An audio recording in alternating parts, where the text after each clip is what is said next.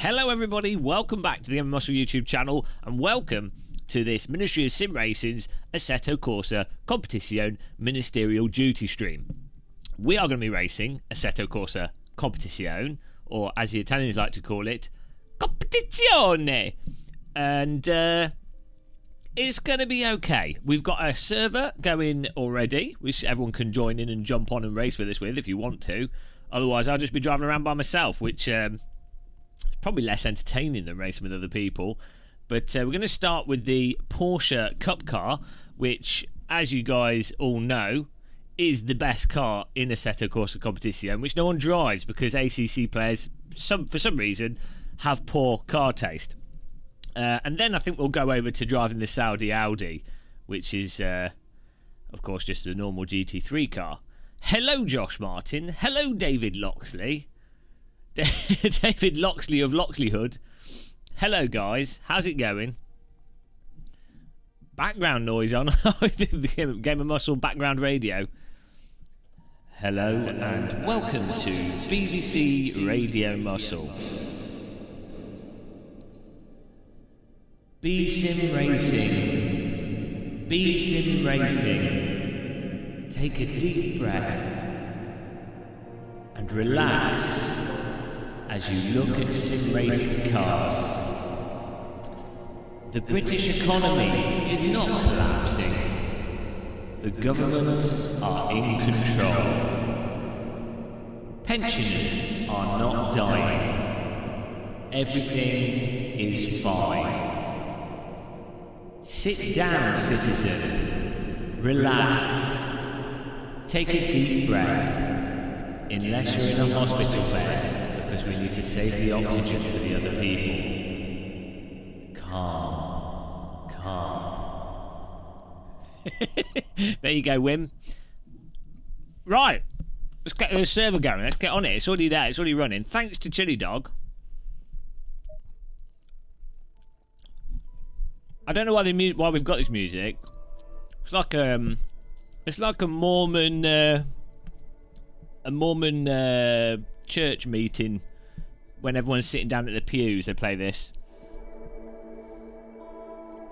Welcome to the Church of Mormon.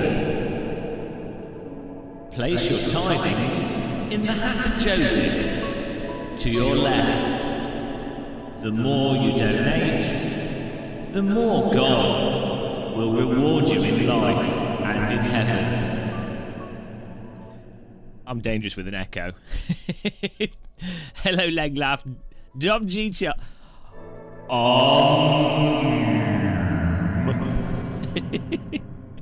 Right. Servers. It should be up. We can get in there. I've still not got my pedals totally... I've moved this forwards a little bit. You see my toe? This is how I point using my feet.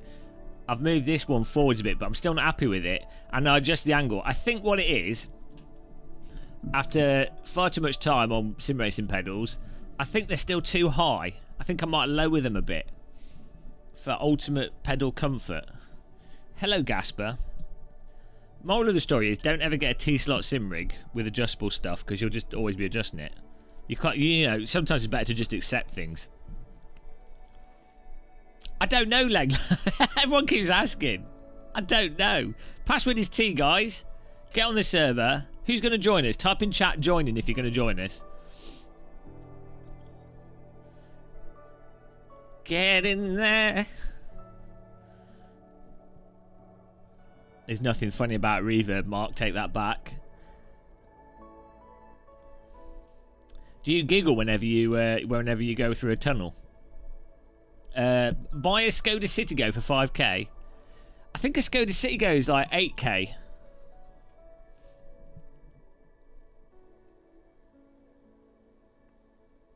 Okay, Google.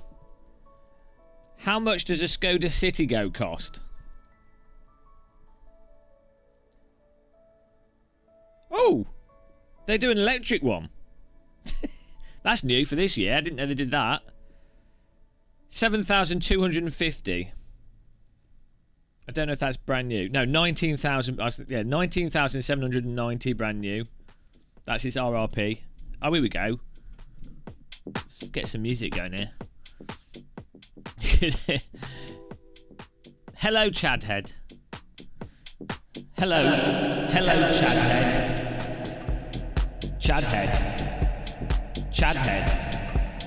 Chadhead. His name is Chadhead.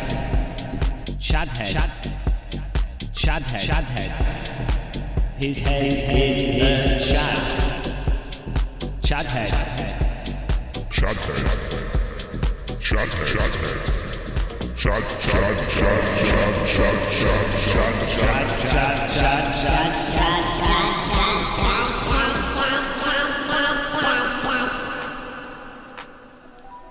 Chadhead. Oh, it's Chedhead. Well, I'm sorry, his song's been written now. Can't go back on that.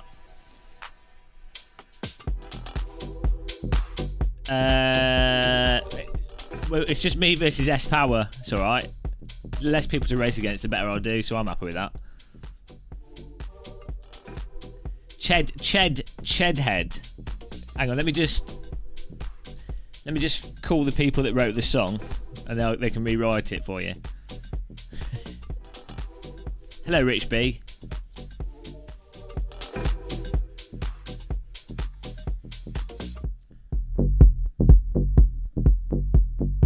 This is actually pretty good. It's pretty good. Proper hype.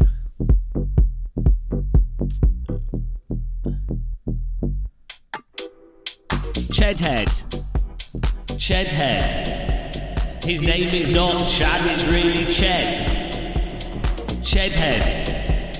Chedhead. Gamer muscles, dyslexic, and he cannot read. Chedhead. There you go, song was rewritten. Right, let's get the fuel levels here. Too many distractions. We've got 3 cars, it's filling up. This is Nürburgring.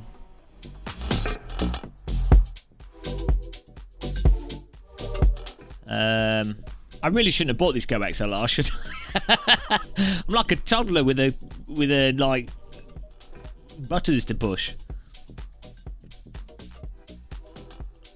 Highly recommend getting one, guys, if you've got money to waste. Oh, the jacket, a Jackelman. Is that jacket potato? It's a different potato, isn't it? Ah, oh, nice one, Sarah. Simple things for simple minds. Wow. I'm not going to complain. 360 no scope. Textbook tire warming, guys. Okay, I've just realised my seat's too far back. It's going to be this. I'm going to be adjusting the pedals all stream again. Okay, well, I need to adjust my steering lock here.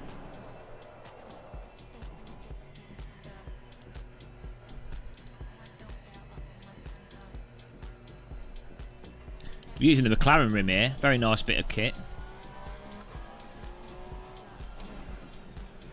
That's a bit better. Until February.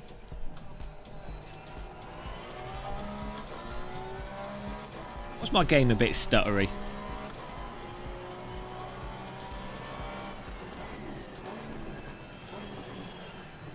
My game seems to be stuttering.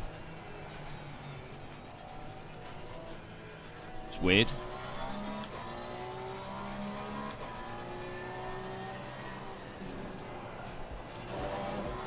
Very strange. Might need to turn the graphics down here.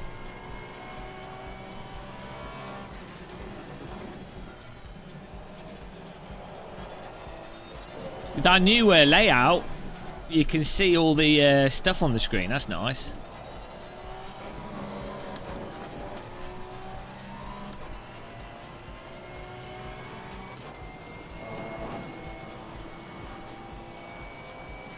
I'm sure I've got VSync on, so it shouldn't be stuttering. 3080. My IBM mainframe could just about run it. Maybe it's my monitor stream thing. I mean, I even run VSync on, which I normally wouldn't, but I find that makes it run smooth with this, even though it's not ideal.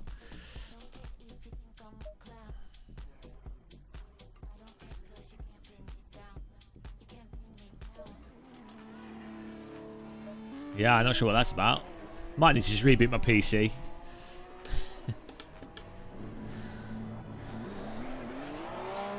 I think that's running now. I think I might just need to reboot my PC.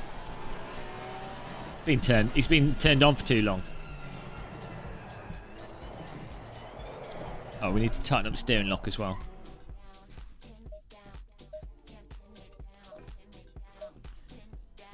If I reboot my PC... Yeah, I'm going to reboot my PC because I can't put up with stuff. Stream will stay on though because we stream from a separate computer. It's all good. So yeah, I'm just going to reboot the PC.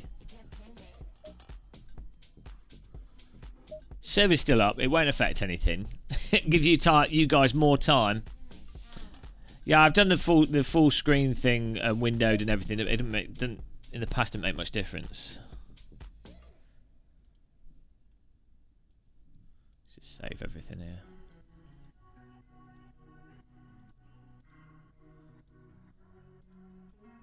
Two PC skills, exactly. Restart. Randy S. Just wanted to pop in and see that gorgeous bald head. Oh dear. Oh, hello. Thanks for popping in. I actually cut my head here shaving the other day. If I scratch this off, it will start bleeding. So dumb. That's what you get for using a Bic shaver for your head. What a fail. Look at this, it's rebooting. Computer's rebooting, guys. Give it a minute. Can I have a rewind? Proper bow, I tell thee. Might as well restart the Elgato whilst we're at it. Why not? Let's restart everything. Hello, William Hitchens. How's it going, man? If the PC doesn't restart, that'd be really funny. Oh, there you go. You can see my... There it is. Right.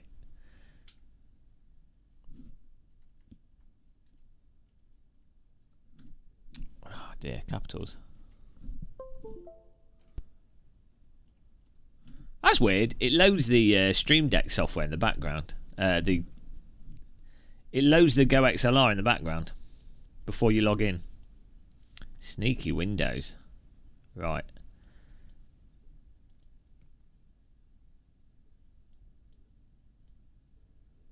Okay, here we go. Should just be a case of doing this. Move this across here. Move that across there. Put this over here. Format your C drive. Log into Steam.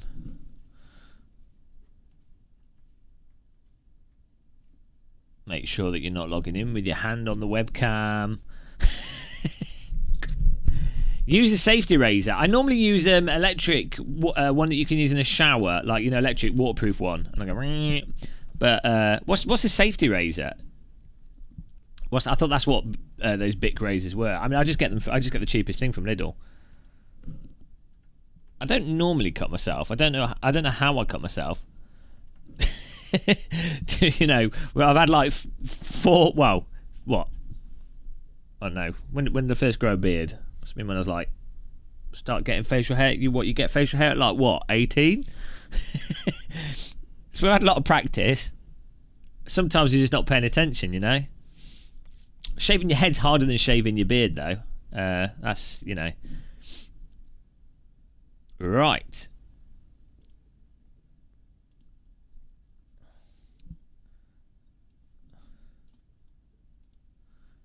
Let's get the music back on.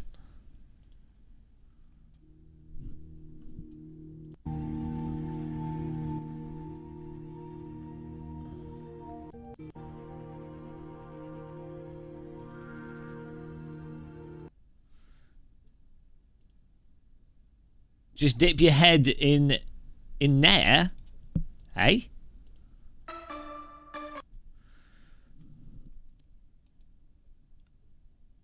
Windows has been stupid now with the audio. I forgot about this. There we go. Music. There we go. It was really weird with the Go XLR. What you do is you set it to like so for the audio mixer. I set it to use my browser. I played music directly off Epidemic Sound, and in Windows, what you do is you set it so that the volume knob controls the volume of the Chrome. If that makes sense. And that is how you control the volume of the audio going through the thing. But if you reboot, even though it's still set in Windows, it doesn't realise until you set the setting again. It's really, I don't know why it does that. It's one of those Windows things. Anyway, let's get back in the server here. And let's have it. It'll probably play exactly the same. Such is life.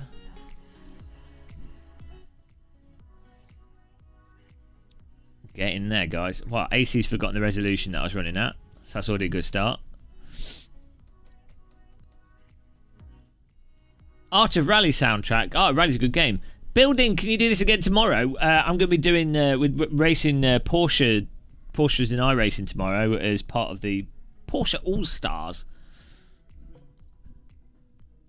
Right, let's get back in the server here. Hopefully it'll be nice and full. Should be, you know. 4? Get in there, guys. You don't play a sim for like a week and then everyone stops realising that you play it. Sarah Horton's in. K-Man in. Age Ackerman. S Power. ACC. Get in there. Nair TM offers a full range of high quality, easy to use hair removal products. What is that like? Isn't that like the stuff that dissolves your hair though? Isn't that's probably like really bad for you?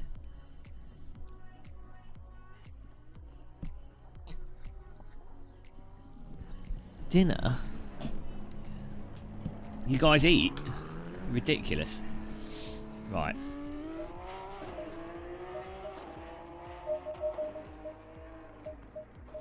Here we go.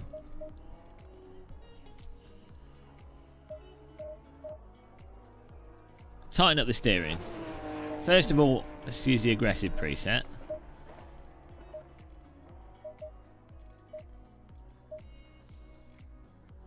Let's try that out. You have my mug. Nice one. I need to do some new ones.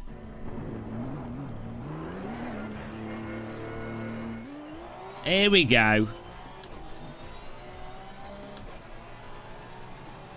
I'm still stuttering. All that for nothing. Well. Oh. Come on. I'm going to do what Dom GTR said. See if it helps this time.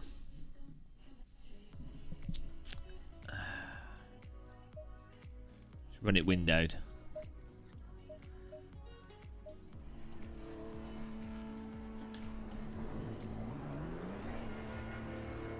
That might have actually worked. God damn, why? Never listen to Dom GTR. Oh, it might have actually worked. Jeez, I should have just listened to him in the first place. I've learnt not to listen to subscribers. Right. Hello, Phantom Racer. Can we get a ban on Dom GTR for being correct? I think it's worked. I think that's worked. What a git. Just ran it in windowed. For some reason the full screen was... Yeah. For some reason the full screen was causing my... Oh no, it's still stuttering. It seems to be doing it less though. That might be someone joining the server actually. Exactly. Never trust subscribers. The one time you don't trust them, they're correct. That's how it works. Ridiculous. Definitely seems to be better, though. Congratulations to Dom GTR. He's won the Useful Comment Award of the live stream.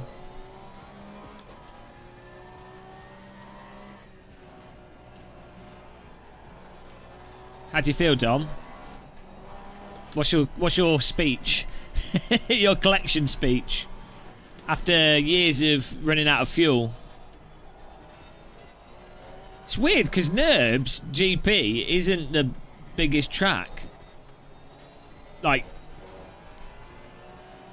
view distance and stuff. I don't see why Nürburgring would be a bad track. Like Spa to me would seem like a much worse one. There's times in Spa where you can see loads of the track. Kiami as well. And Bathurst. Normally that causes a problem. Maybe it's to do... Well, who knows? Could be anything. Oh, no. That's terrible advice. Oh, well. I'll let you have that. That's gone on your record now.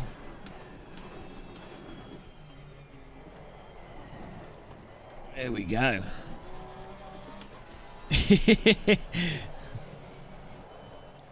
Well, the way that Unreal Engine... the one thing that Unreal Engine is normally pretty good at is actually loading lots and lots of assets and unloading them and only loading in stuff that's actually going to be visible. Like, the way it does that is actually probably one of the best. It's sort of LOD management. It's probably one of the best.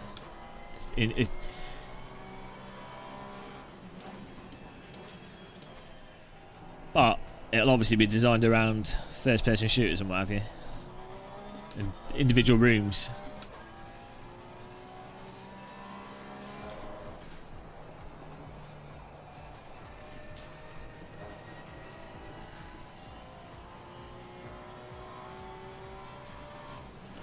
Someone's having a fire outside. Smell it. Hello. Whoa. How are we? I don't know how we are. Wow, I can't believe I caught that. I'm okay.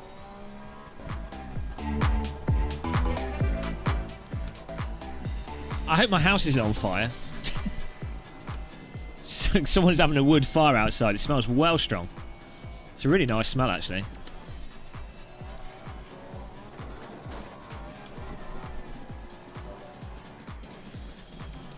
Here we go.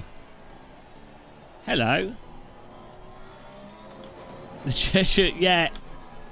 Ministry of Sim Racing's, where is that, really?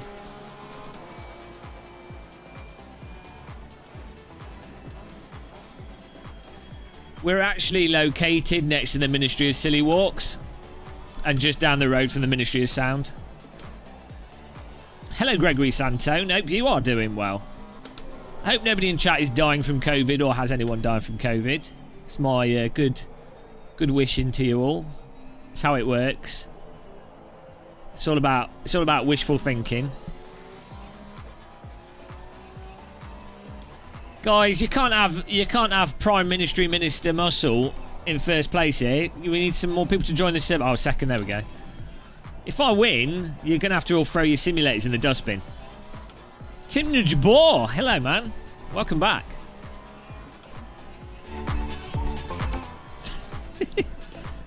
Everything's better with a bit of a beat.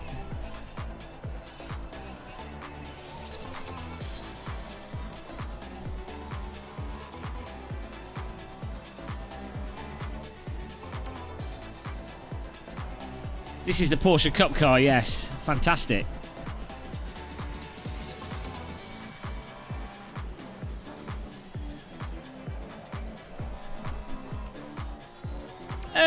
Awful 90s rave music. You take that back.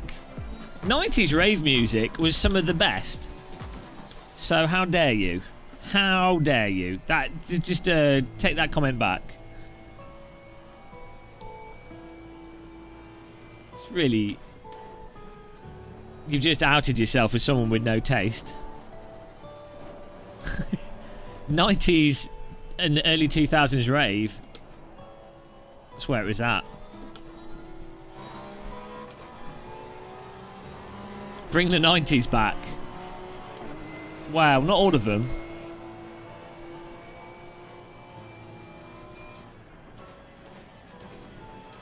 I'm not dying of COVID, but my friends are anti-vaccine, which is worse than death.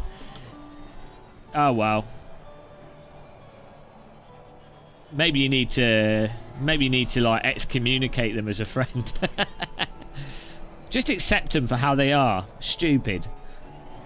Oh, cock, too much throttle. It's not how you do those. The 90s was just the 80s with more pastel colours. And more clubbing drugs.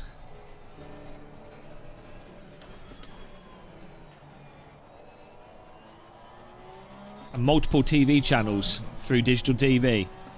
Was that like 2002? Well, you know, I was perfectly fine until I was vaccinated as a child. And then, like, I've got older, I've lost hair. You know.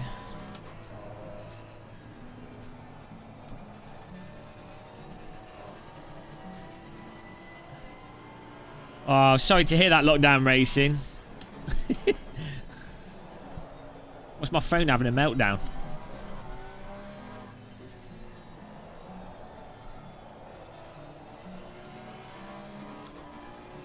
The bold vaccine. Oh, no.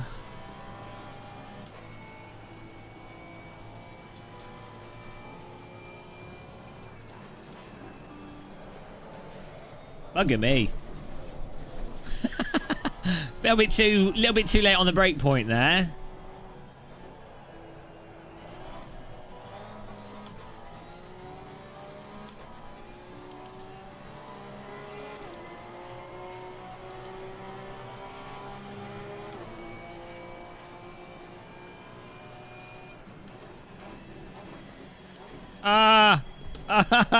You cannot brake where the GT3 cars brake.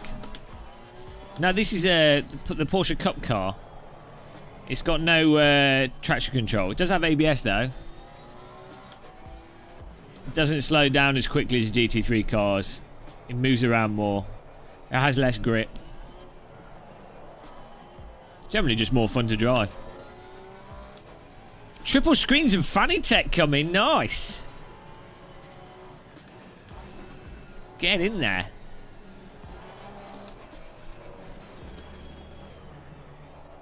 What's your headset, please? Under £50. I'd say I would recommend getting Sennheiser 595s, but they're normally like £80. You can get AKG do really nice headphones. But yeah, I use like a mod mic that's another like £70. But what was I tweaking on my rim? I was adjusting the force feedback strength. Yeah, it's worth getting semi-decent headphones. It's worth spending the money on like some Sennheiser headphones. I would say. I bought some 595s when I had like... I didn't have any money really. And they lasted like 10 years, so it actually made sense to get those. These are only my second... Over like 20 years. These are my second set. I've just stuck to the same ones. They're really good. Yeah, there's a couple of brands that do good quality. AKG. Some of the Sony ones are quite nice. I think AKG probably do the best sort of sub £50 headphones.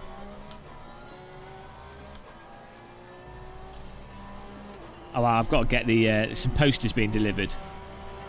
Better grab that.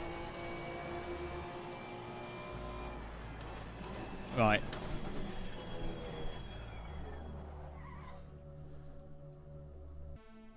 I hope there's enough time for this. Just got to grab the post off the door.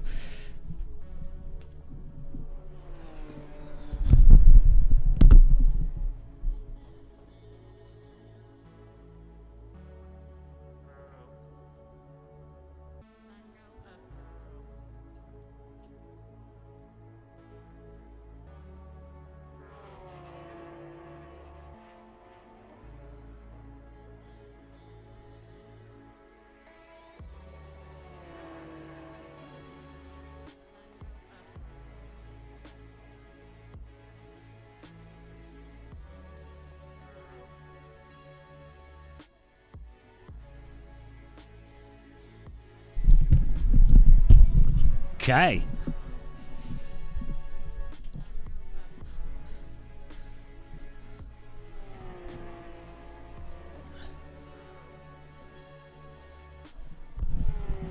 Bero Biodynamic.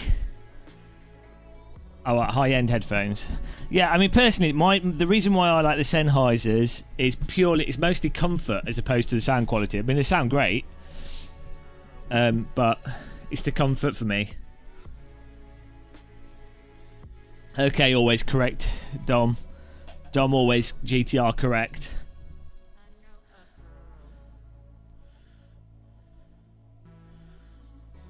Okay.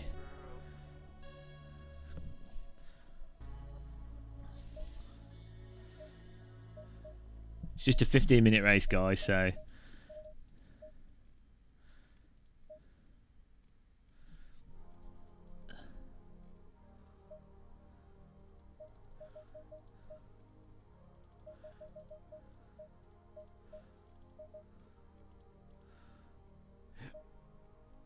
Here we go. It says Titwinkle. Titwank. Put the fronts to 27.1. This is a cup car, not GT3.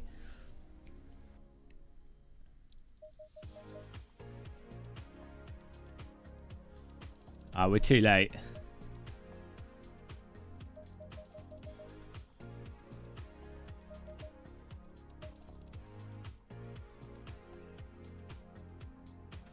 Wow, that'd do.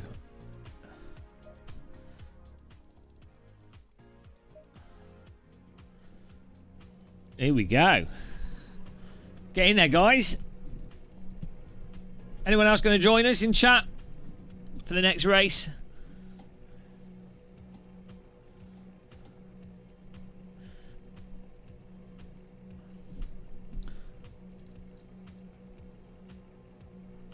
Boom. Here we go.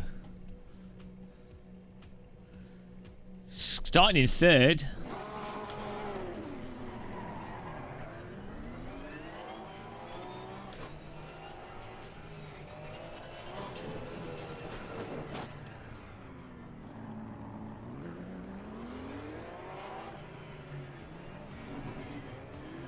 Maybe Chili Dog. Hello. How do people have jobs? What kind of fool has a job? I wouldn't bother having a job. Okay.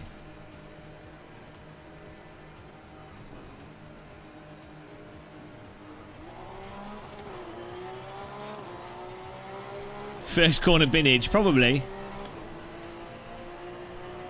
I'm the only bin in the village. Well, he's missed the break point. And he has. And he has. I'll just move out of the way of everyone that's lost control there. Hello, Technofiber.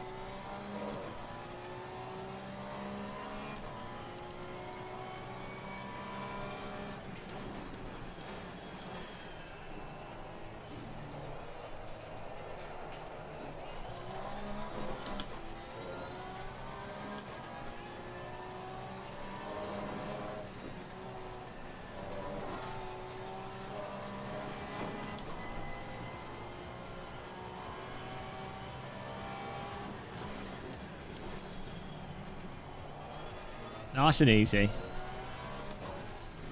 Yeah, the first corner is where it all happens. Like, if you don't win on the first corner, you might as well not turn up. It is all about the first corner. They're real plants as well, Matthew. Matthew Mogford. Oh, we've got a lot of Matthews that watch this channel. Matthew Madness. Well, Coke just went right through the cockpit there.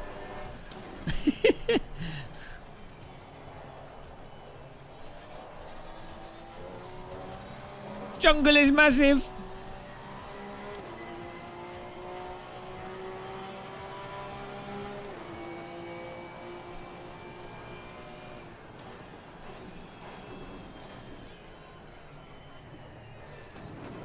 Just got winkled by the car behind us.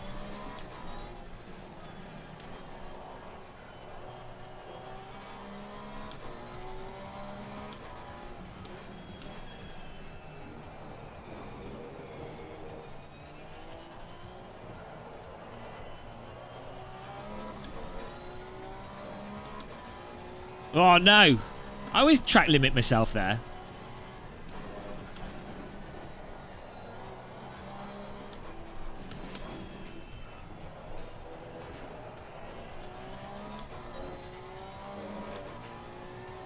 I do have some stuff.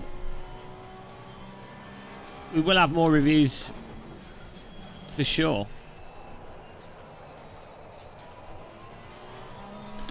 Just try and be smooth, but also aggressive on the power. Close this gap. Hairdryer. Scalp. Hairdryers are terrifying to me. Electronic scalp burners. It's amazing how quick you can dry your head with a towel when you don't have any hair. Bit of paper. You do have to put skin cream on your head though after you have a shower when you're bald, otherwise your head dries out. Oh, look at those lines. Bloody hell. A little bit.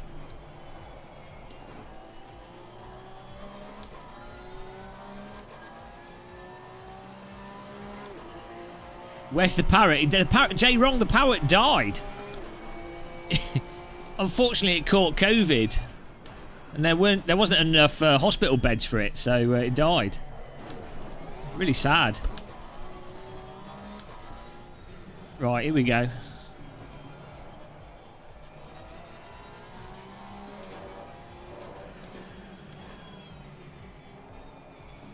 No traction control.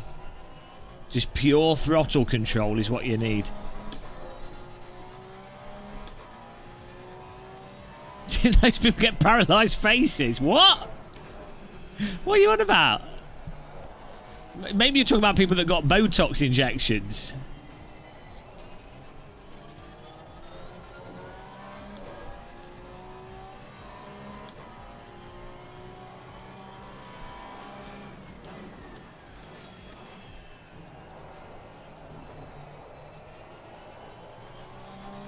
Oh, come on. No, these high-end pedals do not have any vibration or rumble. If you want to get good rumble or vibration on high-end pedals, Pedro, you need to get something like the butt kickers, or you get solenoids, which they're basically like speakers, but they're more for rumble. And you just attach them to your pedals. That's the best way to do it. The Fanatec V3 and V2 Club Sport pedal rumble isn't really enough for you to notice that much anyway. So yeah, butt kicker type pedals with rumble on them are the best for pedal feel. That might be something I'll do actually. Just testing out the rear grip on the lawn there. Oh, pushing and it's making me go slower. Oh, it's Dom Healy. Dominic Healy.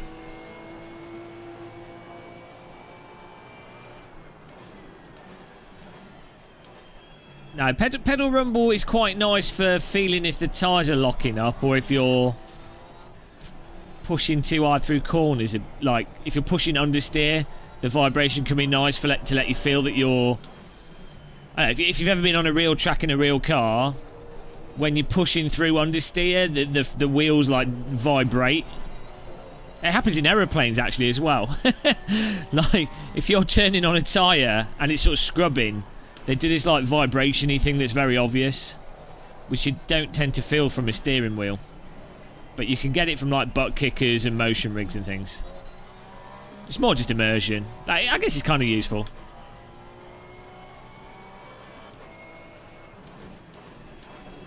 I think you need to be careful what you read on the internet and as to what you choose to believe.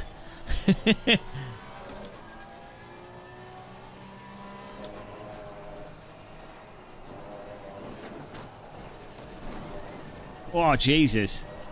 Come on, let's try and keep with these guys.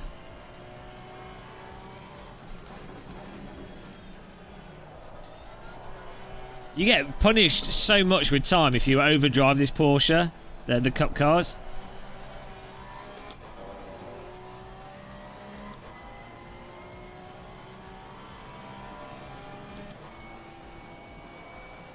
Right, guys, don't look. If you're gonna, don't type anti-vax stuff in my chat because it's a load of bullshit. Vaccinations have been well proven to work, and in the UK pretty much everyone has had the MMR vaccine, measles, mumps and rubella vaccine. Smallpox has been eradicated.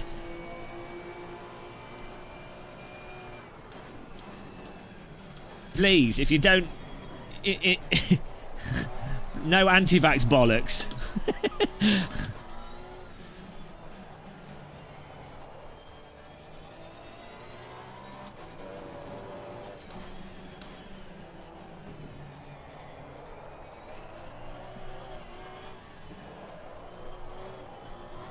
Whoa, I'm sliding all over the place.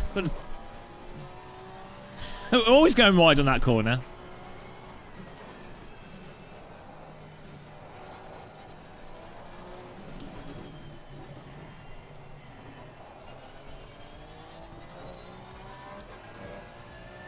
Damn the slides! Yeah, you get stuck in like huge slides if you overdrive the limit. You have to really be careful. Is there a vaccine for leadfoot? No, I'm afraid that's terminal.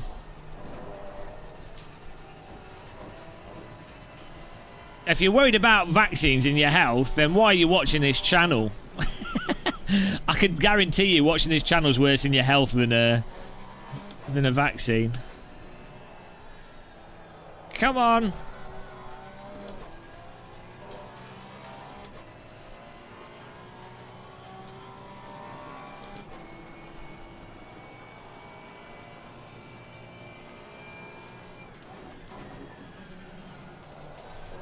Oh, come on.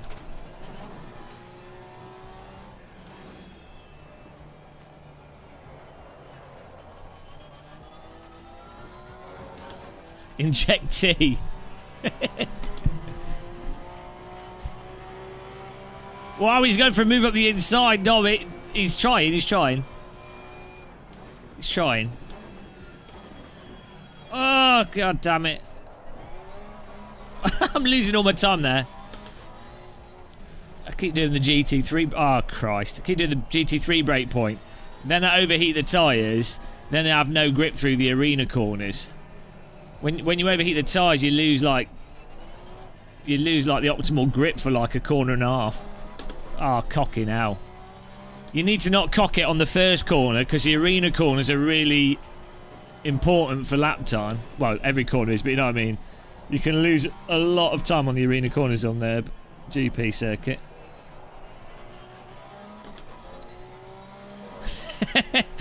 I always feel like I'm in Saudi Arabia on a motorway driving sideways. I can't help it.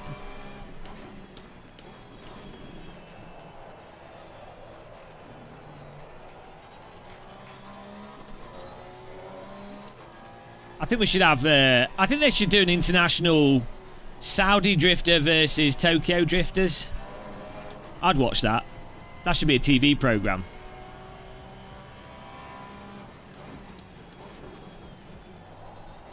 Well, he's gone wide.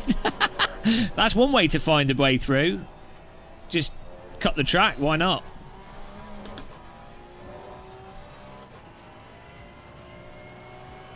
If you want a bias search, don't use Google.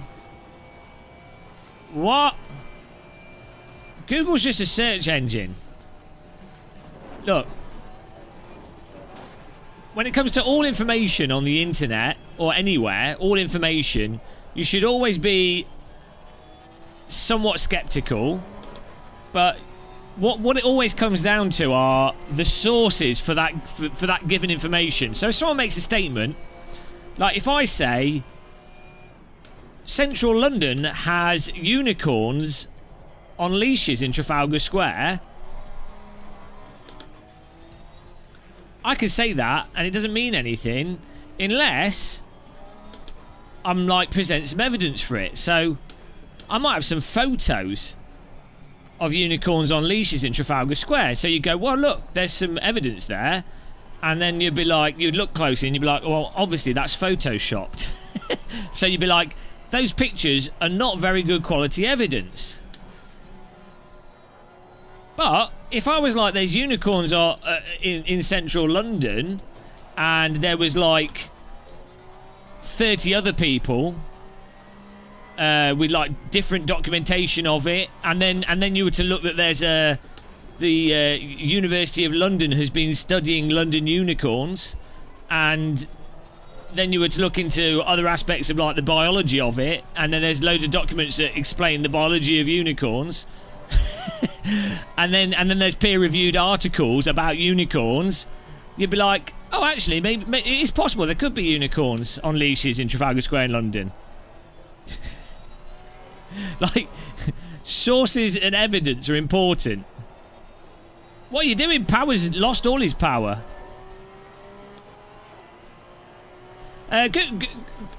Google as a search engine, it's not biased in that sense. It is biased in the sense that it presents you.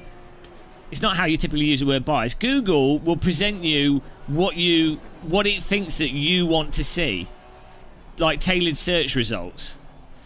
So, if you typically go towards complete bollocks, Google will tend to present you more bollocks. If you tend to go towards skepticism, scientifically peer-reviewed stuff, it will tend to give you search results that are more like that.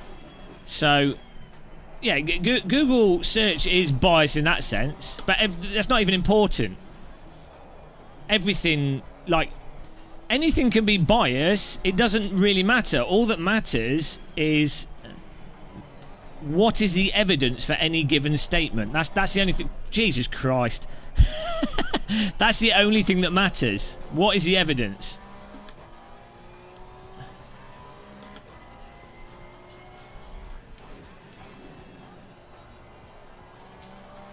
Unfortunately, a lot of people haven't had very good education, so they don't understand the difference between like how you quantify the quality of evidence.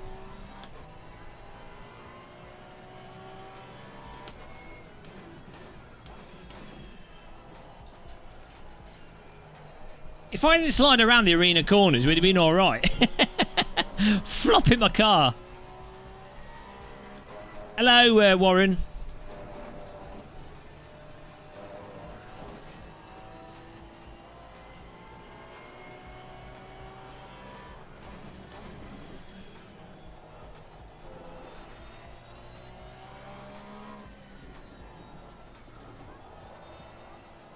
I need to turn the tyre skid stand up, I think.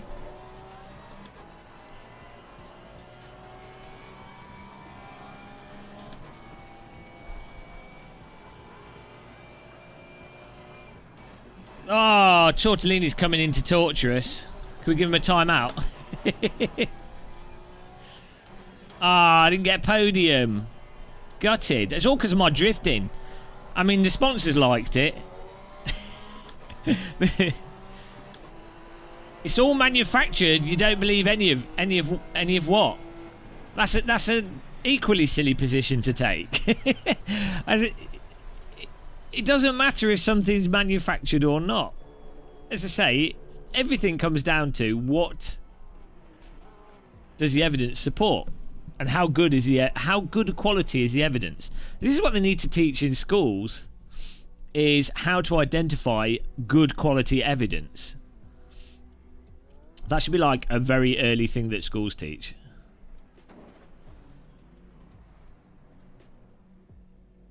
The best driver in ACC. The most timed out driver in ACC. Right, where are we going to next, Chili Dog? I think we should we do a GT3 race? I feel like getting into the Saudi Audi. Maybe Laguna Seca in the Saudi Audi. Who wants to join us in the GT3s? Yeah, once you do like not until you get to Masters do they even really teach proper critical thinking, like through an education system, which is mental. Like, for a normal undergraduate degree, the main thing that people are taught is how to format a dissertation, how to use sources, and then how to put sources into a general format for whatever thing that you're doing your dissertation on. It's more like a research project with you linking in the sources, but the quality of those sources isn't really pushed that much. It's mental. It should be like primary school is where you should teach critical thinking and logical fallacies and stuff. How good an argument is Game Master should learn how to drive? Oh, it's not right argument.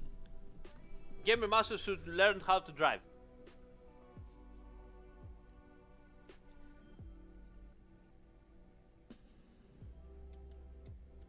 Yeah, well, yeah, you probably won't get away with everything. I'm just saying it's not the priority with an undergraduate degree. I got only in my licentiate degree how to understand the scientific method.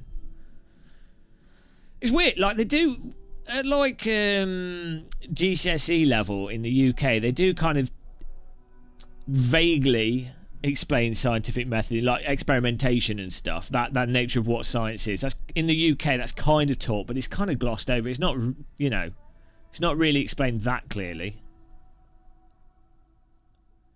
This thing is, like, a lot of people don't know what science is. Like, if you say science to a lot of people, they think, oh, it's men in white coats in some kind of industry.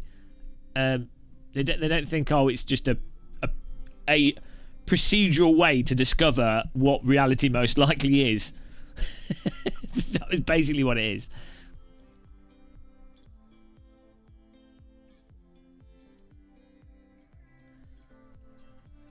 You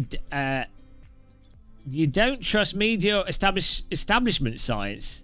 The controversial wait, you shouldn't trust anything. It doesn't. This is the thing. It doesn't. So it's like the YouTube thing where people are like, oh,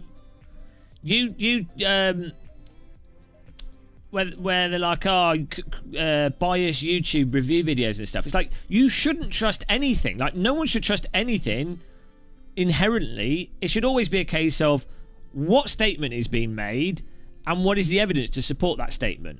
It doesn't matter. You could be watching like Alex Jones.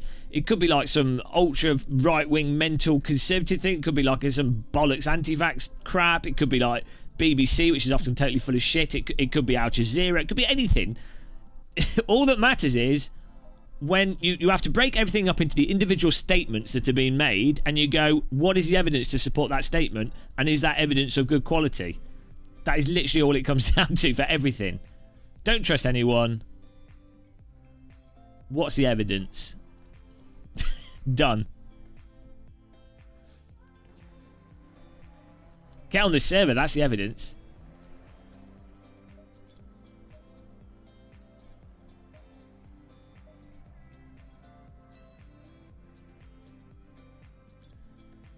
Yeah, pragmatically, normally, like, pragmatically, you are gonna have to do some argument from authority, because you pragmatically can't question everything. And, you know, generally you'll start to be like, okay, that historically that source has been pretty reliable, so, you know, it's probably more likely to be true than this other source that historically hasn't been reliable. You know, so that does come into it as well.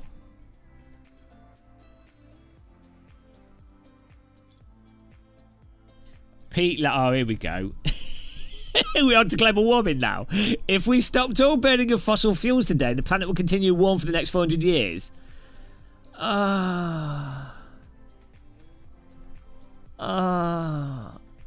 It's just... Oh, come on, man. You know, that's not even the point. It's not even the point. You know it's not even the point.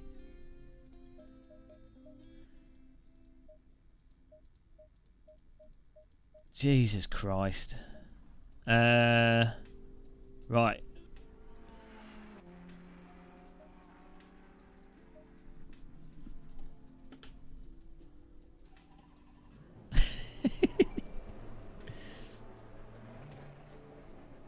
Do we have to go through explaining global warming? Is this what we're going to do now? Do we have to explain that there are environmental cyclical things like, you know, like there's different solar activity that happens over thousands of years. There are ice ages that happen over thousands of years. There is things like supervolcanoes that go off or meteorite strikes that totally fuck everything up. But the point of global warming is if humans have a specific thing that they are fucking up, i.e. massively changing the temperature in a very short time span outside of the typical geological time spans which things tend to happen, that causes quick changes that the majority of biology on the planet can't adapt to, which reduces biodiversity, changes stuff like local weather and local temperatures in certain areas, so that people then have to migrate in huge numbers, which then causes instability and just makes a big cock up. And it can largely be avoided by not massively changing the temperature of the planet through human activities so quickly. That's what, you know, all the like global warming denial stuff is like always framed in really weird ways to try and go, wow, you know, it's very strange. It's like, why be so motivated to like go against established evidence? Well, the Earth has increased and decreased in temperature for various reasons. As I say, the important aspect is the time frame in which that happens.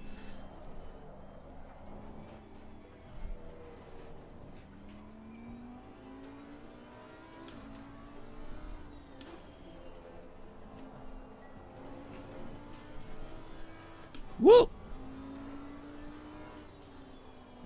Pokemobile.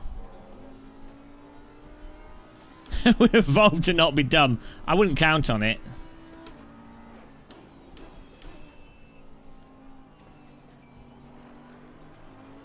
Yeah, pretty much Rev in UK.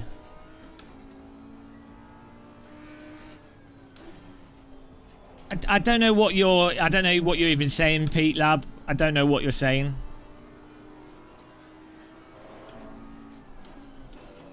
You're just like pulling random shit out of the air, which just doesn't make any sense. Without being very specific about what you're actually trying to say.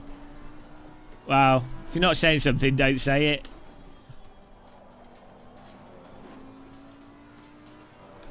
Do you have a Fanatec affiliate? I do. Lockdown Racing. It's underneath the video.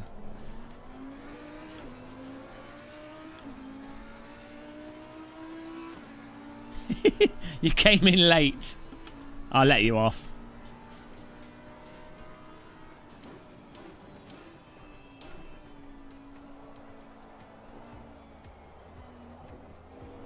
Why do you mount the DD1 from the bottom? Because the thing I've got on the rig is that's just the bracket I have on the rig. I could get the side mounting bracket. It don't make any difference. I'm not sure. Can you mount it from the... I don't think you can mount the DD1 from the front. Most of the Simucubes and the OSWs are mounted from the front. Hello, Simply Race.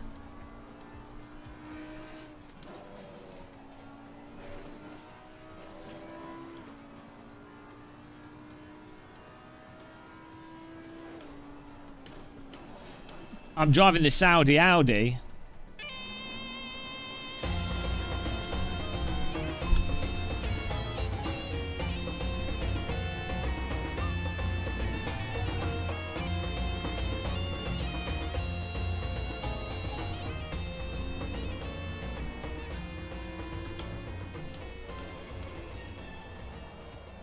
Yeah, from the sides and the bottom. Nice one, Carlos. Mecha Cup 1 pedals, yeah, really good. I've still yet to get them in the absolute perfect position.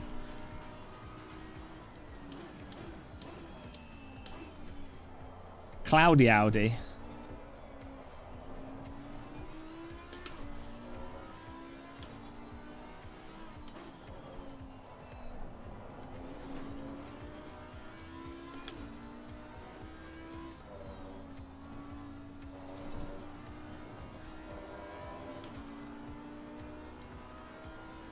The link's in the description under the videos. Should say, I think it's under pretty much all the videos. It'll be underneath, it'll be in the top comment or under any video that's a Fanatec review of anything on my channel. Got to put that link everywhere. I mean, to be honest, if you use mine or Dave Cam's link, they're both, the money from it gets spent on the same stuff. Bold head products. That's what we spend all our money on.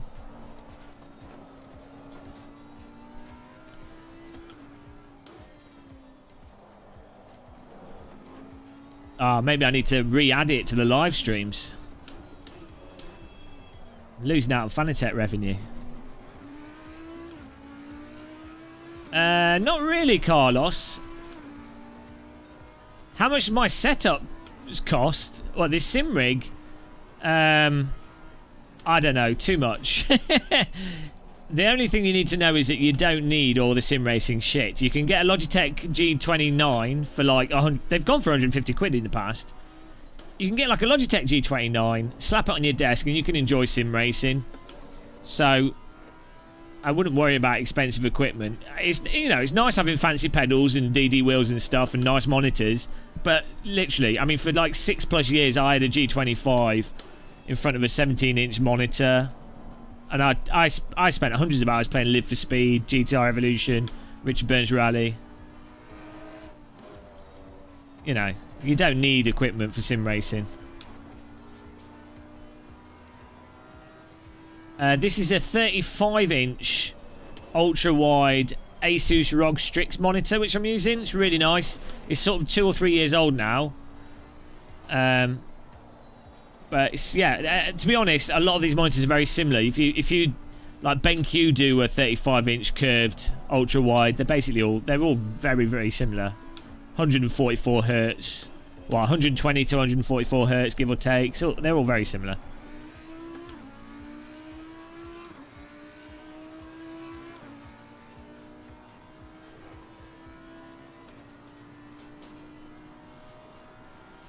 I mean, I would say with wheels, if you have a very well-paying job and you can afford it, it can make sense to just go straight to a DD,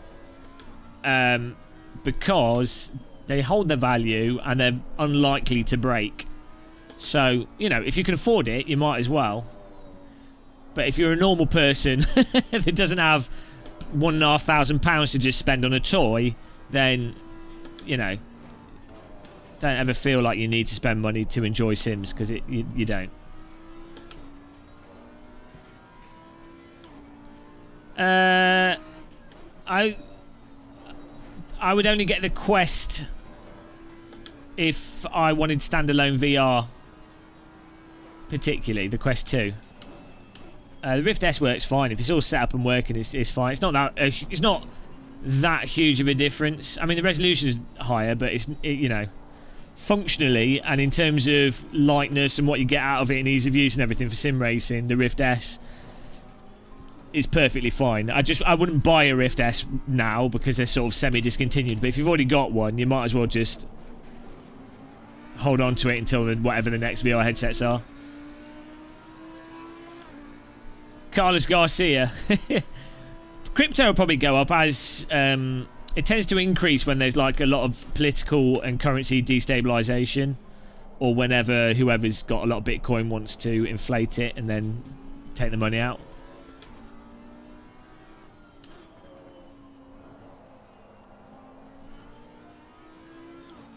Yeah, well, that's it. You know, you might as well just save up, as Tortellini says. Like, there's better things to spend money on than sim racing.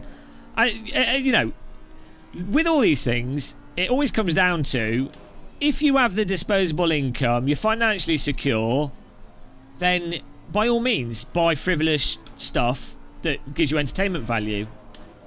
You know, you should set yourself a budget.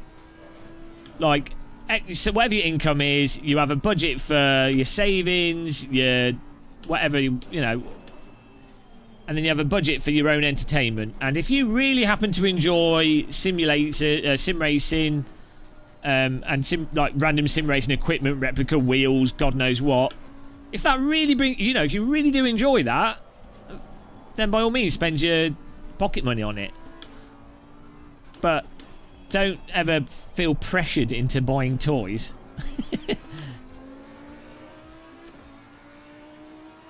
Assetto Corsa Competizione is worth getting, yeah. So you need a fast computer to run it well, but it's definitely worth getting.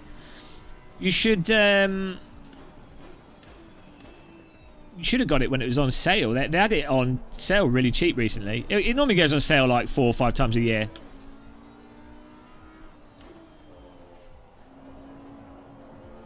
You can get AC super cheap as well.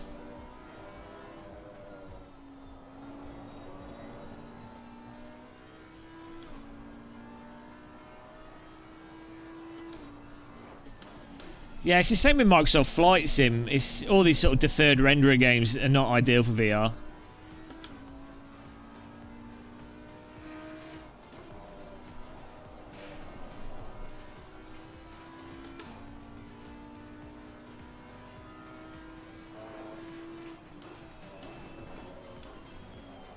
Where do you live, Tortellini?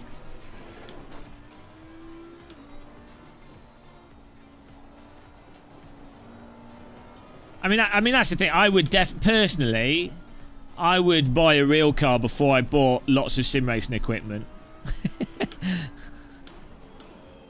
Like a basic road car. But I work from home, and I've always worked from home or offices near where I am, so I've never needed a car. Lublin. You're going to need your MX-5 Tortellini to pick up DD girls. You live in the land of beautiful DD girls, so... MX-5's the way to go.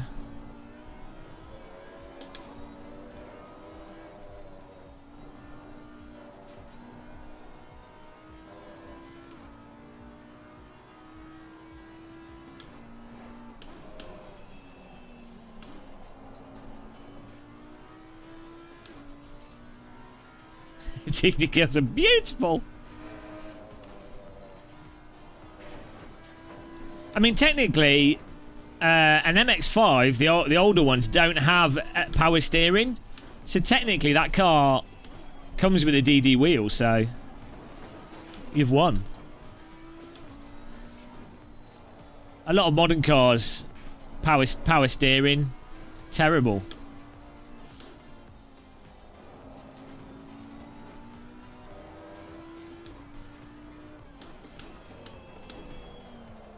I like MX-5s. They're nice cars, especially with a bit of a body kit on them to square them off on the under tray. Well, you know what I mean, like underneath the doors. I don't know what that's called, but the body kits that flatten it out, they look really make the like the 98 MX-5 look really nice.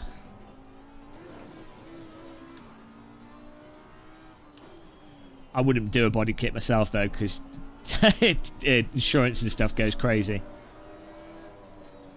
Maybe it's alright in Poland.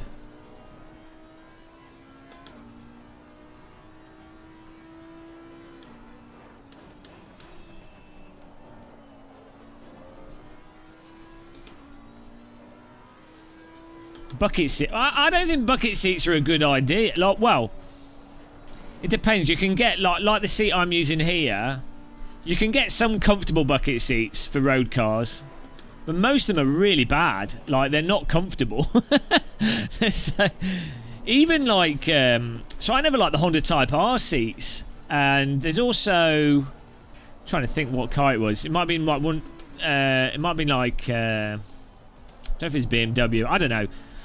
Jaguars have really nice car seats. The Maseratis have really nice car seats, in that they're like support you, but they're also comfortable. You just want a bucket. A literal bucket.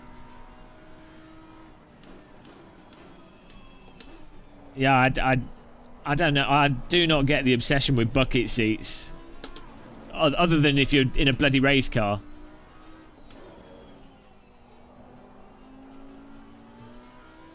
I'm all about comfort.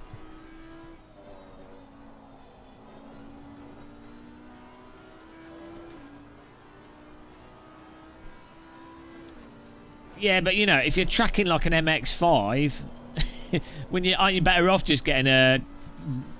Aren't you better off doing a track day rental fit like a Palmer Sport or something? I don't know. Whoa! I don't know these things. It's not something I intend to do. Hey, Robin DG. I mean, you know, if it makes people happy, it makes them happy.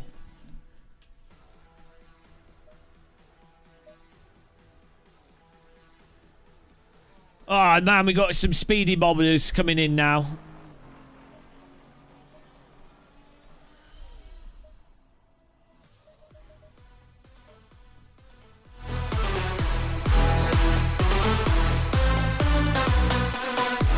Something like that.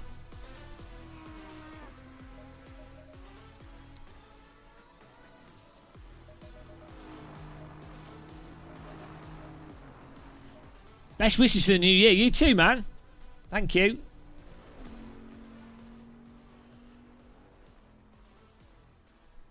My car's a car. Yeah, well, that's I see road cars as road cars. I'm not really a car person.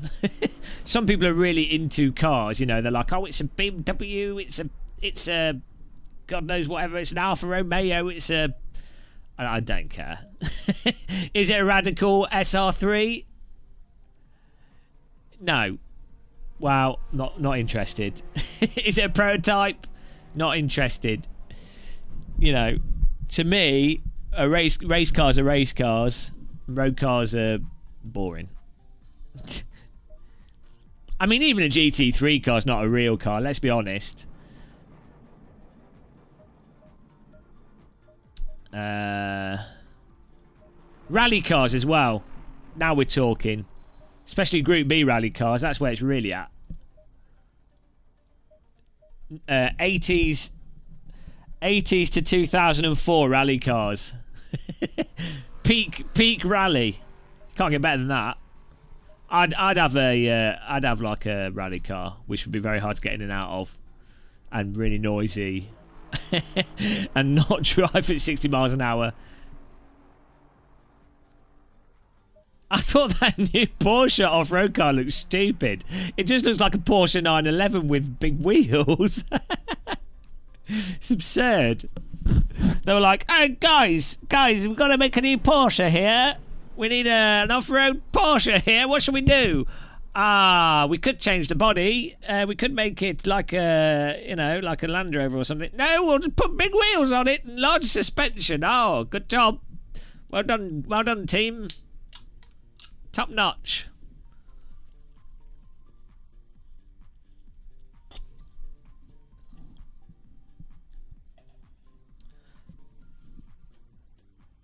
Hello, random call sign. Do we get his graphic for him?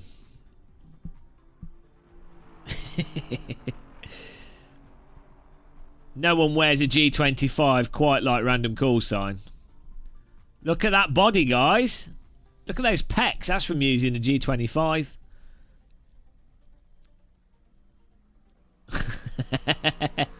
Look at that. He's not even looking at you in the eyes. He's looking at the floor because he's too good for you. He's out of your league, guys.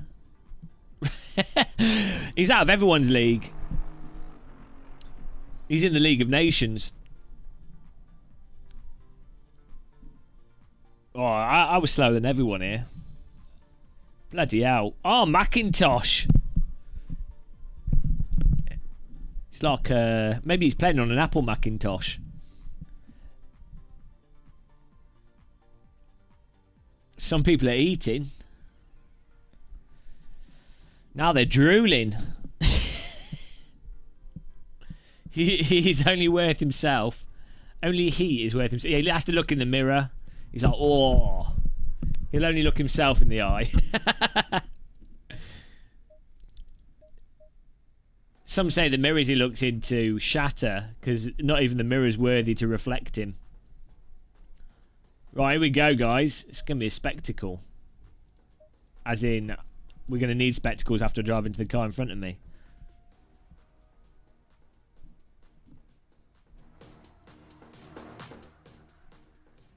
Random, why don't you join the server so I can crash into you?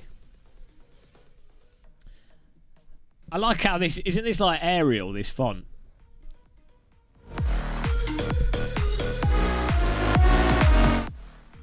WeatherTech Raceway, Laguna Seca. This is the WeatherTech theme tune. WeatherTech, WeatherTech. We've got all the tech. WeatherTech, WeatherTech, WeatherTech, WeatherTech Raceway.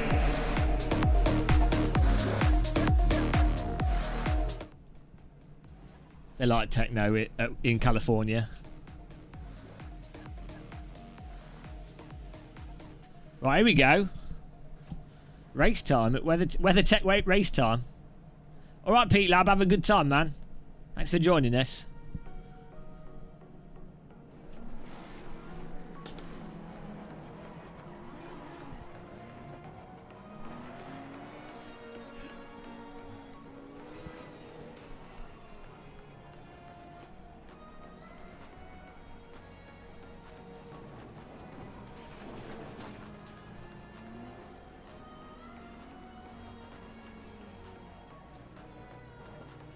Hey, rubber floor mats are where it's at.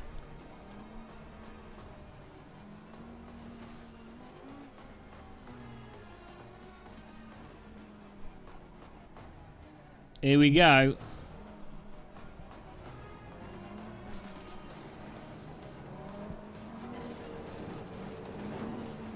This could prove to be interesting.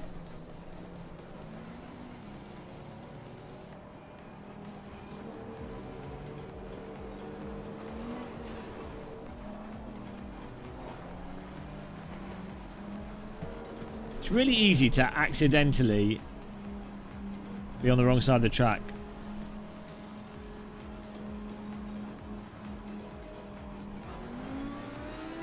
Go!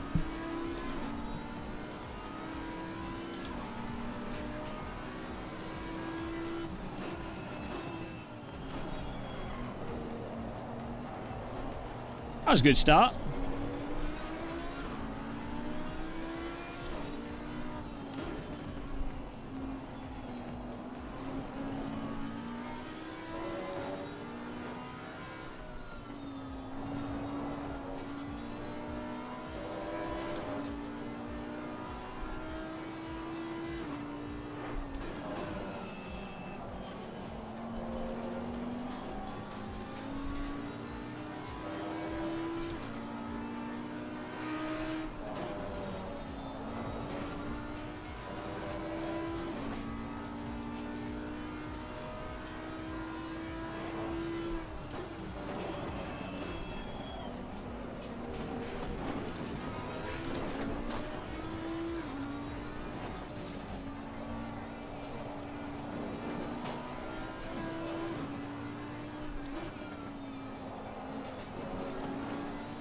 Foster? He's too much Foster than us.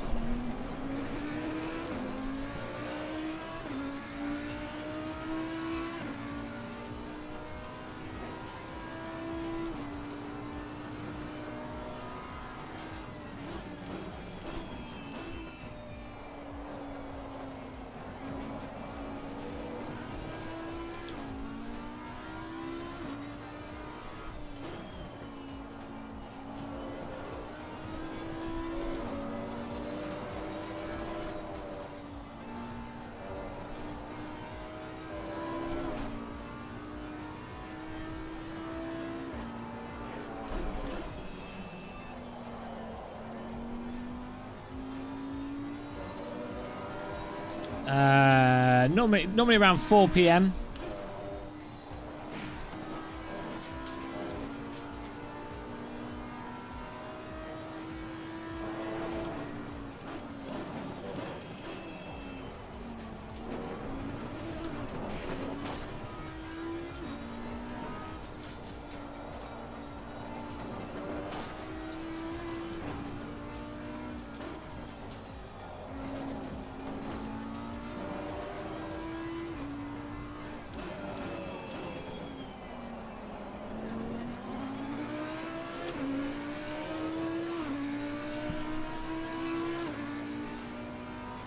Can't get in his draft.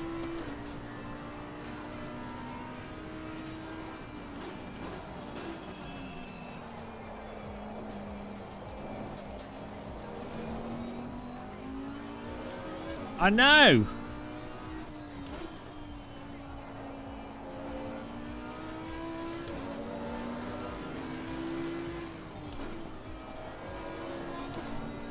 I keep telling the car to go faster.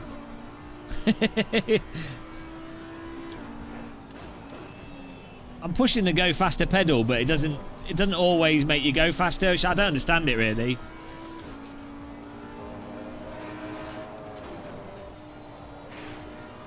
You think the harder you push the pedal, the faster the car would go.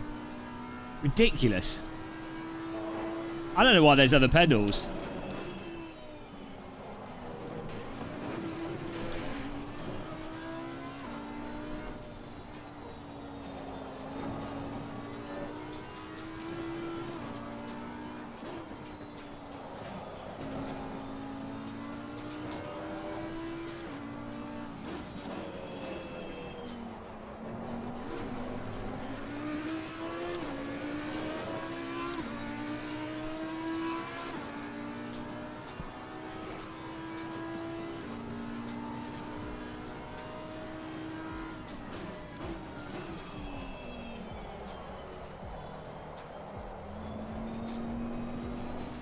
Well, that didn't work. I thought oh, I'll brake in a straight line and it will slow down quicker.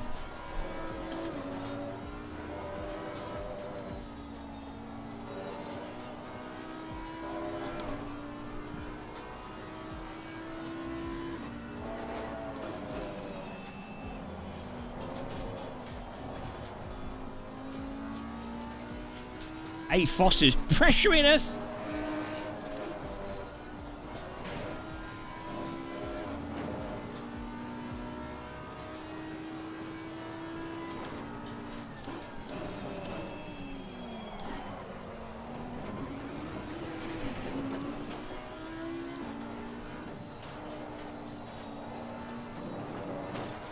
Hello, Mark, man.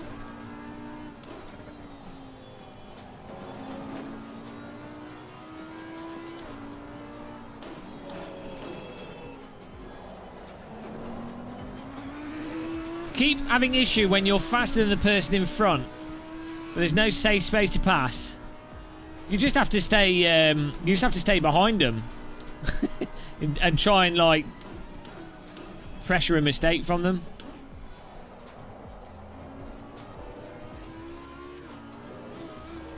There's certain cars are quite hard on certain tracks, like these GT3 cars at Laguna Seca, Brands Hatch. It can be very hard to get an overtaking. Basically, you really have to just wait for like the correct corner a lot of the time to do a bit of a lunge. So, and that's normally like the tightest corner on the track. So, like the final corner on this is a good corner to try and get a pass in if you're if you are faster than them, as you've lined it up and you're side by side with them, like you're very close to them. Final corner, bit of a bit of a first class delivery. Try and force them to defend the outside so you can go up to the inside of the corner. Yeah, punt to pass is often a good technique to fall back on. Green cell rocket launcher.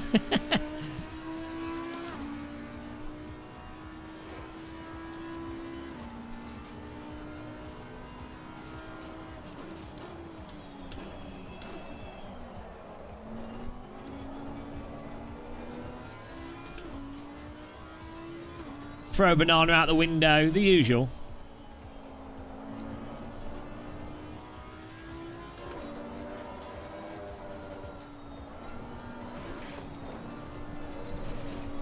That didn't work. I was trying to coast through the corner more rather than breaking it.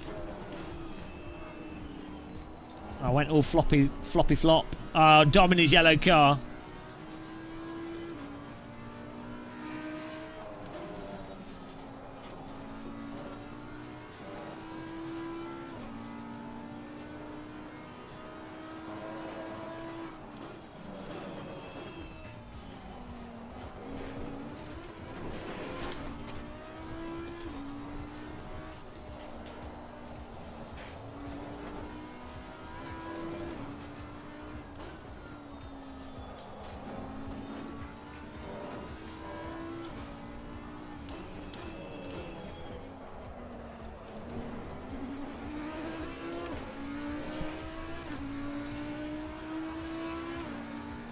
I've got some CSL Elite load cell pedals.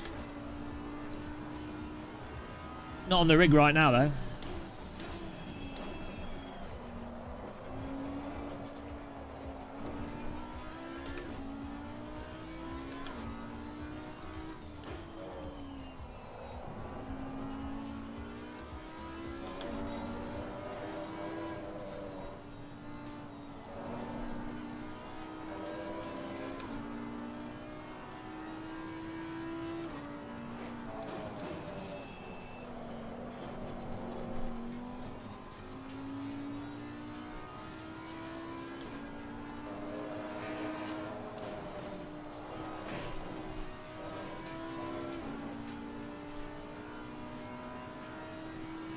Fanatec fanboys.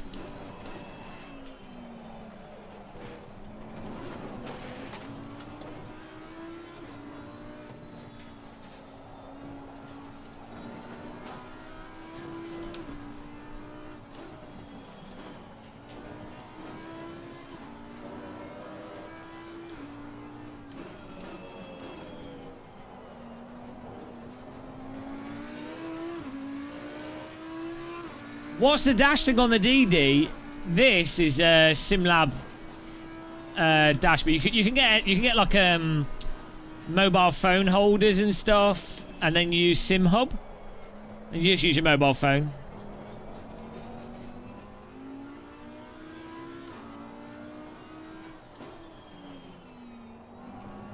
That you get a nice screen out of that.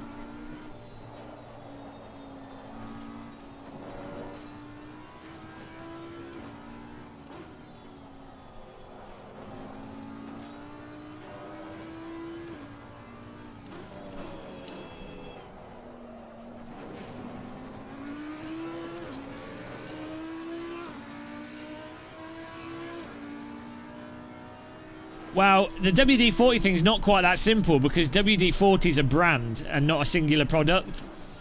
And WD-40 actually sells lubricant. So, you know.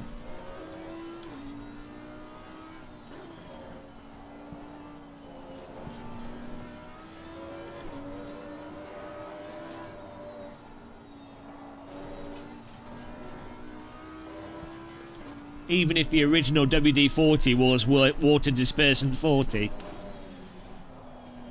Things have changed.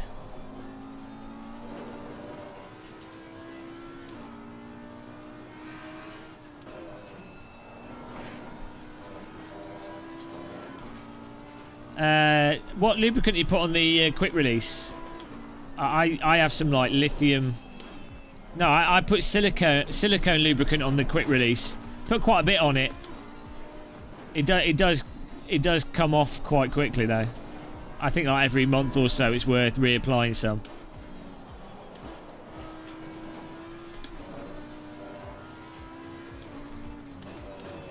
You can buy a huge tube of silicone lubricant for like £3.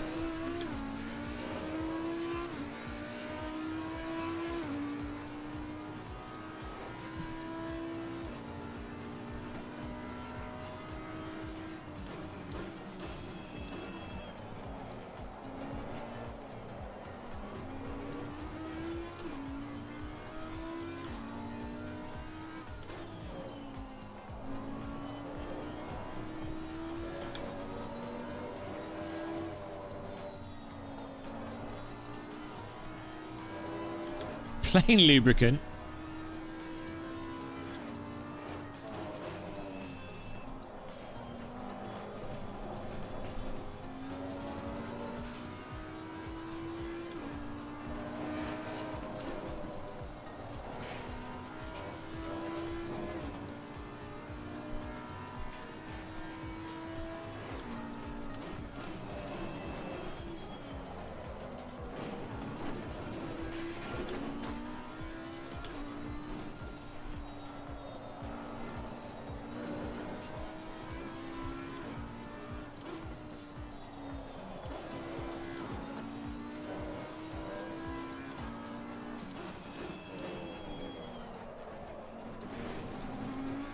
I'm surprised that's a legal line. Hello, Matt Fox. Studio line hair gel. I actually used to wear hair gel back when I had hair. That was a proper 90s thing. What? It's a sausage.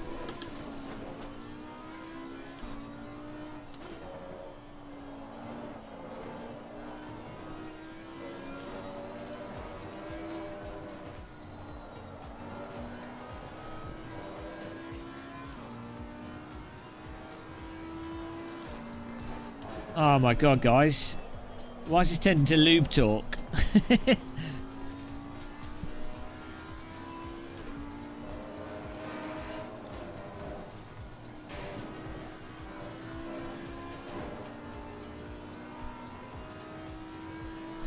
It's weird how there's a huge gap behind me.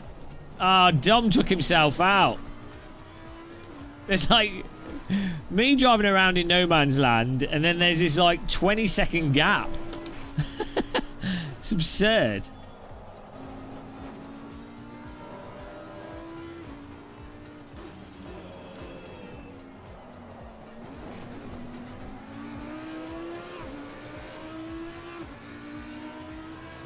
Like, how is in a 15-minute race? 15-minute race, and there's like a... I mean, what? In GT3 cars? Maybe everyone was crashing.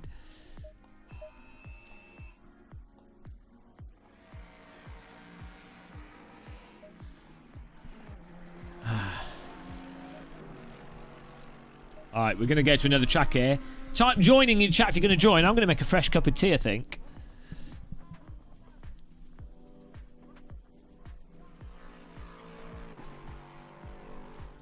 My coffee's gone. My tea coffee. It's coffee at the moment, but I'll make a fresh cup of tea. It's gone cold. Look at the timetables here.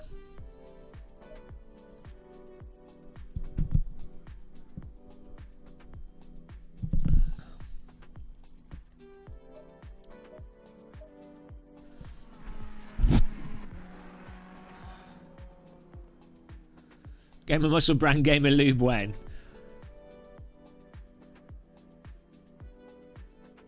I can find the cat. Well, yeah, you would hope. ACC definitely, like, whatever it is, people end up split up even more than they do in Race Room GT3. Nothing compares to the original Assetto Corsa Porsche RSR for close racing. Everyone understands that car. They need to make a Porsche RSR simulator. Good job to R. Macintosh on his Macintosh, A. Jackamont, B. Levesky, Dominic Healy, myself, Gromsy, Nacy, top 7. Good driving, guys. The Porsche Cup cars end up being a bit closer in this. I don't know why. It's weird. Like, we'll do another track and see if the same thing happens. It seems to have got progressively worse as ACC's been out. The longer it is, I think maybe it's just people that have got very used to the tracks and the cars. I think the same thing started to happen in Live for Speed. Right, I don't know if Chili Dog's still conscious. Hopefully he is. We should do like maybe Bungaro ring. Maybe like Paul Ricard. Oh Jesus, not Paul Ricard. No, not Paul Ricard. It's not do Paul Ricard. The final 3 corners on that track give me an aneurysm. Yeah, no one drives the GT4s though. Ah, okay. Well, you can do Paul Ricard with a bit of practice then. Fine. Have they bopped all the cars so Paul Ricard's not stupid? Will we be acceptable in the Saudi Audi at Paul Ricard, or is that a guaranteed failure? We'll do it just for Chili Dog. Paul Cheese, use your Lambo setup.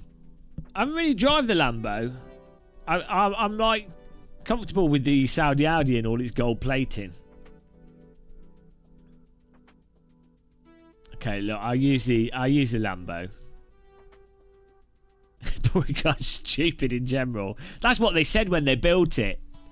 They were when they built Paul Ricard, they were like, "Ah, guys, this was stupid." It was built for motorbike racing. The Castelletto, whatever it's called. Makes sense on motorbikes. It'd be amazing on motorbikes, driving down that straight with the wind blowing through your helmet. Amazing. Okay, let's go Lamborghini. The only I like the Lamborghini, but I don't like the cockpit. You're too far away. Look at that. Do I need to get this set up from where am I getting the setup from? Anyone can join, yeah. Yeah, the view is shit. Because the screen the glass is so flat as well. It's like you're looking out of a it's like you're looking through the actual thickness of the glass. It's ridiculous. They should have put a little bubble where the driver sits. Yeah, you might as well be sat on behind the car. It's absurd. I mean, cockpit design, come on.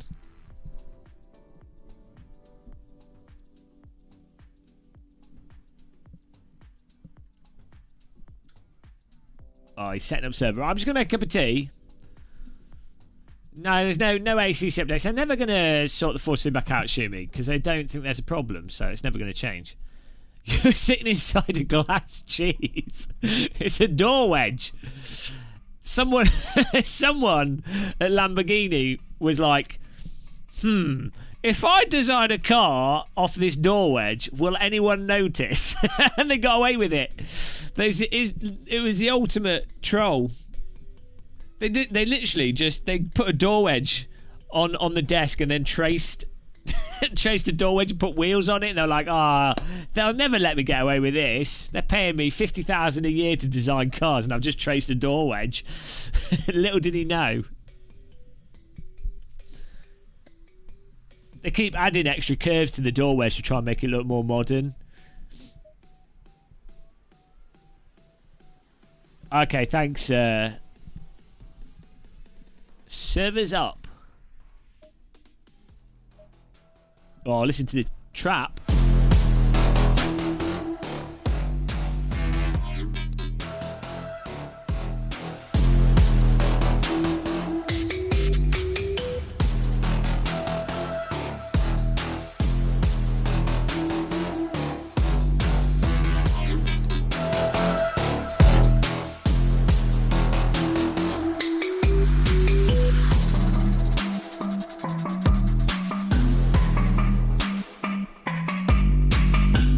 Set up here.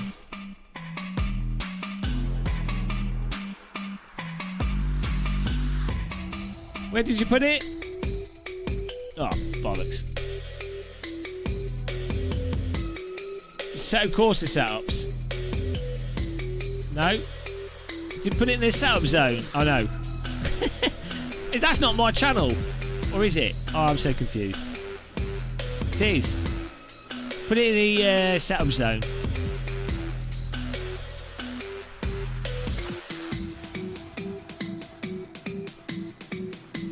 That'll do. There we go. I'll be back in a second. I'm just going to make a cup of tea. You can listen to these epic beats.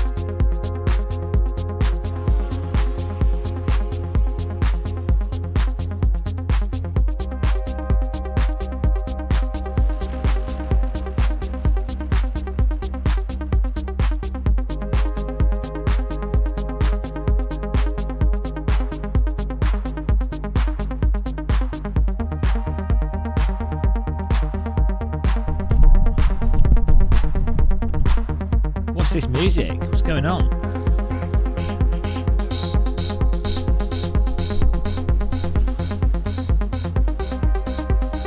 Hello. Did he give us the wall hack setup here? Let's have a look. Where have you put the wall hack setup? He's not put the wall hack setup in. Terrible. Well, we'll just have to make do on our own.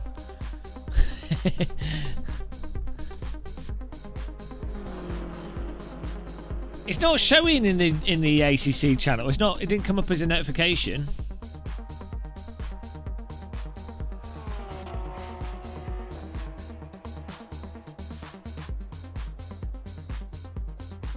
It's weird.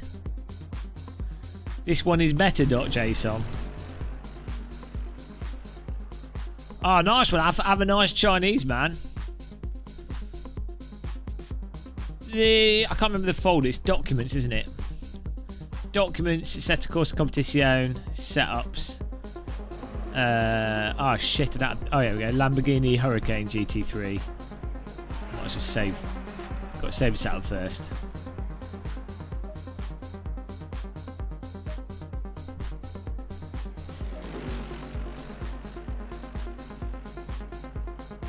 There we go. Well, this better be the winning setup.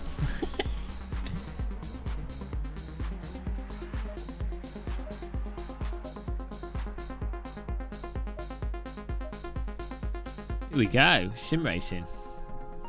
Yeah, I did. I just saved one, so it made the folder for me.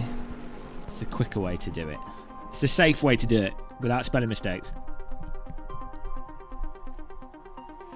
Get some nourishment here.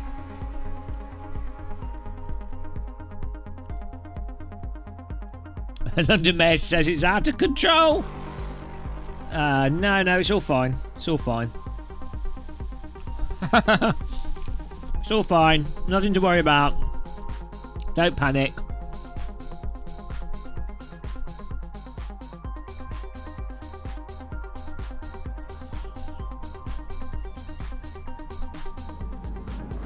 It's a bolognese sauce. Left over before I finish it. I have tea with everything, yeah. Who's on the server? Oh, we've got some people in there. That's nice. Hope everyone's having a nice day. Hope nobody needs to go to the hospital.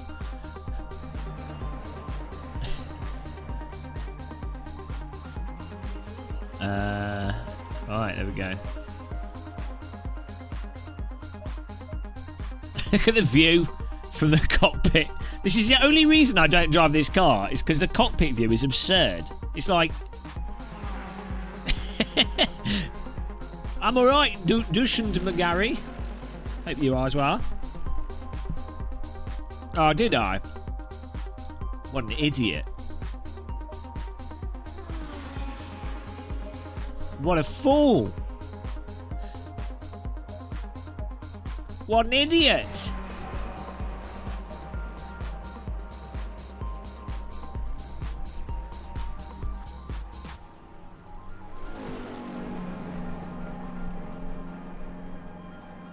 Well, as bad as Paul Ricard is, it's not as bad as Pocono Raceway.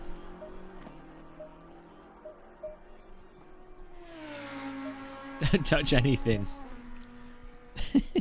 Well, how am I supposed to drive without touching the steering wheel? Yet more imprecise instructions. What can I say? Oh, do you know, I've turned my volume down too low. Oh, shitting hell. When there's no... You know it's a bad track design when you literally don't know what layout it is if the traffic cones aren't there. I mean, come on. That is when you know you've messed up with your racetrack. When you need traffic cones on it. Any racetrack where you have to have traffic cones on for you to know which layout you're driving, you know you've made a mistake with your racetrack building.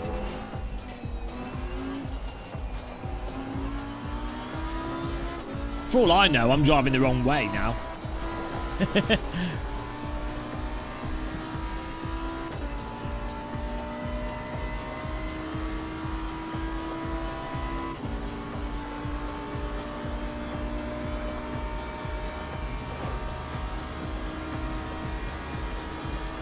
Pocono Raceway is the worst racetrack ever made. That's a criminal offence, Pocono Raceway.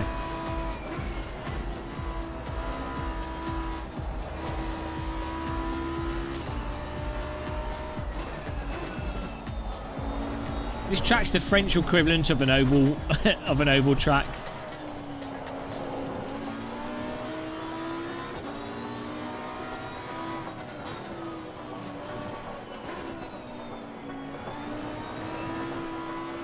This is what happens if you build a car park, but then someone pays you a lot of money to turn it into a race circuit.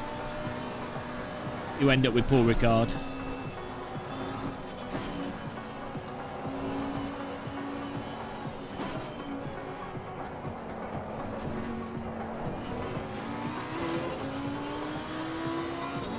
Is that a building on top of the hill? Is it like a castle on top of the hill?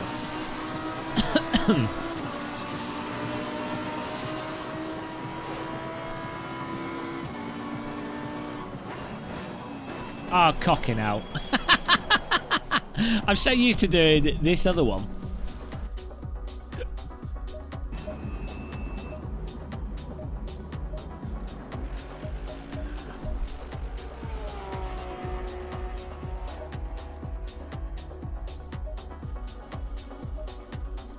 Hello, Derek. It's Derek Spears, Mr. Button Box. He's got a box with buttons. Fun fact, guys, Derek Spears lives inside of a button box. A lot of people don't realise this.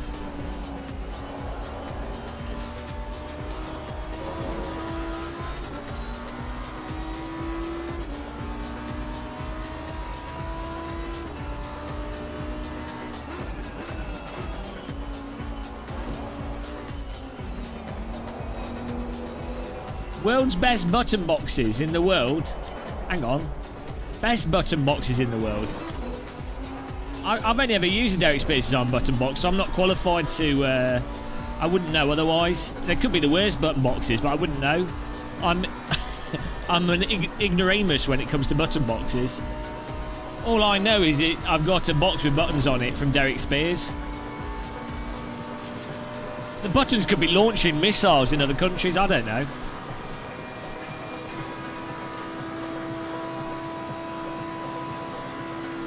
I like the McLaren wheel, yeah, it's good. It's a nice bit of kit.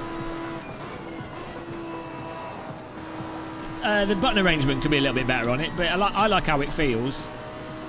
It's nice as a GT3 car wheel rim.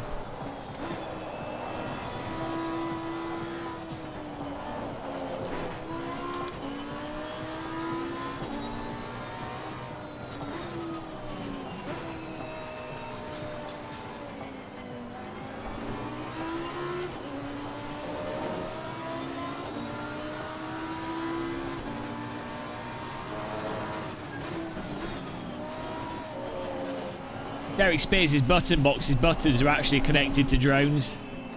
He's part of the American military-industrial complex.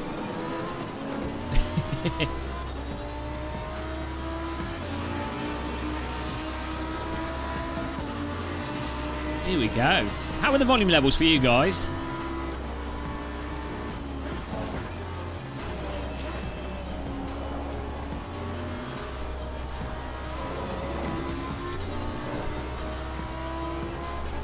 I need to adjust my volume levels.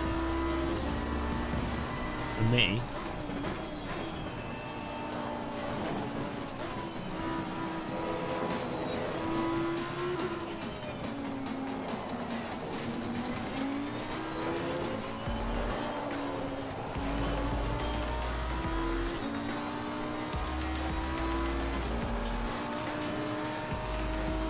Hello, Squonk. Derek's plan has been rumbled.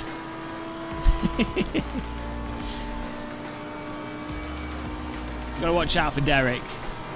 Derek sounds like such an innocent name. You never expect Derek to be the Bond villain.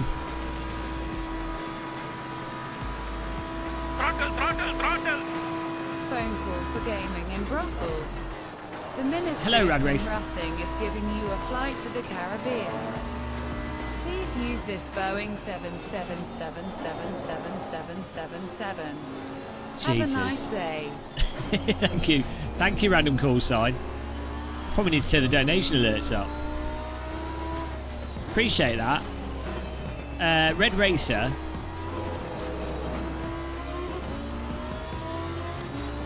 Advanced paddle model. Nice. Oh, I know it. The magnetic shifters and what have you.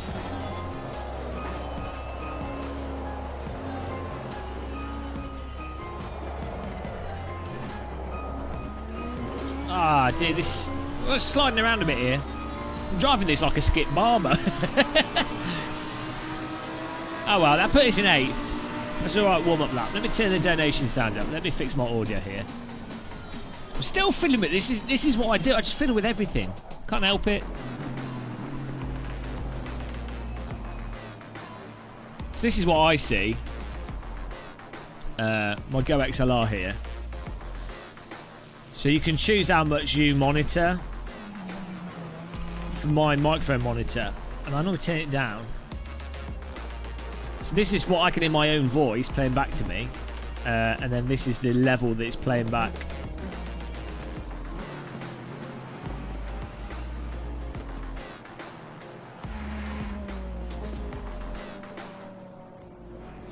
I find it hard to get the right level so that I can hear, because you don't want it at 100%, because if it's 100% it's too loud for my headphones, but I need it like at a level so it makes sense for, so I can monitor what you guys can hear. Exciting stuff, I know. There you go. See, that's that set though. The phone effect failed. Tortellini doesn't count. He's a hacker. He's using wall hacks. He plays the game too much. He's like one of those Olympian that practices. Tortellini's like one of those people that practices playing pool down at the pub for hours on end, so he's like the best pool player out of everyone you know. And everyone else just like, you know, they're like, oh, let's go to the pub and have a game of pool, and they're just playing for fun. And Tortellini's like, oh, why are you all so bad at pool? I can hit every ball in the pocket without making a mistake. And I was like, good for you, mate. Good for you. We'll just keep playing and chatting. I am Roy, yeah, great pedals. Austin, that's fair enough. You're only allowed to be a fan of one simulator, otherwise you're not a sim racer.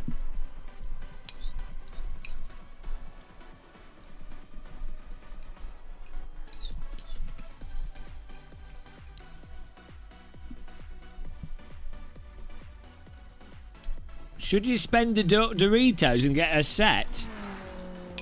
Well, if you've got disposable income and you want some really nice pedals, the Mecha Cup ones, the Houston Road Elites, are they? Very nice pedals. I mean, I can't tell you what to spend your money on.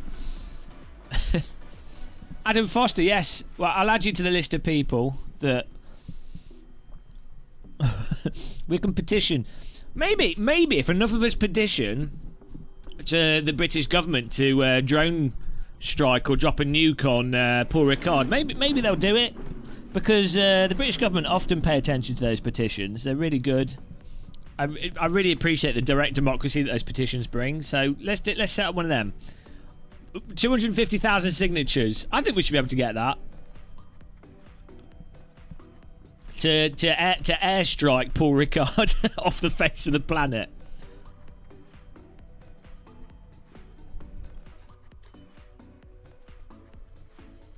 They are really nice pedals, yeah. I mean, I've only had them for what, 2-3 months now. They've been rock solid for me. I'll probably do another review. I'll do a review of them when I've had them a bit longer.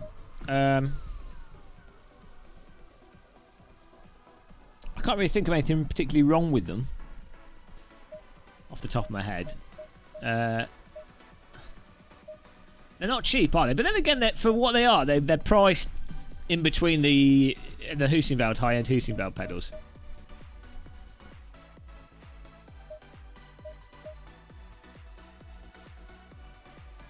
Well, these tyre pressures seem a bit low.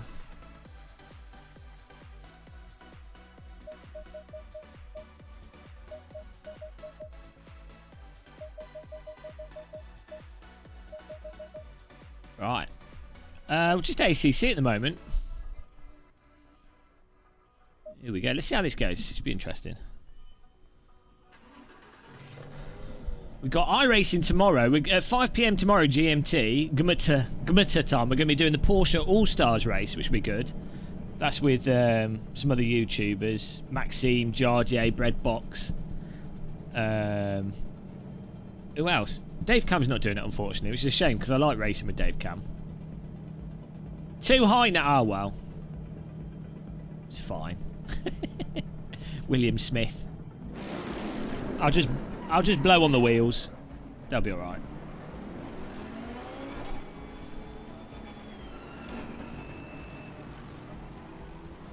What? The car just drove through that. The car looked really weird. Okay, here we go. This is my first time driving the Lamborghini for a long time.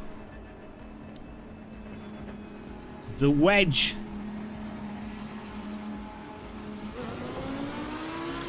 Wedgeageddon. Wedge time.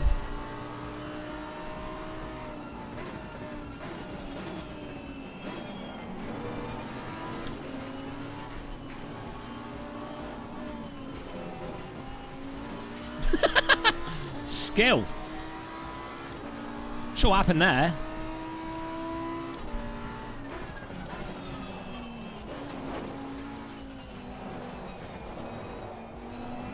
You got stuck in one of those really annoying super slow rotations when you're poked and you can't do anything. Does anyone want to subscribe to the channel? If you subscribe to the channel, I'll nothing happens.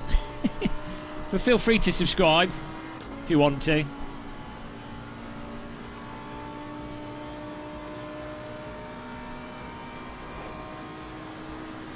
Gerald plays a fair bit of iRacing.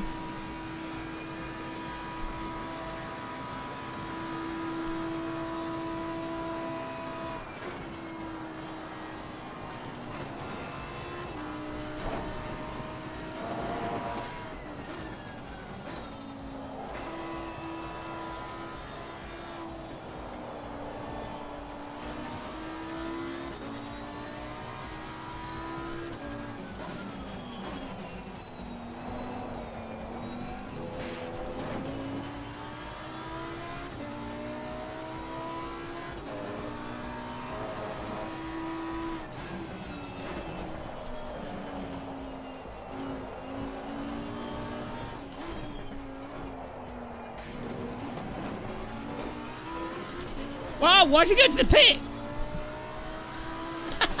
What's going on, guys?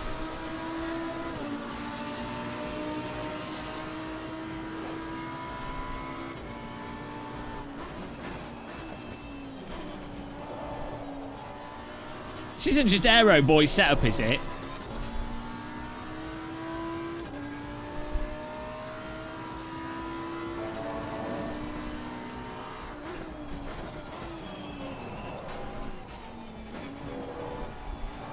No, unfortunately, that is a real shame. I think that's one of the, like, really awesome things with iRacing, that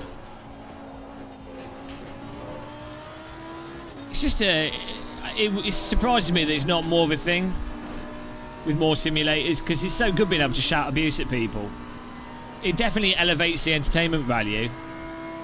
I mean, sim racing is like 90% pissing around with settings in your sim rig to make it work and your computer not working. That's 90% of it. 5%, well, maybe like 8% is like crashing into people and then blaming the game and other people. So only 2% of sim racing is actually driving.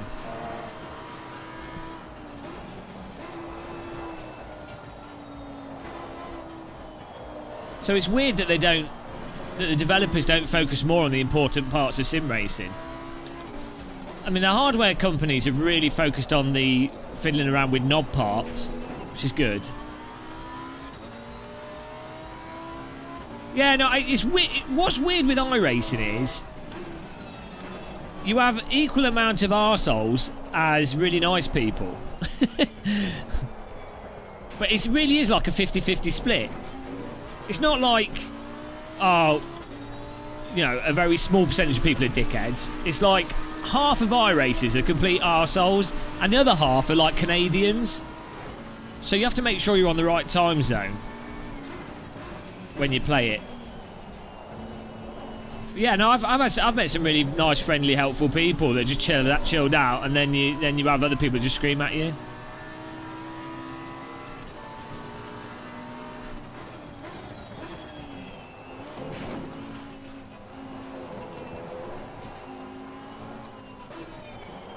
Well, no, you don't make any money from YouTube. It's very YouTube is not a good way to make money, especially in sim racing.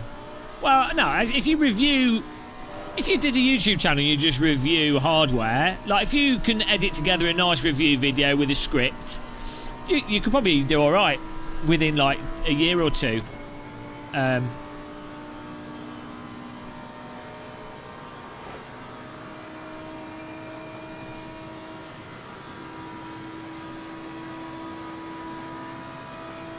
Squeaky cheeky kid talking. Most the average age, your average sim racer's age is about 28, 30. Oh no! Someone's just wasted their money on me. Racing Rasta. Oh, this is going to be an emotional moment. I'm going to lose second place here. I can't sing and drive.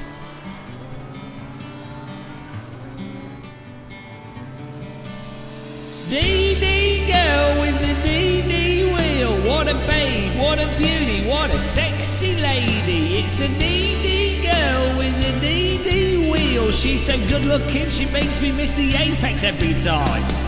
DD girl with the DD wheel. What a babe, what a beauty. It's 3 wide into T1. It's a DD girl with the DD wheel. She's so strong and firm, particularly in the wrist muscles.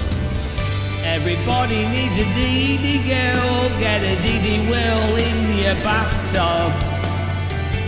Everybody dreams of DD girl. When they close their eyes at night to go to sleep, they can't fall asleep because DD girl with the DD wheel. She's so sexy, dreamy and beautiful. It's a DD girl with the DD wheel. Everybody wants a DD girl to lie on top of. DD girl with the DD wheel. So firm, so strong. DD girl with the DD wheel. With DD legs after a traffic accident that removed her ankles. There she goes again, like a fog when the sun rises in the morning. There she goes again. She's a dream, it's the DD girl, what a babe. Oh, cock! Ah, look what you did. Look what you did.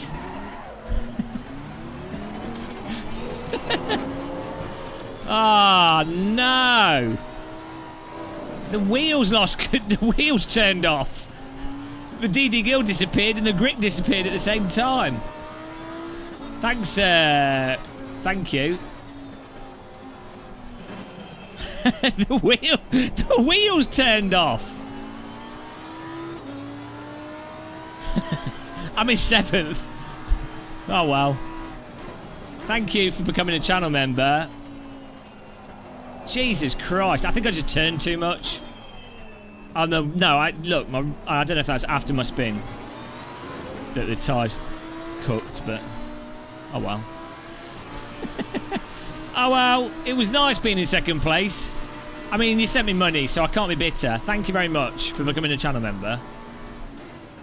My lap times do not like DD Girl.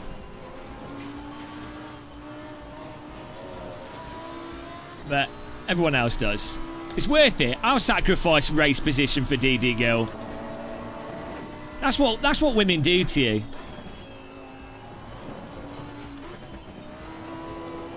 At the end of the day, DD Girl's more important than race position, let's be honest.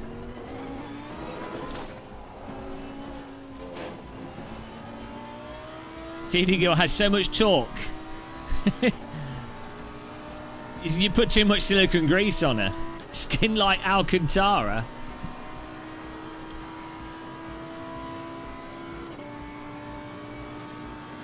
Yours makes you the tea.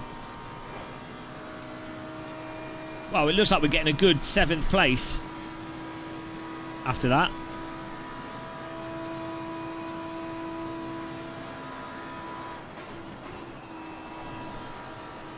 Oh yeah, you really have to listen out to the skid sound in that corner. Because that's the only real warning you get. I need to turn the skid sound up.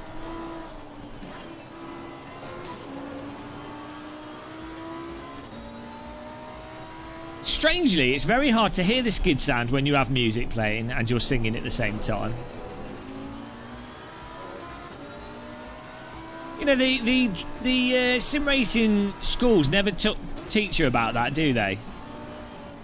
They never tell you that singing whilst driving is not optimal.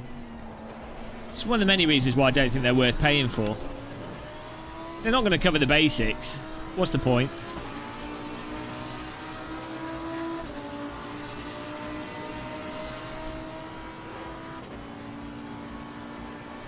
Right, what track are we doing next? After suffering Paul Ricard, what we're doing next?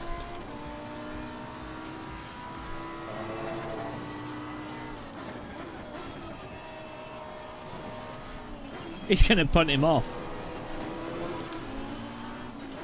Send. Oh, first class delivery.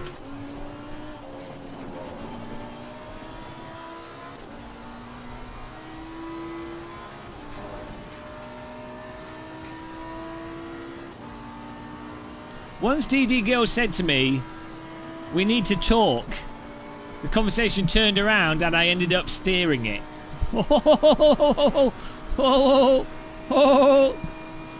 What a pun sentence.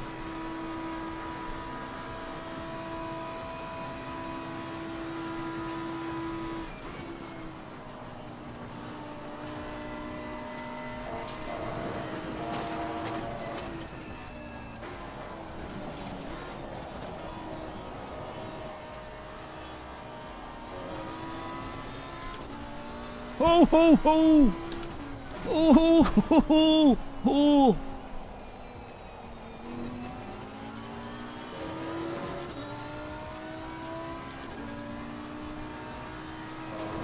More hoe than a Bronze Age farmer.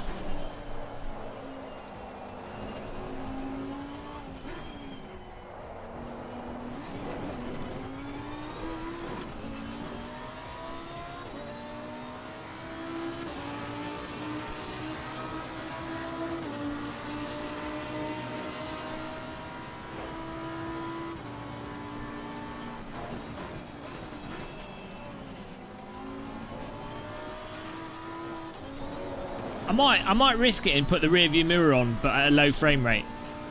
It would be quite handy to have a rear view mirror.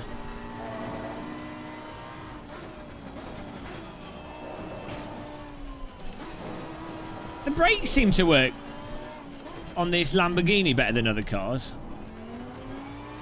I'd have thought they'd be pretty much the same on all these cars, as I'm sure they're the same spec, but I don't know. It's like the brakes on this Lamborghini seems to brake better. And I don't mean drive into walls and fall apart. Seems to slow down better. Don't know what that's about.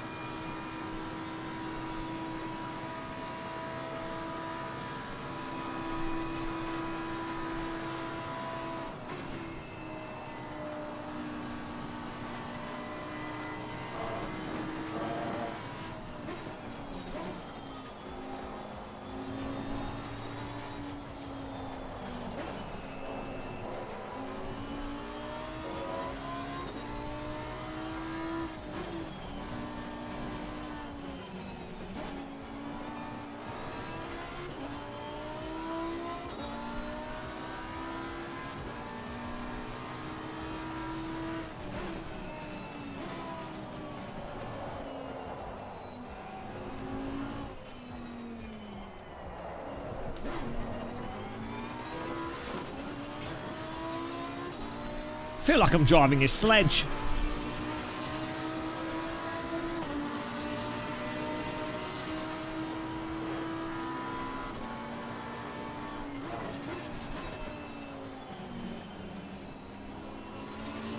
Oh, Illingworth with the overtake there.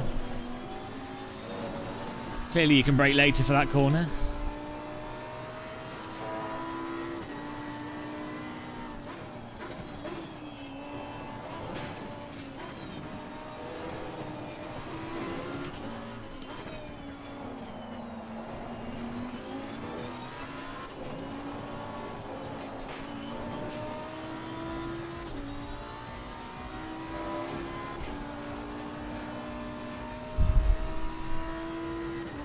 You don't get much draft from these.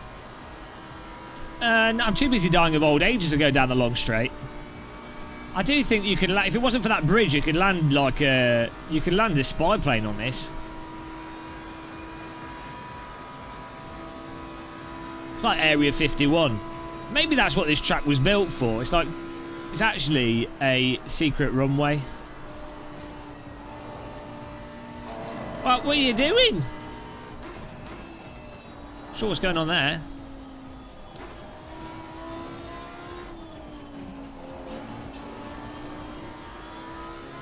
Mr. Illingworth has a drive-through, so I have actually, we've got glorious 7th place here. Brain damaged. Oh.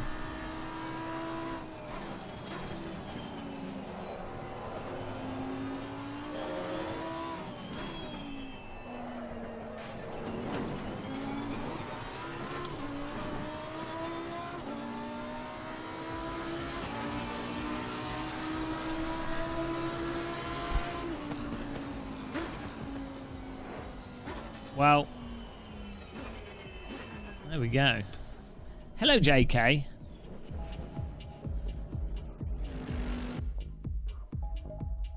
Well done, Mr. McIntosh, B. Levesky, A. Foster, S. Nacy, A. Page, Pasta is gone, Illingworth, myself, top 7.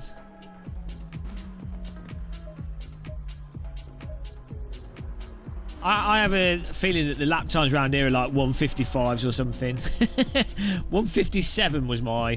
157.2 was my best. Yeah, 155.2. So, and I'm sure you could go even faster. But I imagine like 149.5s or something are probably okay. 154. Dude, I don't get this simulator. Pasta's gone! I wonder if anyone ever considered making a non-sim racing game but still put a lot of attention to force feedback. Not really, because no one really cares about force feedback. So, it'd be nice if they did, but they don't. Why can't you join, JK? You should get in there. It's up to Chili Dog here to pick the next track. I'm hoping for a delight. I mean... As is tradition, though, 7th, 777. I didn't finish the race in 7 laps, though, so we've ruined things there. Let's fill this up.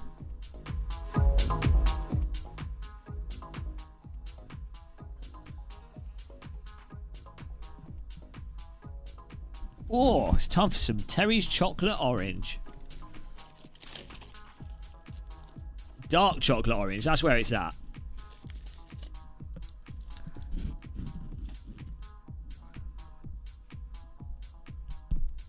Not Brands Hatch. Brands Hatch is really bad in GT3 cars. Well, in ACC. It's really not a good track suited to these things.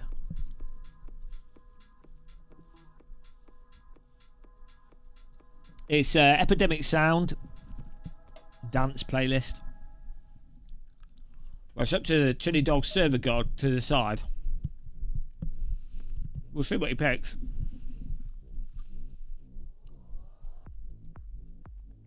It's Paul Rigard again. Oh, Silverstone would be good. You're 130 miles from home, working near where I am. No space for your rig.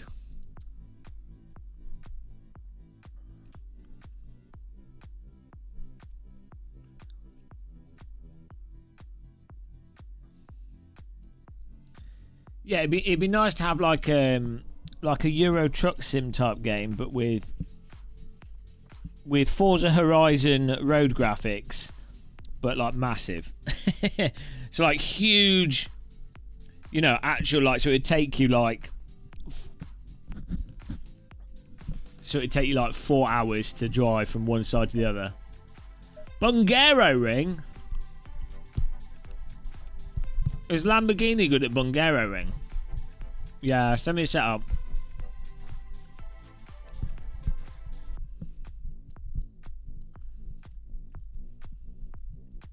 I was going to audio it. I've already got the tires on 100%.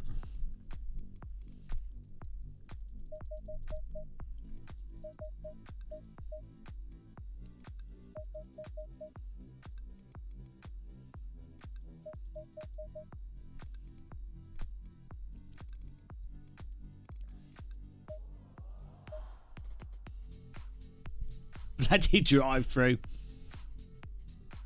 Bungaro Ring's a good track. Right, you put the setup. Same place as the last one, okay. I mean, we were doing alright until DD Gill spun us off the track. I'm blaming DD Gill on that one. She's such a distraction.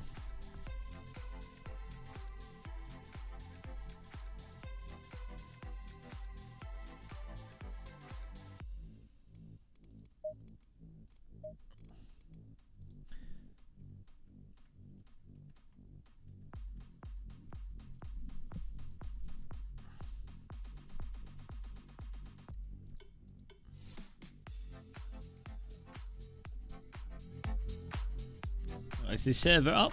Oh, there we go. Got to save this setup first so I can then, so we've then got the folder.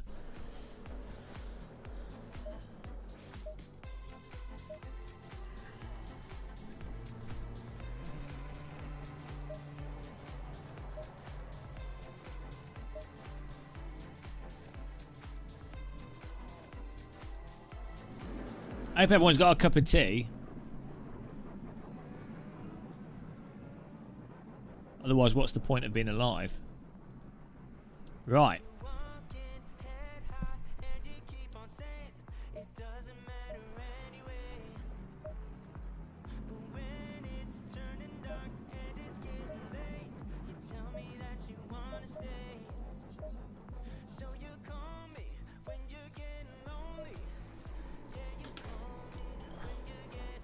For me, ACC and ACS loads of jagged lines. AC, the jagged lines are normally from the shadows, and ACC, it's from the anti-aliasing.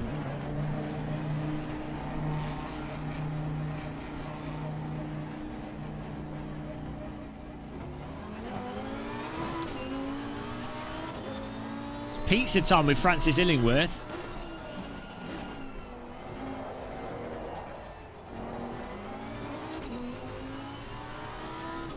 I don't mind this track. Well, I prefer it in other simulators. I don't think it's quite a good track generally.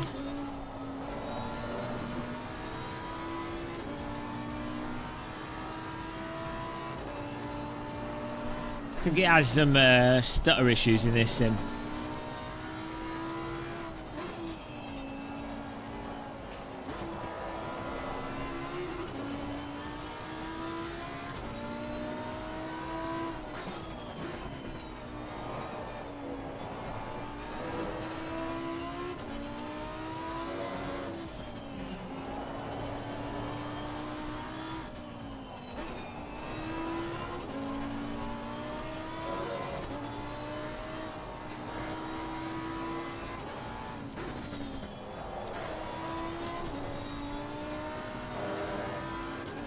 Throttle! Hello! Some more tea donations.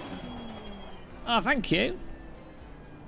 Very generous. $10 dingles from JK46. Thank you so much. Dankeschön. Generous. Generous, generous man. I now have to do a good race result. That's how that works. Refund. Thank you for subscribing. It's Murk.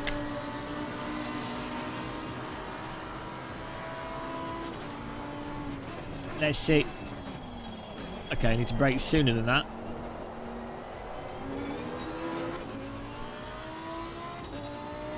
Yeah, I like Race Room. I kind of rotate. There's so many sims I could sort of rotate through them.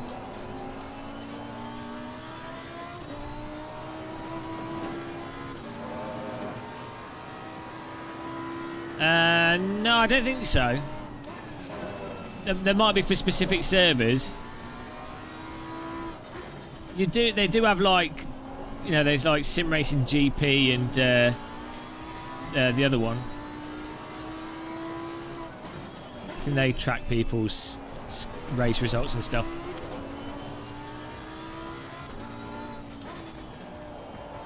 Entertaining you during the lockdown. Oh dear. Of all the entertainment, positively the worst.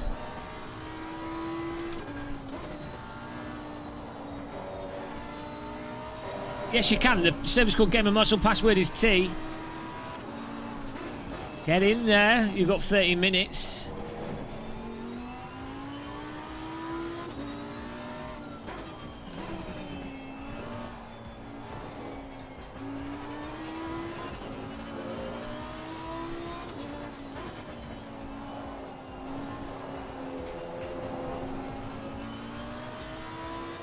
Sweet!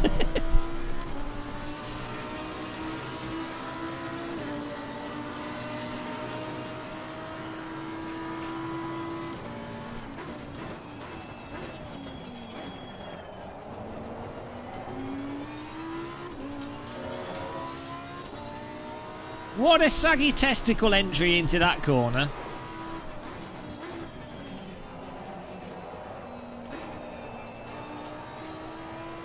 Or maybe you have really bad taste. I mean, you know, some people think Paul Ricard's a good racetrack. Some people think coffee's better than tea. Ah, okay. Dora the Explorer wide there. I don't know. I don't think it is Super GT. Stephen would normally harass me if it was.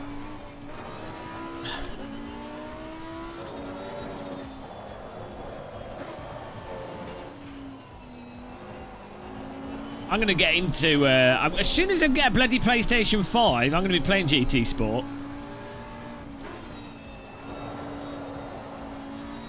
Every time I try and play it on my PS4, I need to update it and everything.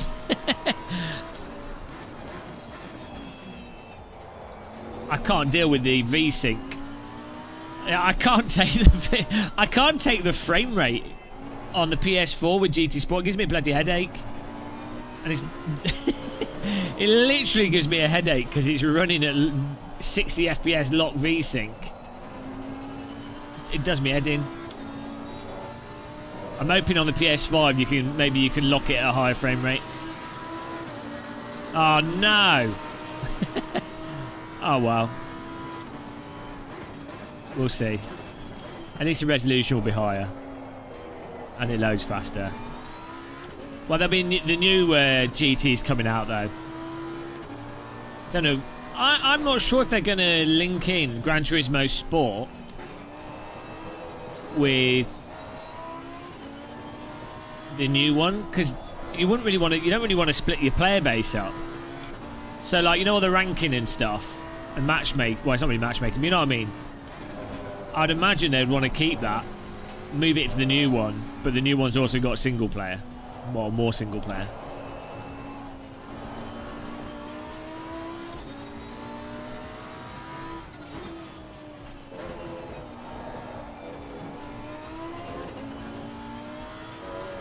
I'll probably use my CSL Elite. I'll probably put that on a Wheel Stand Pro.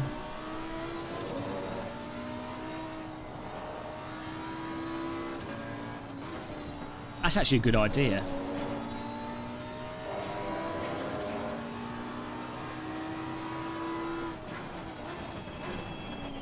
Then I could use my 4K TV that's on my desk. Oh, full of good ideas here.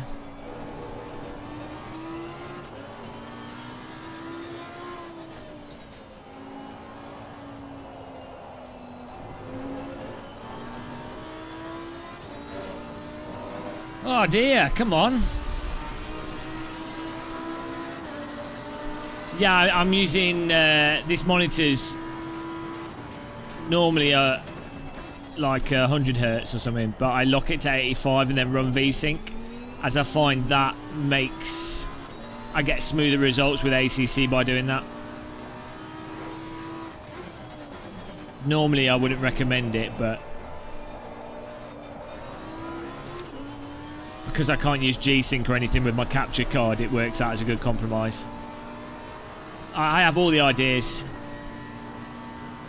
I've got a good idea. It's called listen to the scientific advice early on in a pandemic to save a lot of lives. That's some other good advice. Pro tip.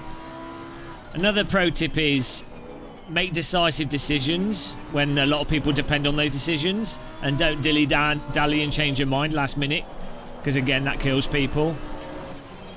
But you know, these are just some of the golden nuggets of wisdom that I possess. You generally you don't want to use VSync.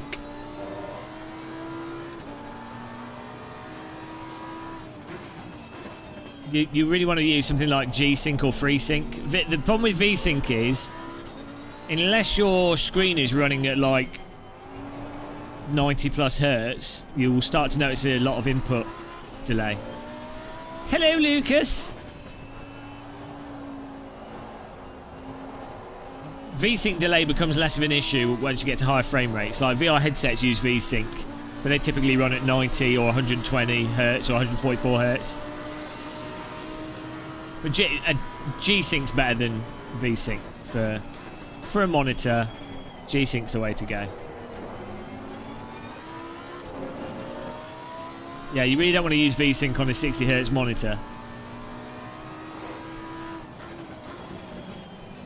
because you'll get a lot of delay.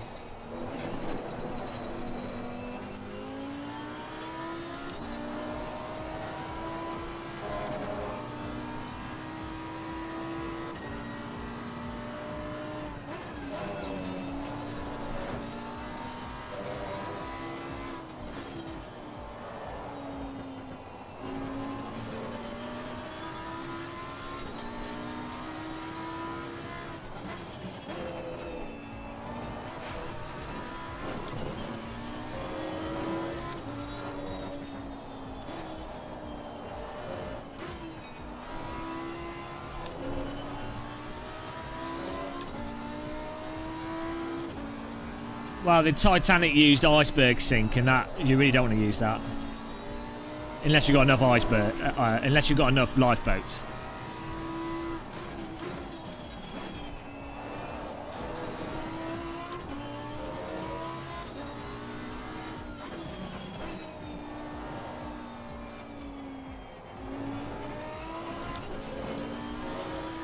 I'm surprised that's legal.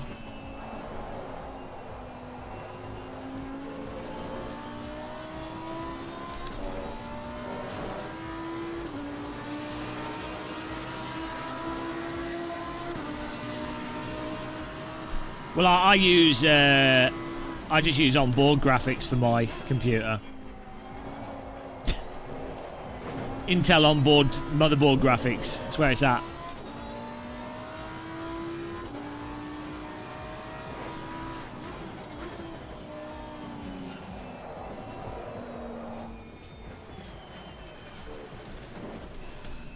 Let's see what lap times are. 2.5 seconds off pace. I do not understand this simulator at all. I don't get it.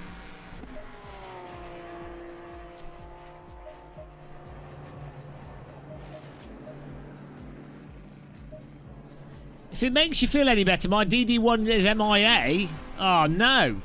I hope it's not got lost. You're not in the UK, are you? There's a lot of stuff stuck in the Brexit zone.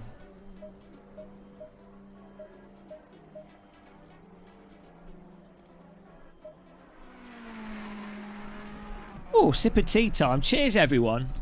Happy Friday. It is Friday, isn't it? I think it is.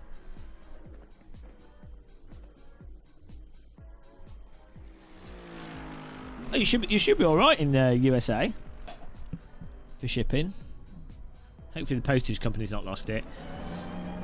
I find UPS loses a lot of stuff here.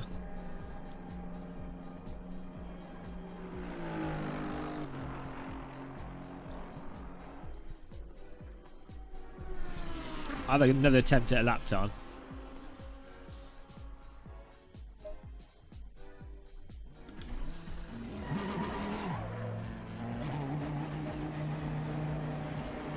Ah, yeah. Well, no, I forget people's names and their icons. It's too many. I've only got enough memory for like half a person.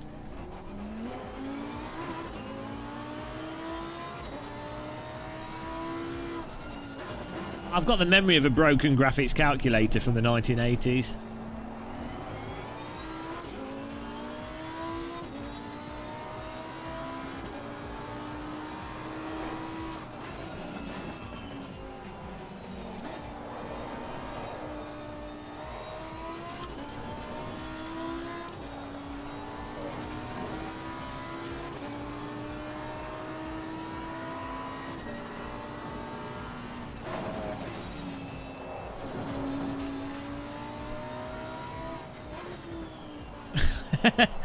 Contrary to popular belief, fish actually have quite good memories.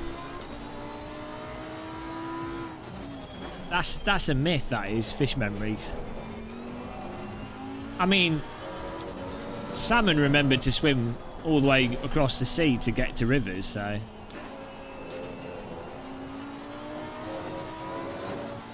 Fanatec warehouse got robbed. Well, I guess you'd find out by the fact that there'd be loads of Fanatec wheels on eBay. I don't know anything about that. They have more than one warehouse, so... Also, DD wheels are quite heavy. The great DD heist.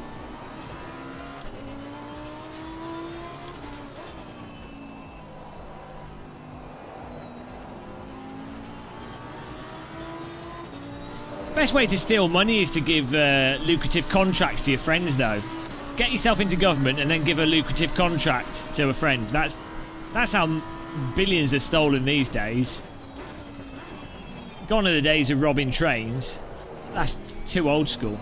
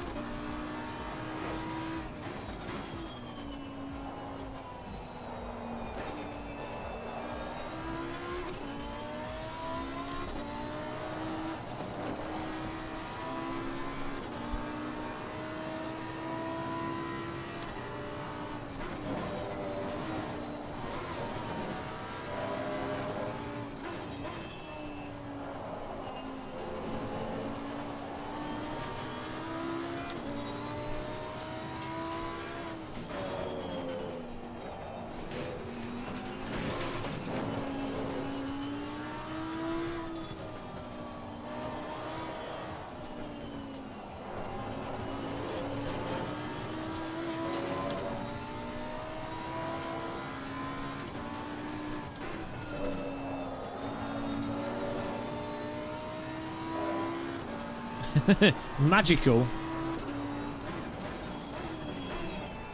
Elevated to a higher plane, away from us muck. 7th at everything.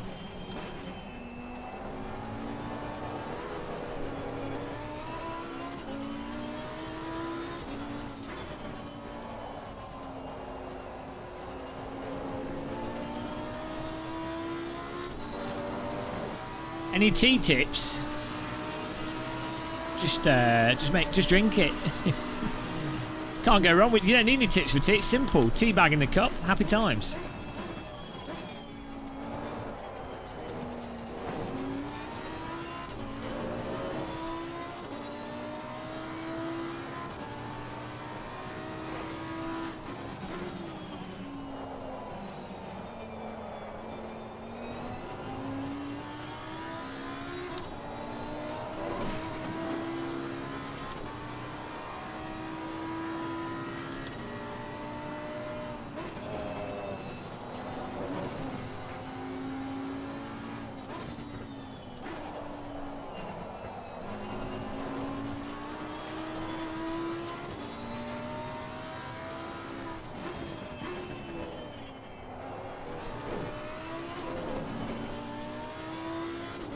Porsche does not take the curbs as happily as the Saudi Audi.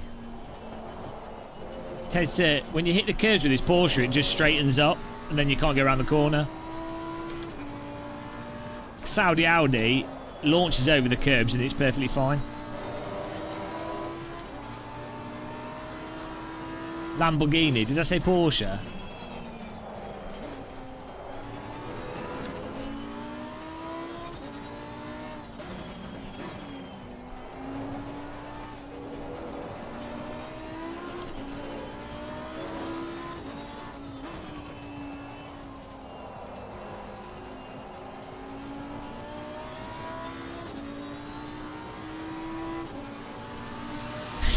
Grabbed pubes?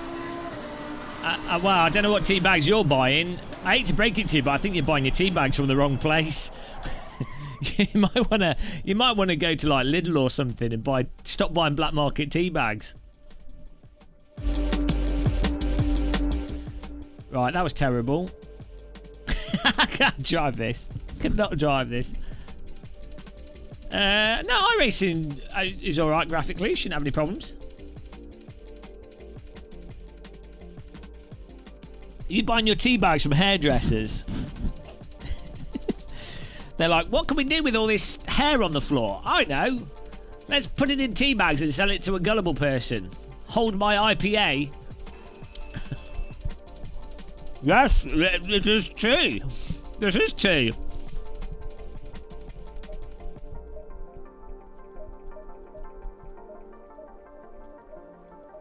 Right, see what happens here.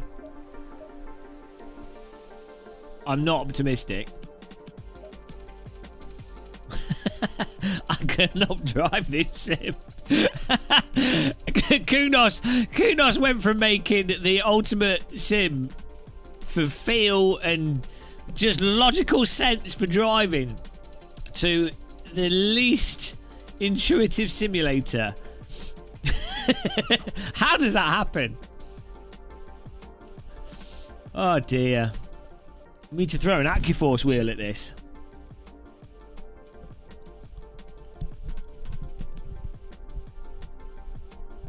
Oh, you're too slow.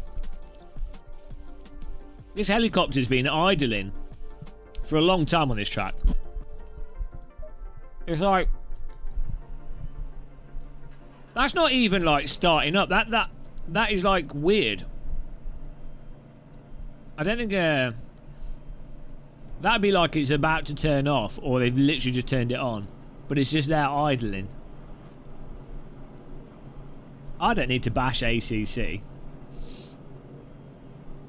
Also, why is the helicopter pad right underneath power cables? That seems a little bit dangerous.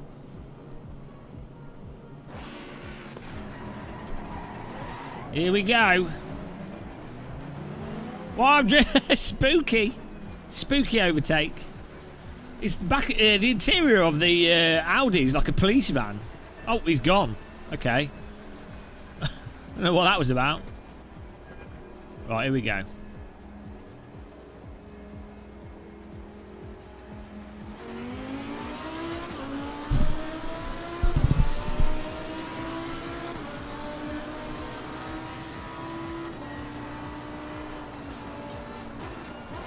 Two hundred meters is pretty close when you're in a helicopter.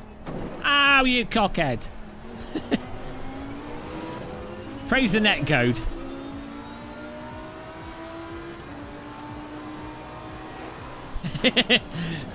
It's got the new perpetual motion bearings. Liquid nitrogen.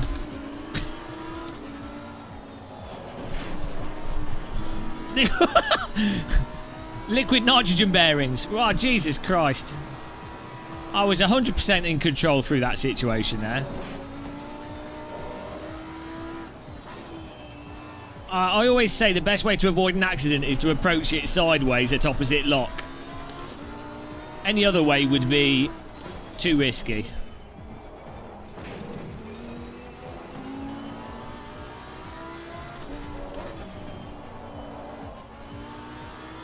Landing pads on roofs are good because if you land the helicopter really close to the edge, the passengers fall off the building when they get out of the helicopter, which they never expect. It's a very good way of getting rid of people you don't like.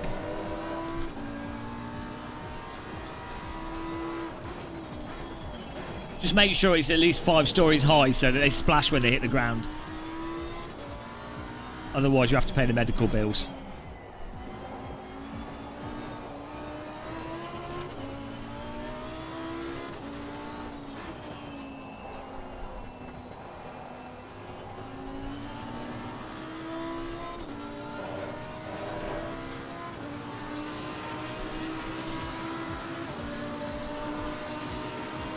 Ferrari's driving off-road in front of us.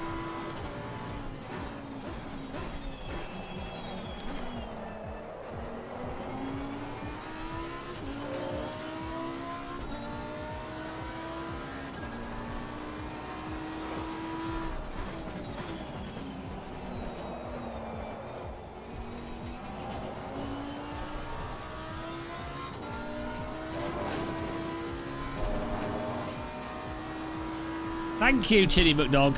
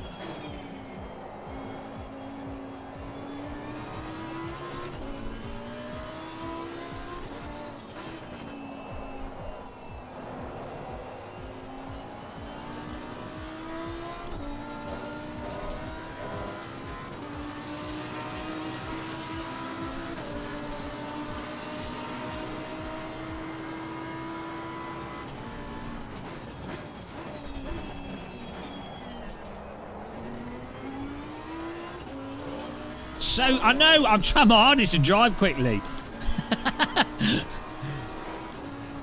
Trying to close this gap.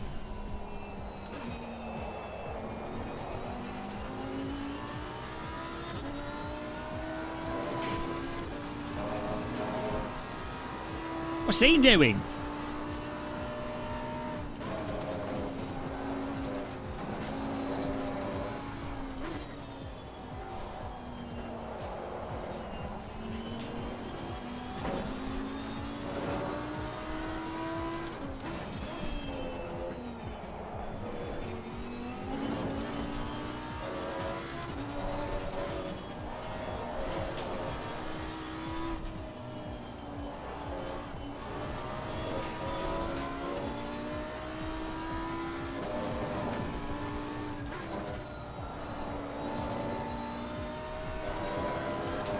Hello, Henry32.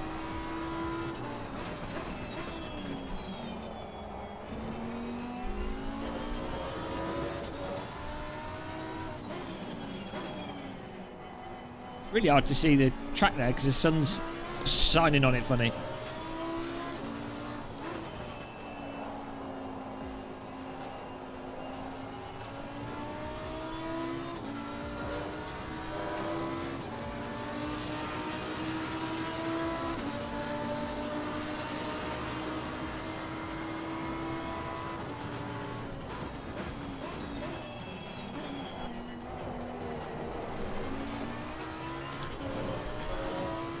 Well, I'm trying. It takes so long to close the gap. They'll crash in front and then I'll get 3 places. Don't worry about it.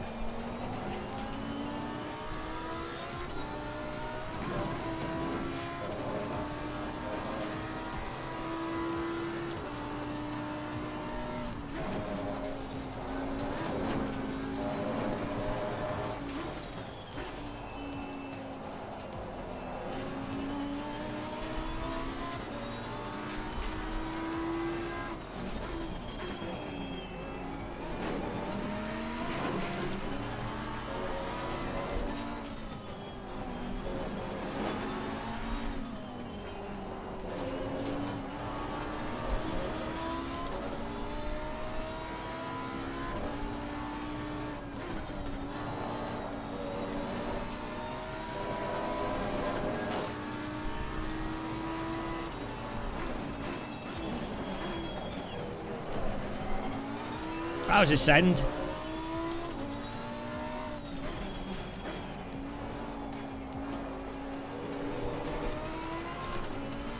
Seventh.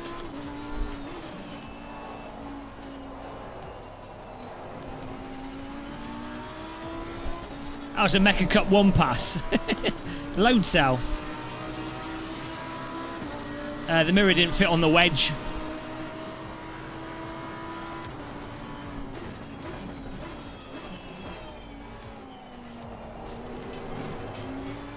Esports. Esports.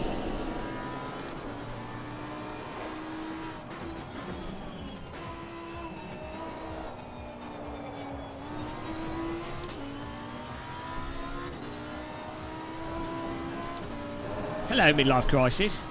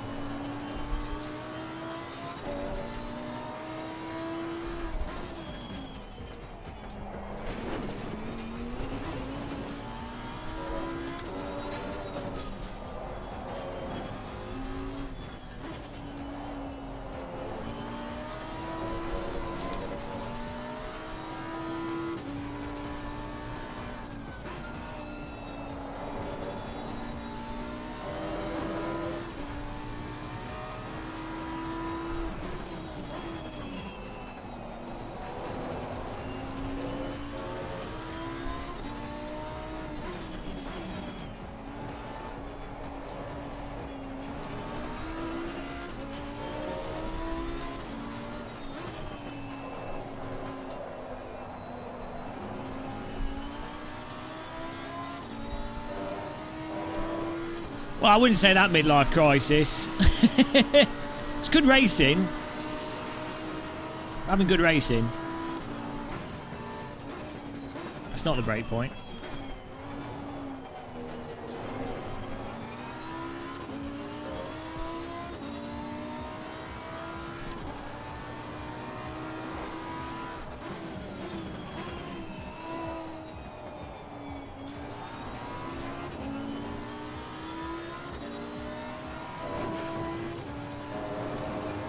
Got to overtake Mr. H. Gero.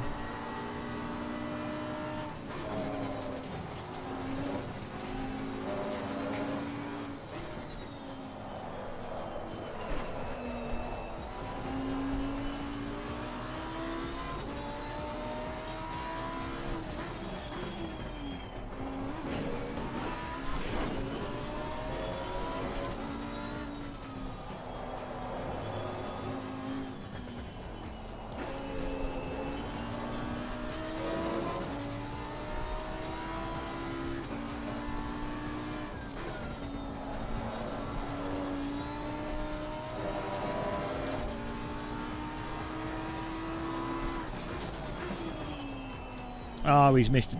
There we go. He just drove straight into us. He tried to do what I did, but he missed the break point.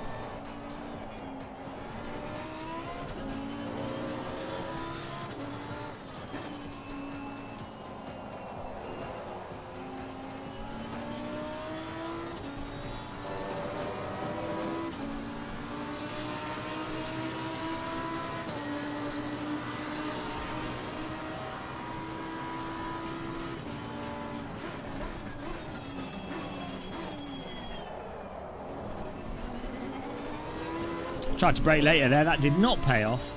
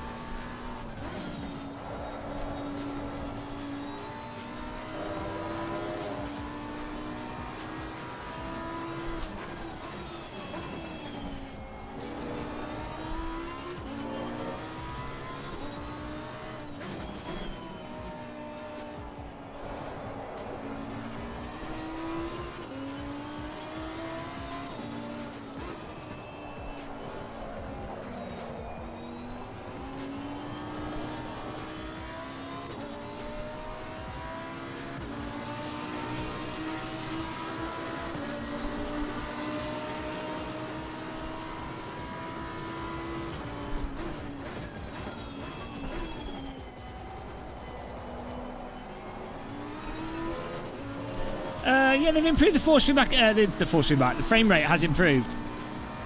Generally. I mean, you need a fast PC, but they keep optimising it.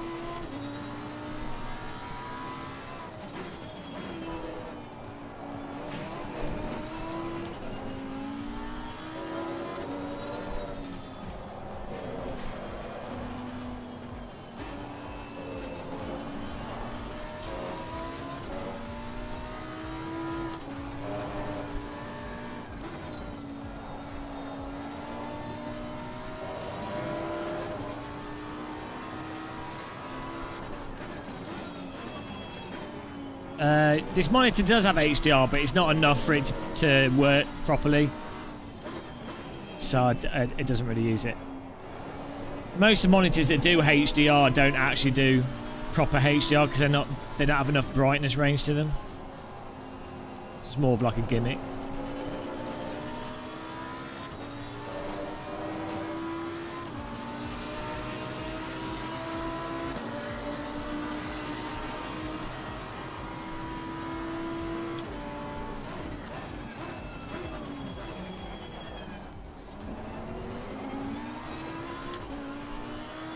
Fake DR.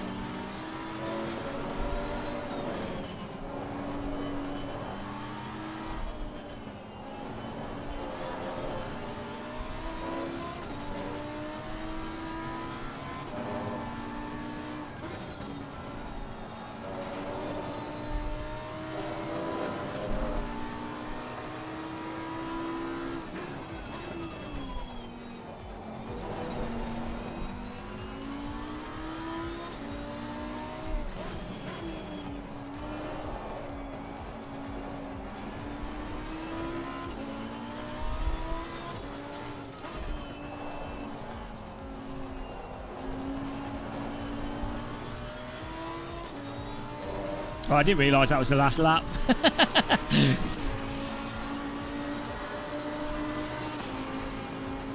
Well, there you go. Oh, man. I mean... ACC, guys. It's nice racing.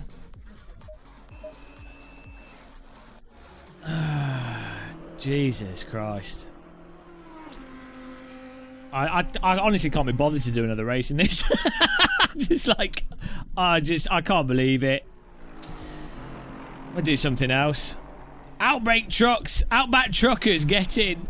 Oh, Jesus, the force feedback in this game is so shockingly useless. I just can't play it. He needs to give you the position back. I know we should have got 7th. Nice racing by A Boardman, R McIntosh, D Healy, A Mace, A Foster, H Jero, T Mizixo. Yeah, I might pop into some AMS2 and check out some of the slower cars in that. I want to give it a little test. Oh man, I can't believe the force feedback's so god awful in this. It's so useless to drive from. Pure, you have to drive entirely from visuals. I mean, like, I don't think there's anything wrong with the physics. You know, it's just you can't use a force feedback to drive faster. So it's like it's trial and error from the visuals, which I personally don't enjoy. I just don't enjoy it at all. Tell you misses the point of sim racing for me. Good racing, guys. Hello, Spitfire.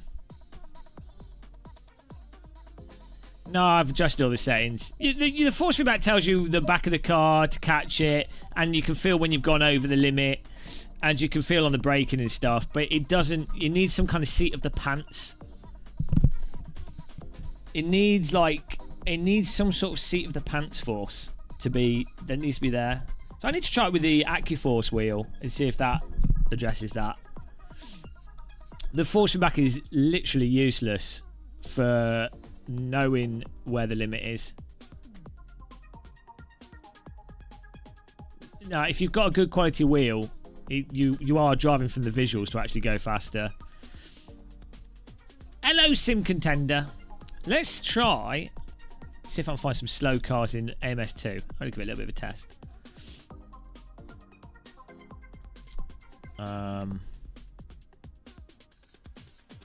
AMS2.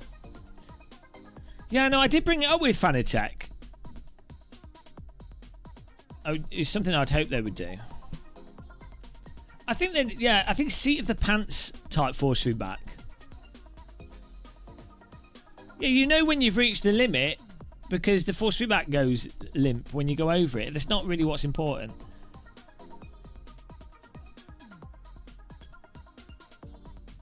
Why can't I get AMS2?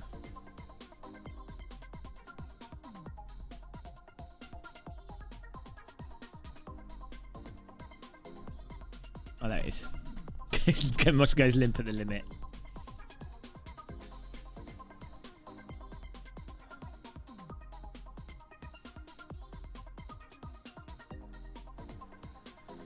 I don't know what with Fanalab.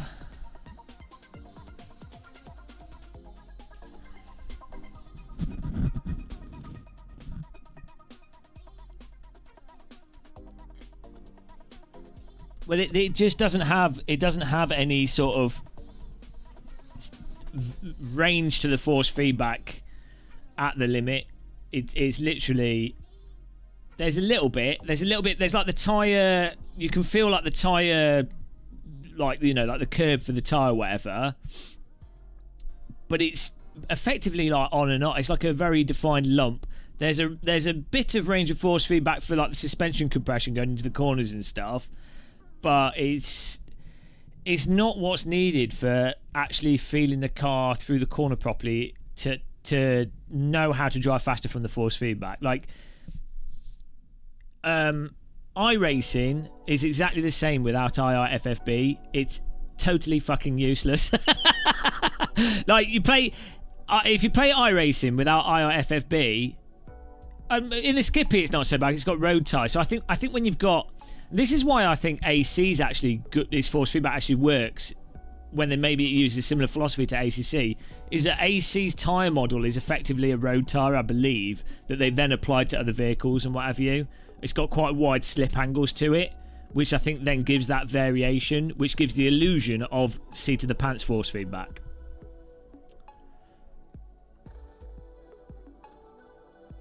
I wouldn't describe ACC force feedback as muddy. It's very defined on a DD wheel. It's not Euryditis. Like a DD wheel lets you feel what's going on. I was playing it with the G293. It's exactly the same. I've tried it with every wheel on the market. I think a lot of people don't understand, as I say, the defining seat of the pants type force feedback, or having a large range of force feedback for up into the limit. Yeah. Let's host a server here. I think people either get it or they... It definitely seems that people get it or they don't. Because whenever I bring it up, you'll have people going, oh no, it is. It's like, you honestly couldn't say that if you played R Factor 2 AC iRacing with IRFFB.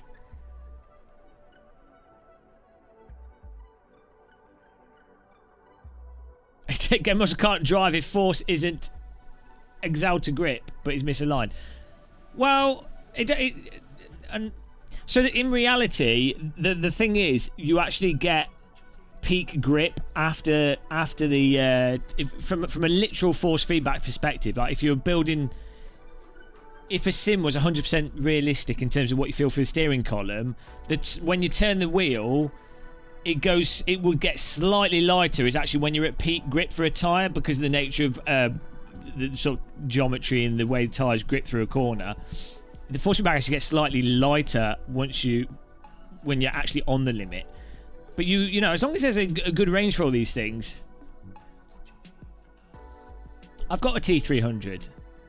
I've tried it with a T300. I say iRacing's exactly the same without IRFFP. Like, I defy it. I don't know how people are driving that. You know the new iRacing IR01 car. I don't know how people drive that without IRFFB. Like, it would be like driving a real road car with no G-forces. It like blows my mind watching people drive remote control cars. That's something I don't really understand. Like, obviously, they get it through a lot of practice. You know, they obviously to drive remote control cars really quick, you have to have a very good visual intuition as to physics, because there's no force feedback. Let's try this Formula Rookie. So it blows my mind how people drive remote control cars. It blows my mind how people drive iRacing cars without IRFFB. Let's try this Formula Trainer, see what this is like.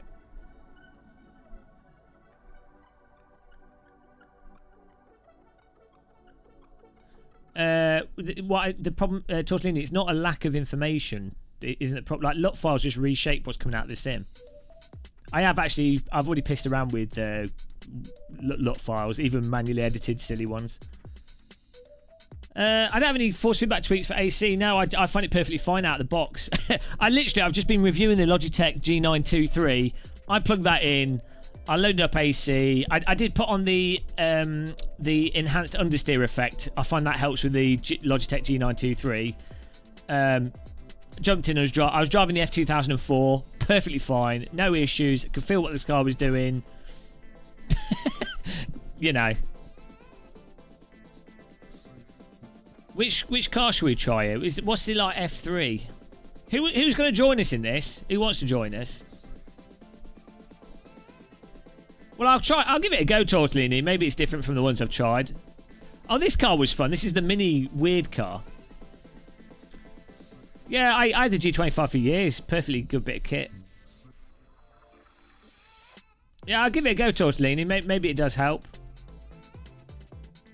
But I've not, from everything I've tried. I've literally, of all sims where I've pissed around with settings, ACC is probably the R Factor 1 was the worst. Oh my god. So this was what happened with R Factor 1. Me and a bunch of friends would be like, the force feedback is fucked. Like, it is shit. Like, it's literally useless. Especially with like a Momo Black compared to Live for Speed, Richard Burns Rally, you know, the other GTR Evolution, the other sims we were playing. R Factor 1 was bollocks. And people would be like, no, edit the INI file, and then you get, what was it called? Real Feel. Ah, man.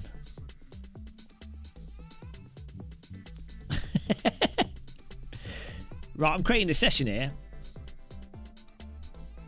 Space on the laptop. I can't get my head around the lift. Well, that's what I want to try here with this. I want to see if these cars have more lift off oversteer.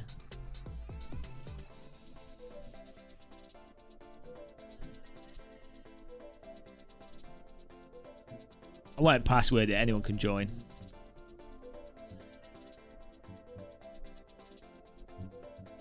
Have I set this up right? I always get confused by this. I don't know why they changed this over Project Cars 2 layout, because it was perfectly fine in that. But where's the quali things? Oh, here we go. Right, there we go.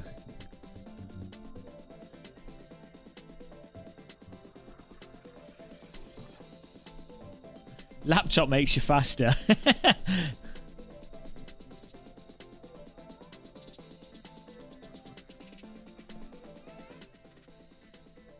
It's weird. The original. I might as well just start this.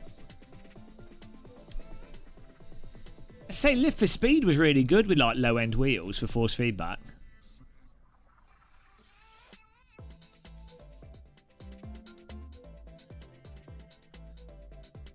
This car's really funny. It's like miniature.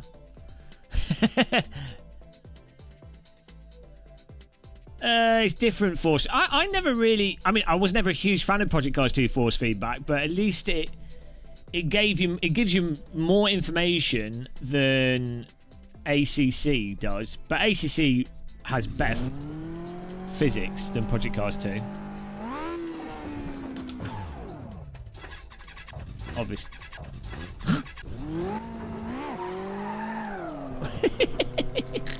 This is so funny. What's the shortcut for moving you? Oh, well, people have joined in already.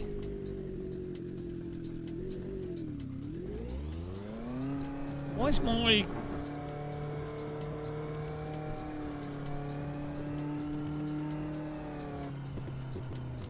Don't know why it's lost the button. Sounds like Can kicking down the hill. Which sim has the worst sound of all the sims? Live for Speed sounds pretty terrible now. Oh, here we go. Seat up. Seat down. There we go. I think the field of view was alright.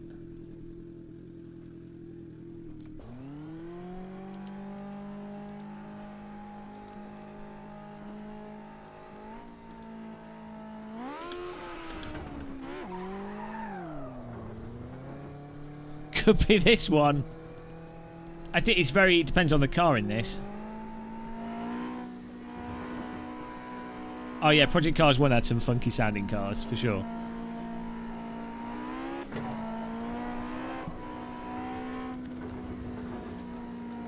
Play loud music. These cars are very centrally rotating in this, but these are tiny, so that makes sense.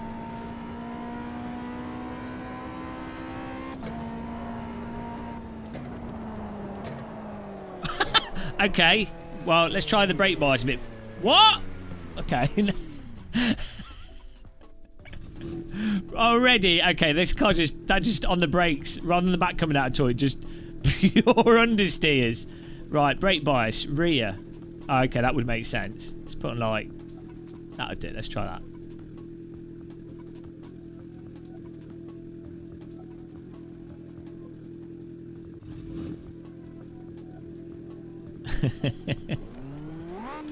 Oh yeah, Richard Burns really had some really bad sounding mod cars as well. 6 people. It's the viewers of this. 7 people now. 7 people. AMS2 Classic. The thing is, the Clio Cup in Project Cars 2 is awesome.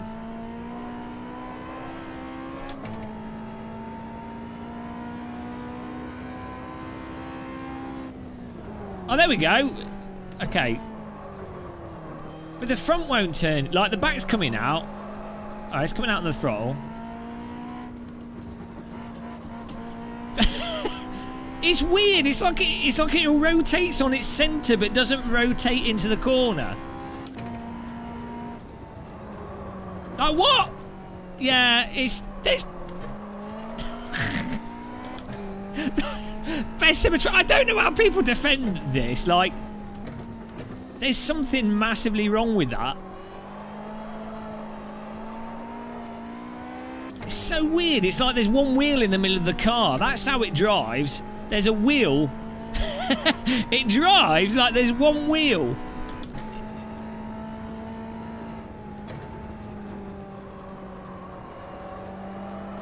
But not on the throttle.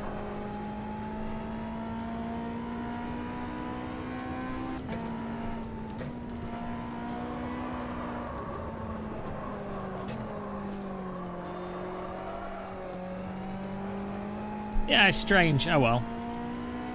I really want to like the actual features in this are fantastic. Server hosting.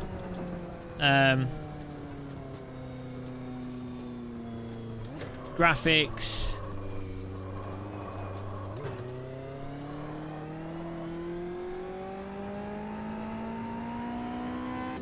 That's probably me talking, Jeff.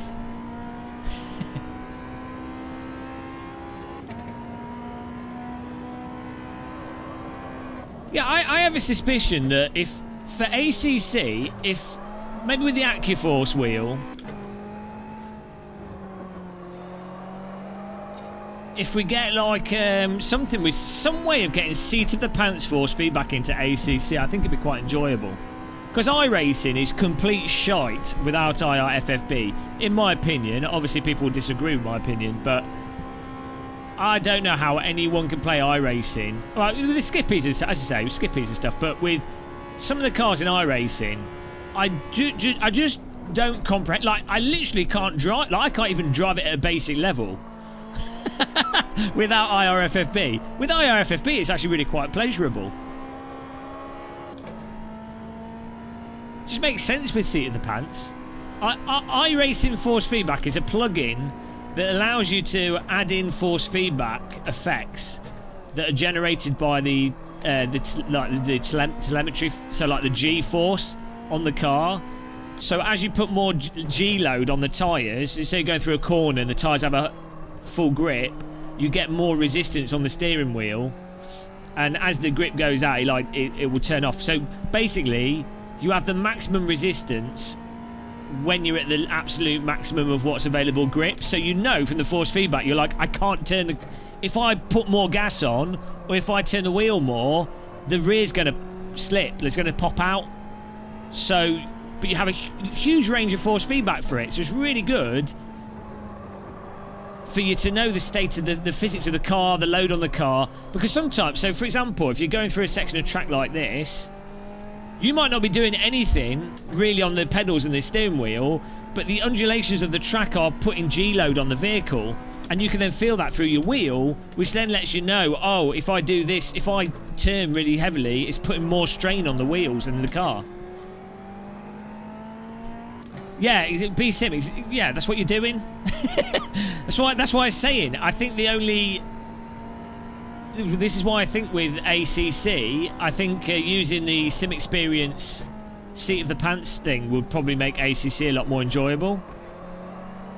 I'm going to do a video on it because I think it's an absolutely monumentally huge thing. No one's ever talked about it. And it was only really with playing iRacing with IRFFB that it makes it so obvious that it's because it's one single setting that just does one thing. It really lets you see, oh, well, that's what that does versus not having it at all. Utterly transformed sim racing. I've gone too far with the brake bias there.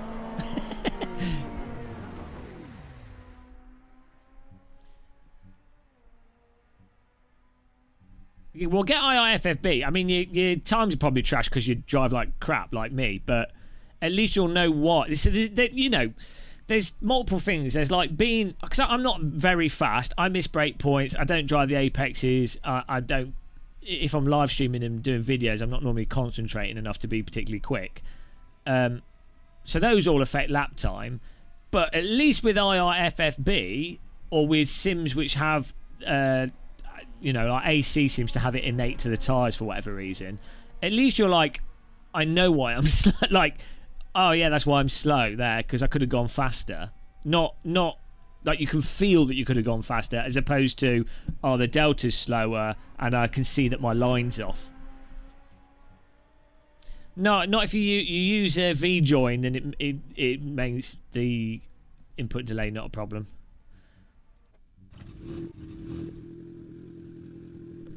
Oh no, the music stopped. Oh well.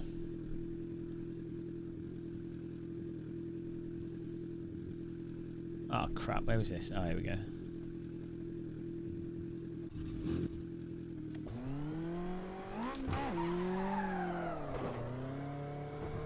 The thing is though, it's like, even if there is input delay, it's so marginal to what you can actually feel. And also the thing is,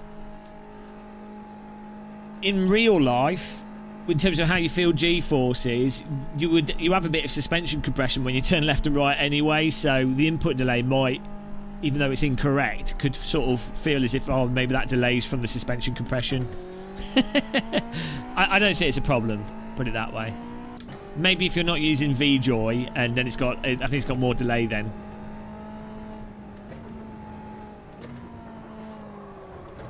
What? Oh, Jesus, come on.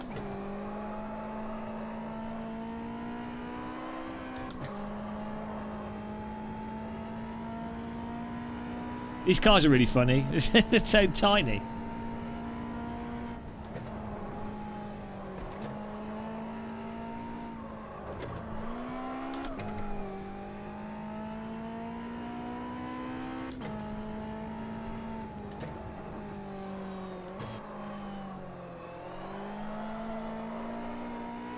Hello, Leonardo Coachella.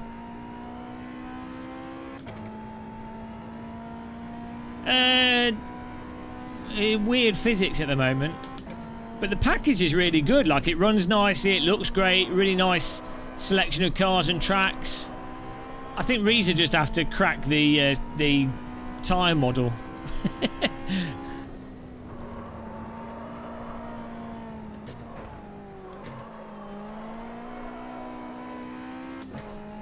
Like, I think with Project Cars 2, or the Assetto tyre model, once you're in a slide, it makes sense. But when you're not in a slide, it doesn't make sense. I think that's why the off-road cars are alright in this. Oh, wait, maybe the drivetrain or something. But yeah, once you're in it, once you're actually sliding, it seems like...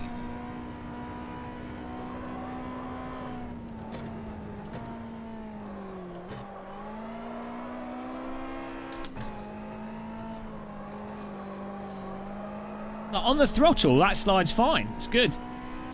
Yeah, Project Cars 2 had Rally RX lights, which were really good.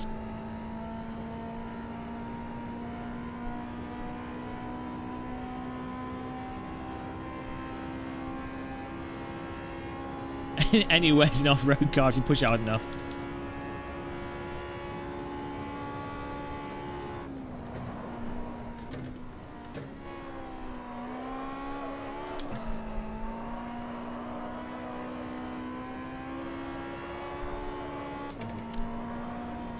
Once these wheels are warm, that's much more...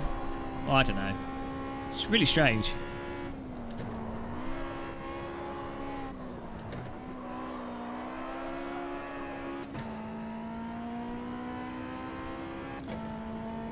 Well, we'll give it a bash.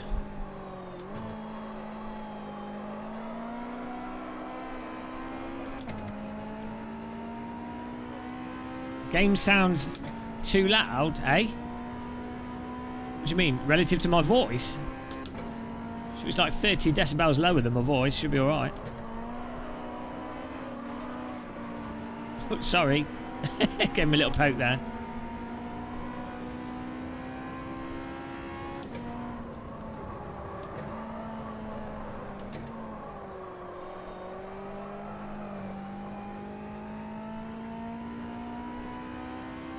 Oh, the music's off because the playlist finished.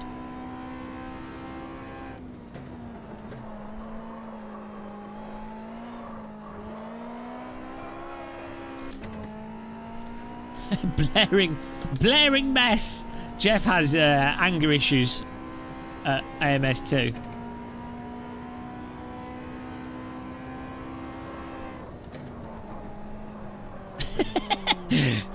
I've got the brake bias back so that on the brakes it turns in, but it's like it's snapping but then it's controllable. I don't know. Very strange.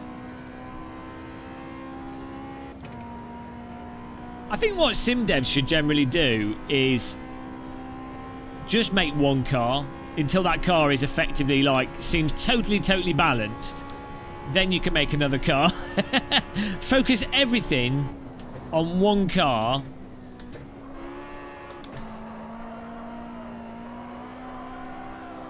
Like, do you remember Netcar Pro, Kunos' first game? It only had like 3 cars, and they were all bloody fantastic.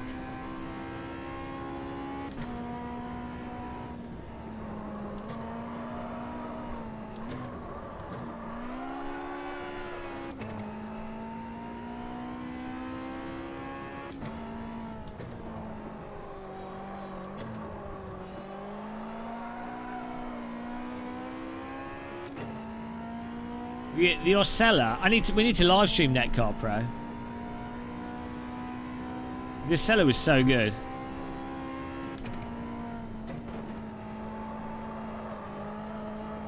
Whee!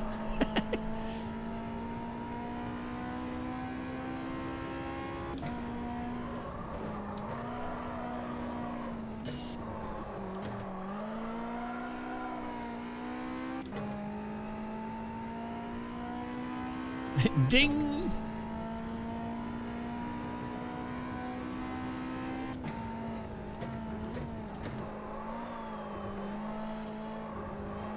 I don't know why he's turning. Why does it turn into that corner so aggressively on the brakes? Yeah, AC was so good.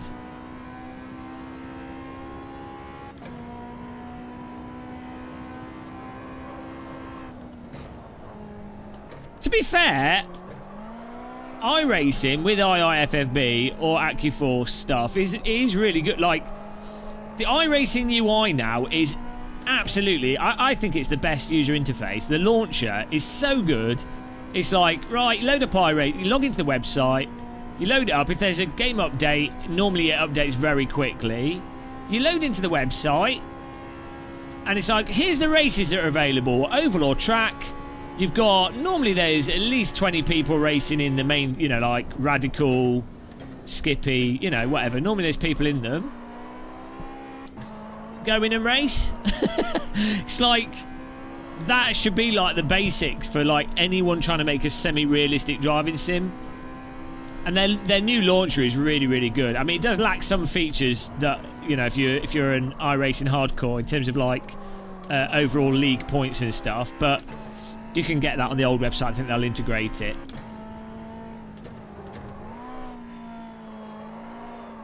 So it's just a shame that iRacing is so expensive, because I think that really holds it back. You know, people might think it's good value for money and everything, but it definitely stops a lot of people playing it, for good or bad. And you know, I'm an iRacing hater, but even I would say positive things about it. It does do certain things really good.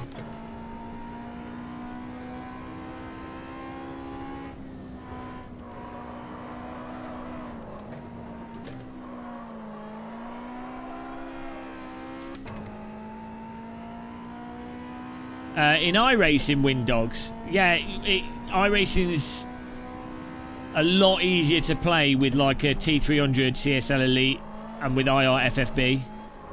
A lot of driving sims can be quite hard to play with lower end wheels. But weirdly, the original Assetto Corsa is perfectly fine on the G25 because it's got quite a forgiving tyre model. So you can make a mistake and still catch it, and you can feel what the car's doing through the force feedback. So, which one's the T150? I can't remember. That's the wheel below the T300, right? So yeah, which I think is actually, it's like it feels like a Momo Black. So yeah, it's not a very good wheel, unfortunately. The best thing I ever did was upgrade from the Momo Black to the G25. I could not play driving sims with the Momo Black. I could play Live for Speed. That was it. I literally... It makes it harder to drive. So if you can get a hold of a second-hand T300 or G25 or G27 or something... I found the T300 alright to drive from field with... I can't remember with iRacing, but with AC and... race room, what have you?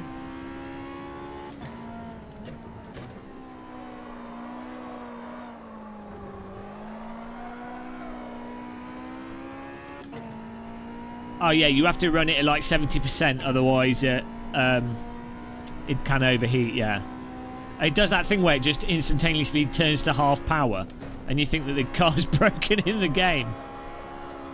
A lot of that is to do with driving style as well, though, and how high you set the force feedback in the game. In terms of if it causes it to overheat. Like if you saw away at the wheel a lot with the T300, it heats up.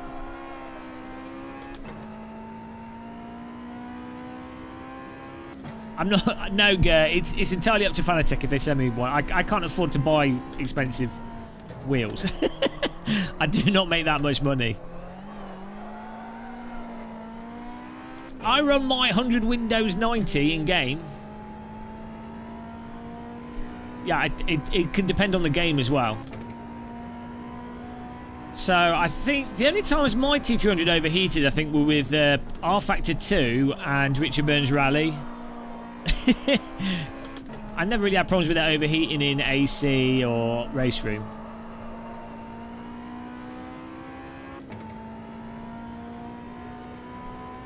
Yeah, well, I think they'll just sell it to people that have a lot of money, won't they? There's a group of sim racers that have, you know, real race drivers. So you can sort of break sim racing into like 3 main categories. I mean, you can break it into infinite categories, but you've got like your sort of GT Sport type players that are kind of just getting it. You know, they'll play Project Cars 2, GT Sport, and they'll probably play ACC because it's on the consoles. And they might have just got onto a PC. That normally that's a sort of 15 to sort of 25-year-olds, kind of new to sim racing, or they're more gamers, or you know what I mean, more GT Sport players, which is actually a huge number of people. But that's like one type of people. They don't tend to have that much disposable income or money to spend on it. Then you've got people that are in the sort of my category.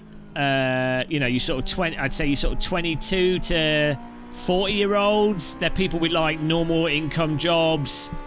They got lost in sim racing. Maybe they bought a sim rig. They probably have a CSL Elite. You know, they probably have a wide monitor or a VR headset. You know, they have a good gaming PC, and that's like a huge. That's like your sort of general sim racing audience. So that's like your core sim racing audience. And then in your third category, there's like your real world race drivers, really wealthy people that are typically 35 to 60 years old. You know, they do sim racing as a hobby. They've got shitloads of disposable income. You know, they're like, they don't. It's just like a hobby thing, and the money of it doesn't really matter. So you know, they'll have like a T-slot sim rig. They'll have triple screen, large monitors, whatever. And they'll buy like whatever. They'll have a SimuCube 2. They might have a motion rig. They're just, you know, they're wealthy enough that it don't really. It's like buying a Rolex watch or something. So I think you can sort of divide sim racing up into that. That final category is a very small category, but they have a lot of money. The mid category is the predominant category of like iRacers and your average sim racer, but not the most users. And that category 1. With the most player base, but a lot of them are playing with gamepads on GT Sport and stuff. So there you go. That's my breakdown of the sim racing market. And I say that not based off my viewpoint. I talked to quite a few people that sell equipment, the Fanatec, sim rig resellers. That's just how it is.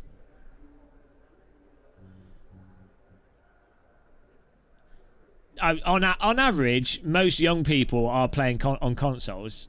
The bulk of them. There is a few people that don't, but the vast majority of younger people are playing GT Sport. I mean, you know, if you just look at the numbers. Well, it plebs, but actually, if you just want to have a good race without pissing around with stuff and spending too much money, GT Sport is actually pretty much, from a racecraft, have fun perspective, GT Sport's actually up there with like iRacing. Oh, I think that's the post. Hang on. Well, I'm doing my race. It will leave. The post will be left.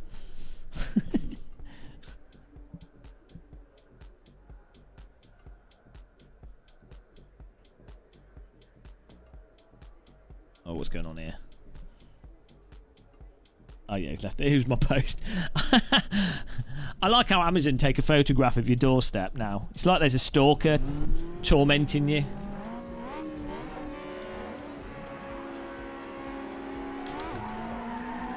All I ordered from Amazon was some.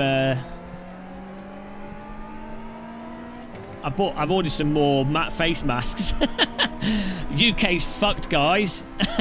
For COVID, you're so lucky if you're not in the UK. It's probably going to be pretty bad in America, but we are fucked in the UK. If you live in near London, Jesus. Get an FFP2 or FFP3 mask if you're going outside. Because if you get COVID and need to go to hospital, you are effed. That's my pro tip of this stream. Get an FFP2 mask minimum, and don't wear it if you're going out in public. No joke. We have no hospitals in London and Kent right now. It's done. I know people that a couple of people that work in the health service. I don't envy them. No, well, I think there's a problem in America, but we're running out of oxygen and stuff. So in London and Kent, not all of UK, but yeah, it's not good. No coops in the UK. No, we don't do that in the UK. We don't know how to, like, the French are so much better at protesting. We're just too busy drinking tea. It's too cold. Can't be bothered to go outside. People in the UK are like, oh, shall we riot? No, we can have a cup of tea and a biscuit instead. That's a lot easier. Oh. I tell you, this car's pretty funny. This is like noddy racing.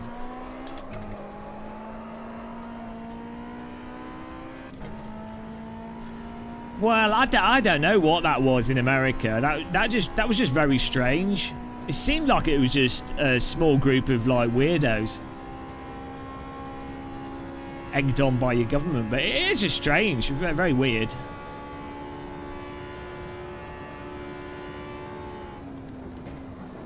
I can't imagine that happening in the UK. Like, you can't even. I'm surprised that they let people get into the building. You know, like in the UK, because America's not had that much terrorism. Like in the UK, we had the IRA in the 80s and 90s, so things are kind of set up because of that. So you literally can't get into these buildings. They are like quite aggressively fenced off with like anti-truck bomb defenses and stuff. Like you couldn't. They're designed so that it'd be very difficult to get into them. Someone managed to parachute on top of Buckingham Palace, though. So that, well, not parachute. What's it called? What are those power glider things? House of Parliament. You couldn't really land on. It's too spiky.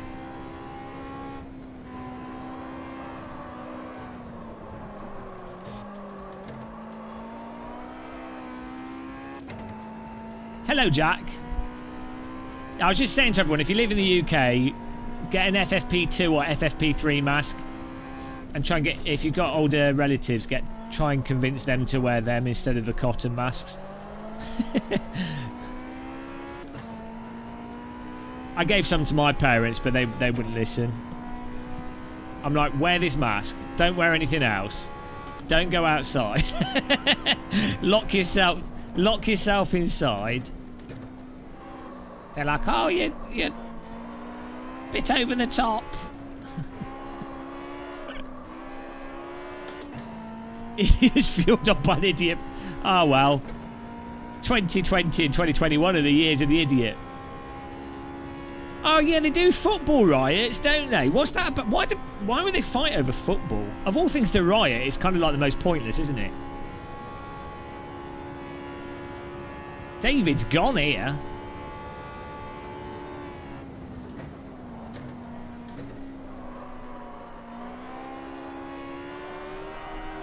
This car's mental.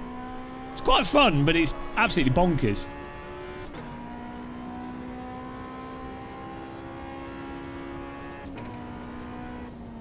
Yeah, football's weird. Like, I think football's a very good sport. Like, it involves... How many people are on a side? Is it 11 people on each side? Hang on. Attacker, left and right wing, mid, 3, defenders, the goalkeeper. So what is it, like 7? No, it's 10 people. 10 people plus a goalkeeper. It's 11 people, isn't it, in a football team? Jesus Christ, it's been a long time. I used to play football quite a lot. English football, soccer, you know, proper football. 11 people. Someone Google it. Either way, you have, like, let's say 20 people on a football pitch. And one football, everyone's running around. You get really good... I mean, it's bad for your knees when you kick balls and stuff. And it's bad for your head. And you get brain damage when you head the ball. But ignoring that, you get a lot of exercise. If you're in defence and your team's winning, you can chat. It's cheap, like, you know, you don't necessarily need a actual football pitch to play it. And you can, you know, it's quite enjoyable. Especially five-a-side football is really enjoyable and super cheap. So, as far as sports go, football's, I think it's a really good sport. It's much better than other stuff where you need better, you know, you need, like, mental resources.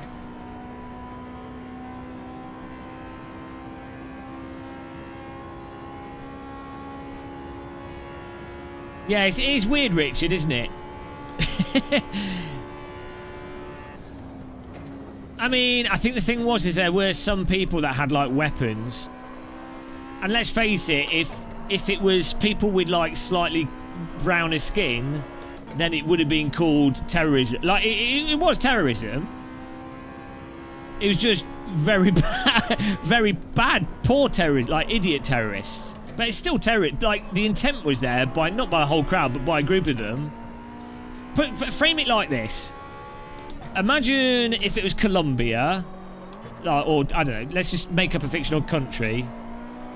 Bingle Bongo Land, and Bingle Bongo Land. There'd just been an election in Bingle Bongo Land, and a bunch of degenerates decided to go into one of the main parliamentary buildings.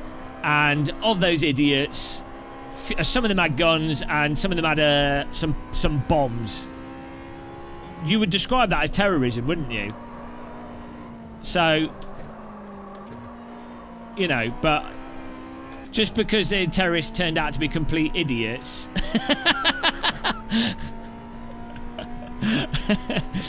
It's pretty fortunate. I mean, the scary thing is, what happens when this happens with people that aren't complete idiots? That's when you have to worry.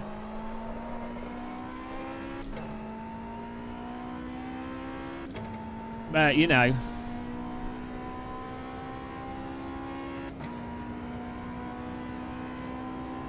Yeah, the word terrorism can be, like, manipulated and used in many different ways, and often is for political gain, so...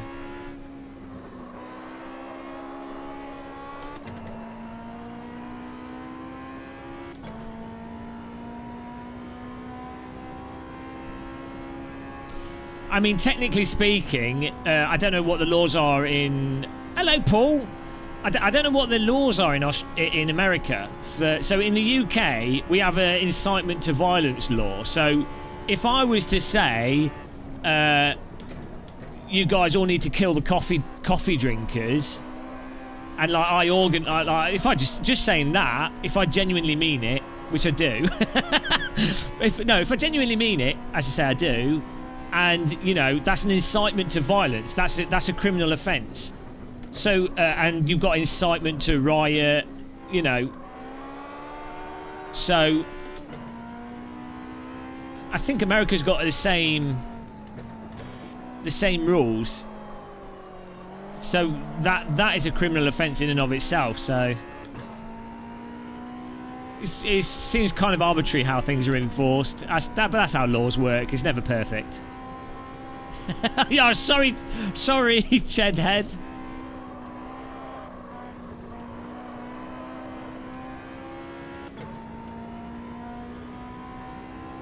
I've been beaten by 100 of... Ah, shit. He's had practice of driving this car in World War One. I'll get him.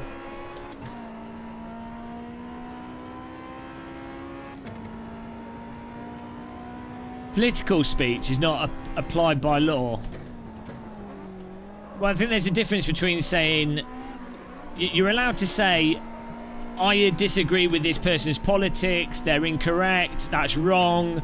And you can even say, let's organise to protest, as long as it's not an illegal protest, which, well, God knows, that's all messed up. But, like, you're allowed to...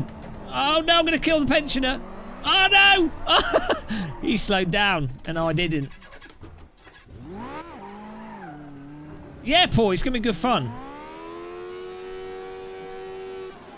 That is a... Oh, shit. I've got some problems here. Oh, oh no! I've teleported behind myself. There we go. Bloody hell.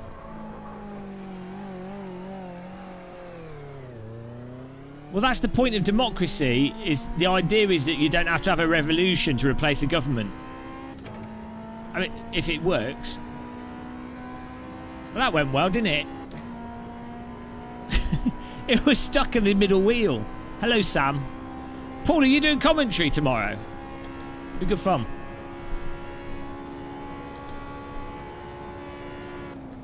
Bit of iRacing with the Porsche. What could go wrong?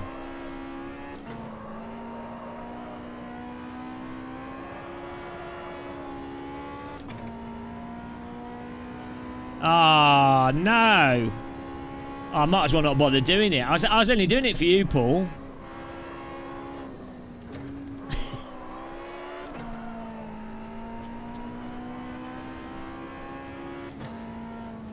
How am I meant to win without a northern... without a northern commentary? Yeah, at 5 PM tomorrow. Should be good fun. Hey, don't complain. This stream's going out at 10 megabits. The stream should look quite good quality.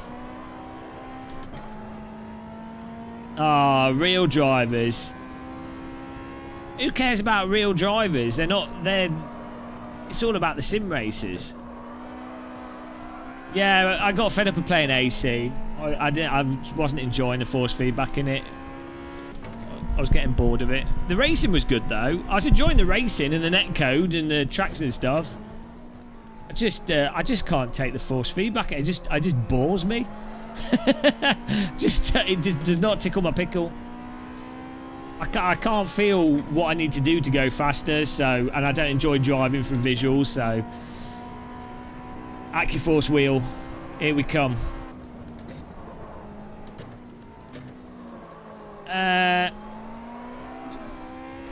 Well, the physics are interesting in this.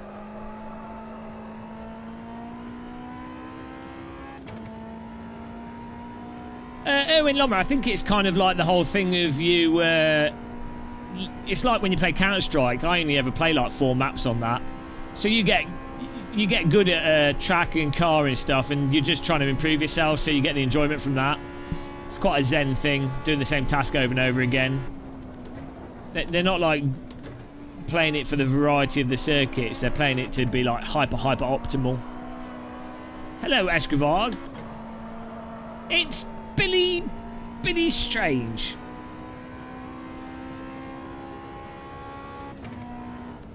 Well, this is the thing. If the AccuForce wheel if the seat of the pants effect transforms ACC force feedback in the same way that the seat of the pants effect transforms iRacing, then I will know for sure categorically that it is that we need to lobby sim racing developers for seat of the pants force feedback.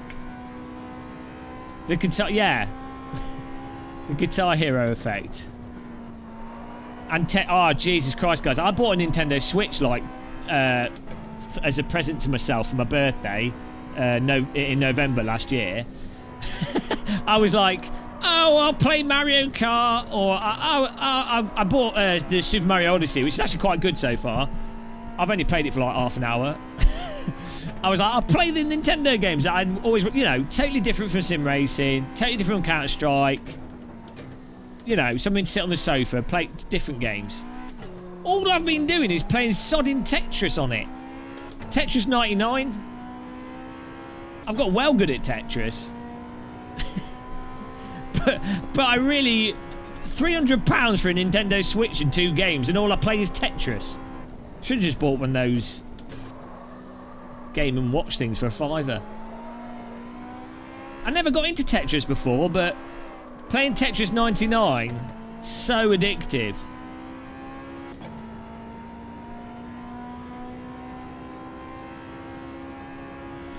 Your argument... Oh! Oh, Christ! I forgot about the sand in this. Bus stop line.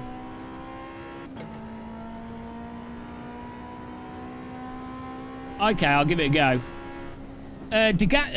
What's the train game called? Damashi to Go. Dansha to Go is coming out on the Switch in May, I think. But I'll have to buy it from the Japanese store. I'm really hyped for that. Really fun game, that. Tetris 99 is stressful.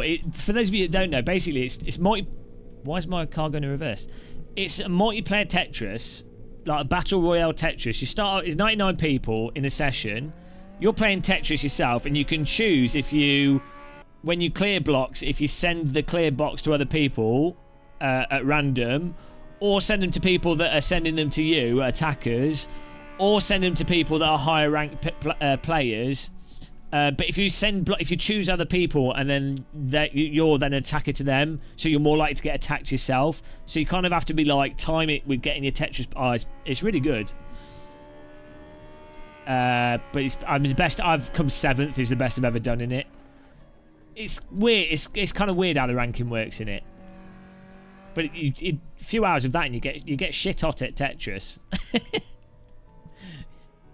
Right. Let's do fewer laps. Let's try a different car. That car was too rotaty on the centre, I think.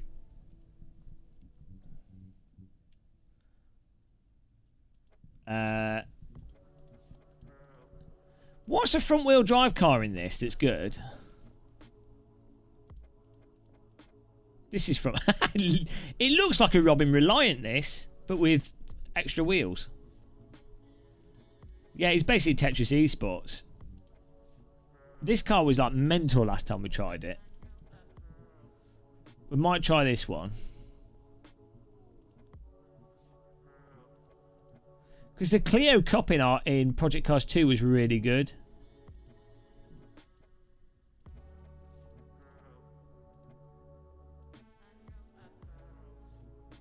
Just been clicking through them without actually selecting the car, so you don't see the details. Mini JCW.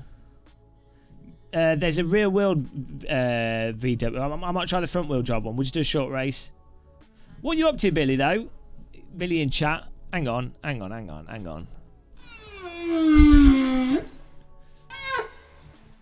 Have I killed this stream? Oh, I have done. Oh, well. It's fine.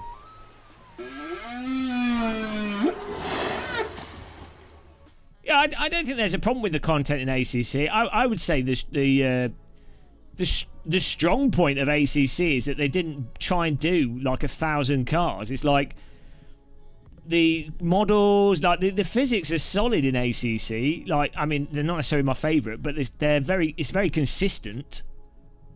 It's just a forced feedback that's shite. I mean, I'm not a big fan of the tire model in ACC in terms of how the end drive is, but it's just how it is. It doesn't feel broken, you know, which is the most important thing. Let's try this. Oh, Paul, the graphics department are not very good, you know. I should pay someone on Fiverr to do a Paul Smith graphic. Send me a picture of your face, Paul, on Discord. Whenever I make graphics, I spend too long on them. We need a Paul Smith. I need a Mitchy Hoyer graphic as well. Let's do this. And let's... oh, shit. I have to remake a new... Sorry for the foul language, guys. I find it quite cathartic at the moment. Let's... I'm going to have to make a new server, unfortunately, because you can't change the quality settings and the race settings without doing that. Don't know why. Where's your timeout it's 3 graphics. It's hard being it's hard being a YouTuber. All these people want graphics. It's like working in the games industry again. Yeah, make the graphic. We've got half an hour. We need to update it for the next patch. It looks shit, but it'll do.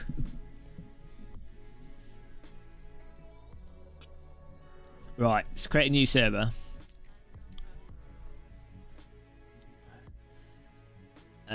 Race settings. Let's do super sprint races.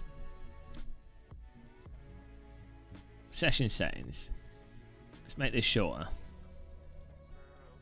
15 minutes, just so we've got enough time to get used to things. Stephen Nacy, I hope the new Density to Go Switch game they have a version with a bespoke train controller. What's it called? I've forgotten his channel. They re-released in 2020. They re-released Density to Go, the PlayStation 2 version of Density to Go, as a standalone controller with the game built into it. But it's £270. The PlayStation 4 version of Density to Go looks awesome. It's a little bit convoluted, but you can't buy it in UK. And it's like importing it's £110, but it works on the PS4 and PlayStation 5. It's all in Japanese as well, unfortunately, but it's got lots of English in it.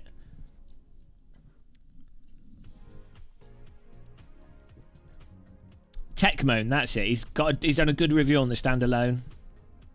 Yeah, Techmoan's he's a good channel actually. His videos are really good. He just comes across as depressed and everything, but it's quite funny. Let's set the name here. Yeah, this is the new version of ACC, which has better graphics, better force feedback, but unfortunately the physics are broken. So take your pick. What, Billy Strange? What do you think of the physics on this? We'll leave it open so that the 3 players can join it.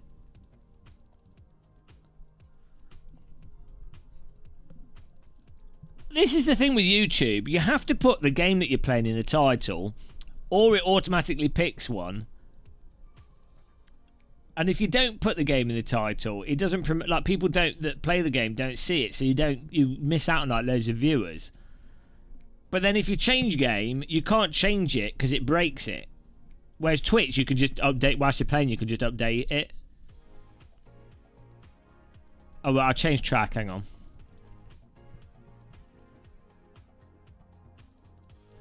Let's do Brands Hatch Classic.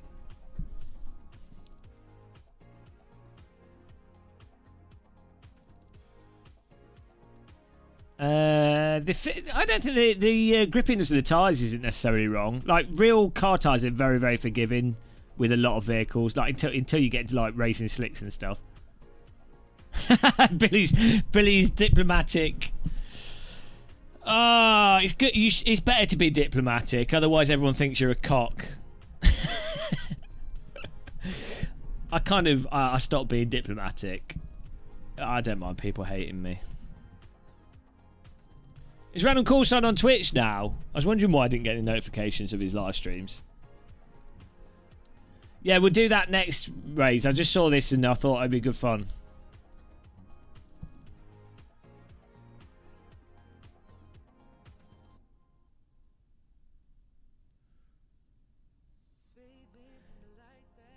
Yeah, weirdly, the cars I like in Project Cars 2... There's no car in Automobilista 2 that I prefer over the Clio Cup and the Radical SR3 in Project Cars 2. Unfiltered opinion, new video. your last video, Billy, you just came across as like depressed. How can you were like doing it? You're like, ah, oh, wow. I enjoyed watching that. It popped up. I think I was just going to bed, and it popped up, and it was just you complaining. Well, you weren't really complaining. You were just like, oh, so funny. Yeah, well, I'm doing it tomorrow. I'm doing the Porsche All Stars thing. I'm not sure about any others. That there might be other ones. No, we're going to do a front-wheel drive car after.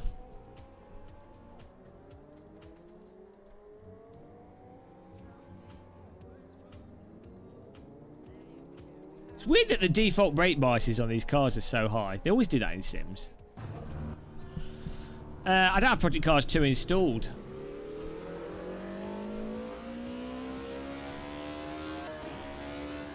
Yeah, whoa, Jesus! AI ponying it out of the pit lane.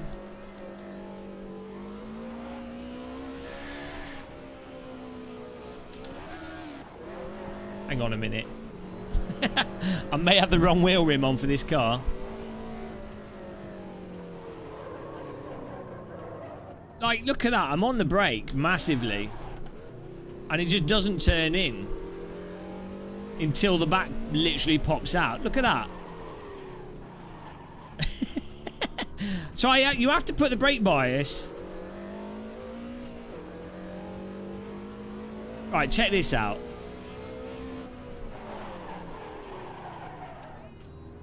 It's like...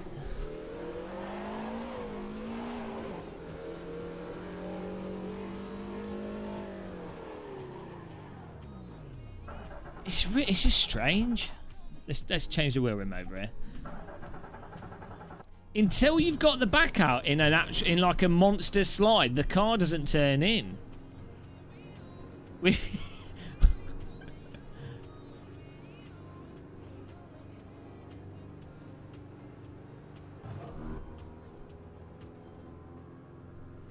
Well, even that cold tyres thing, even then, like this cold tyres, the cold tyres tail, cold tyres still operate like tyres. They just operate like shitty tyres. It's like worn out tyres still work like tyres. They just work out like they work like shitty tyres. They're a little bit unpredictable, maybe mushy, maybe not particularly grippy, but they still operate like tyres.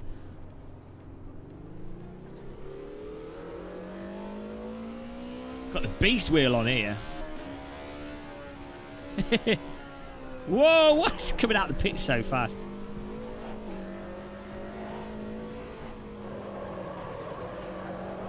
Yeah, I think we have to get the back out before it turns. I've moved my... We actually have to heel and toe, not toe and toe, because I've moved my throttle pedal. That's a good... Well, my foot was not being aching, so moving it to the right was definitely the right choice.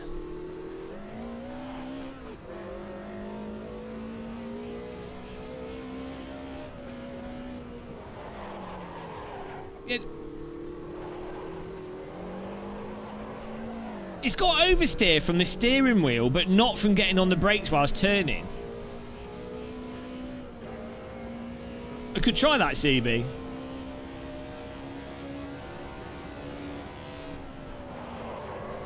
See, as soon as it's sliding, then that's when it handles more like a normal car. But before it's in that slide, it's not. All right, Paul Smith. Thanks for joining. Have fun doing commentary.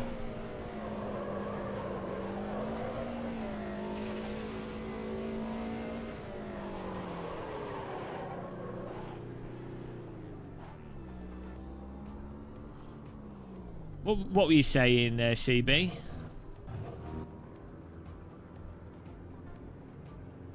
Front's soft. What do you mean? Suspension.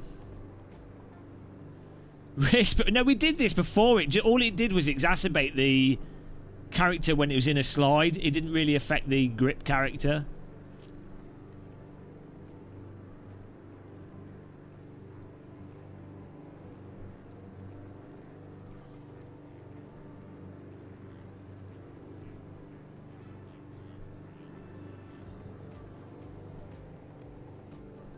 I can't adjust. Oh, there we go. Hello, John Sybil. Would you put the what settings do you want me to do for the rears? We did this before. It didn't make any difference.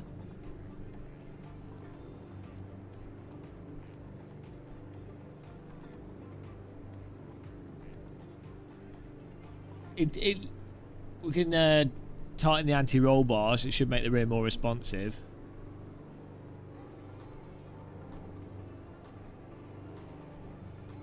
Because we went mental on the diff before. This car doesn't have... oh, it does, yeah.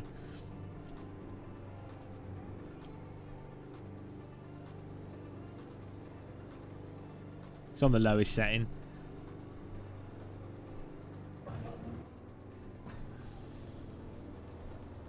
Yeah, we'll do a few laps, see what happens.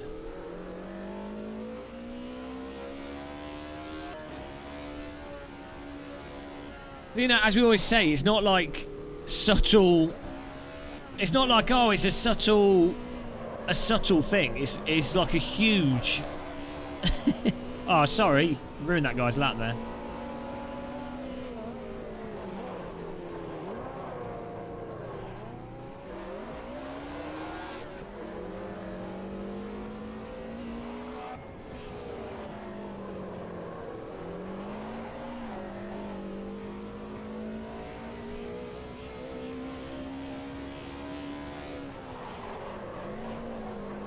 Yeah, once it's sliding, it's okay. Once it's sliding, it's okay, but it I'm sure it should, like, turn before it slides.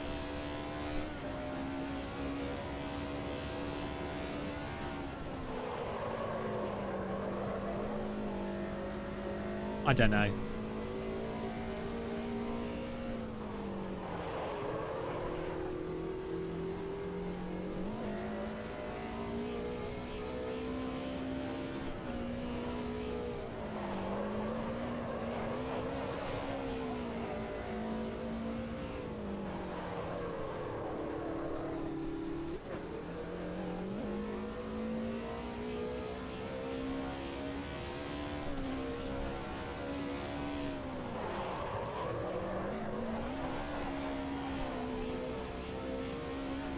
Front end feel.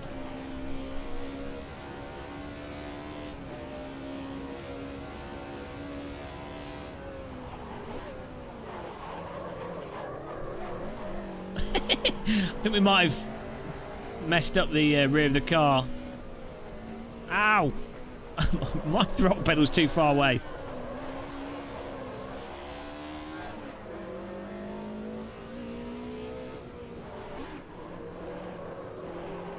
Oh, hello.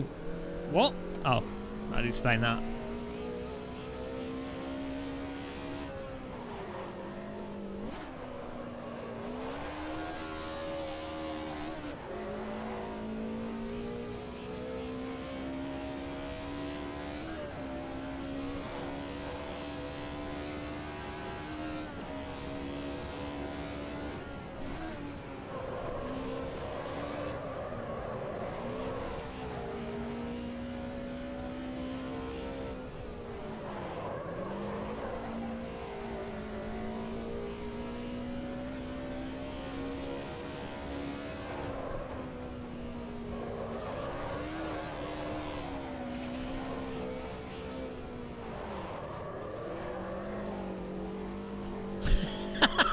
I don't know.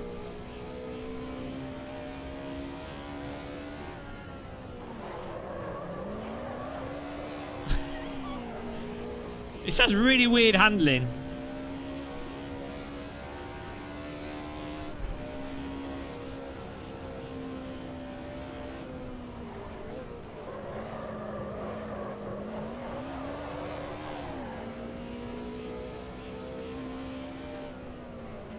I keep missing the accelerator for heel and towing. It's controllable. Like, it's not hard to not lose control of the car. It's just what the car's doing is insane.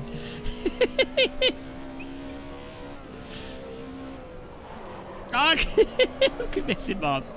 The worst heel and tow ever. Pro tip, guys: don't spontaneously move your throttle pedal 5 centimeters to the right because your brain doesn't know that it's there.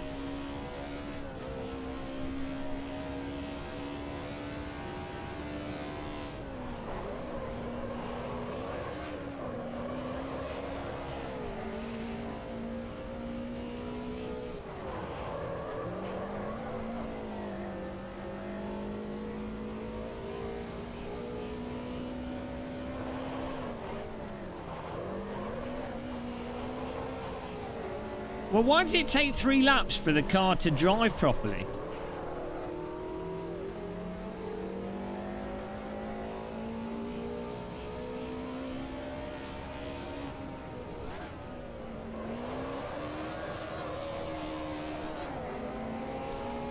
Oh, nice car models. Look at that.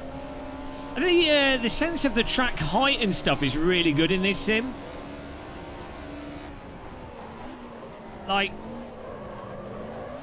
in AC and ACC, Brands Hatch looks really flat. Whereas this is very, very similar to, like, what it looks like in real life. Like, I don't know what it is that they got right with the track models, but this is potentially the most realistic version of Brands Hatch. Weirdly. This is what it's like in real life. So, now this is laser scanned. So, this is really, really steep in real life. These right-handers. But in most sims, these corners look flat. But in this, it looks steep.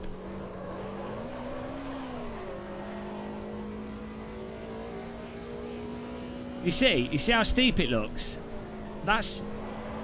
In real life, it looks really steep. As well.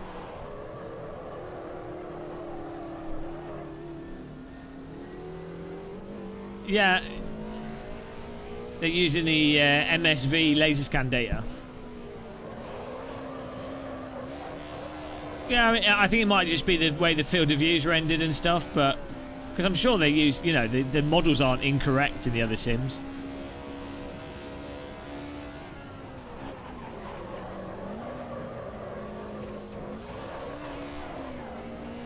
I don't know, it's a bit weird.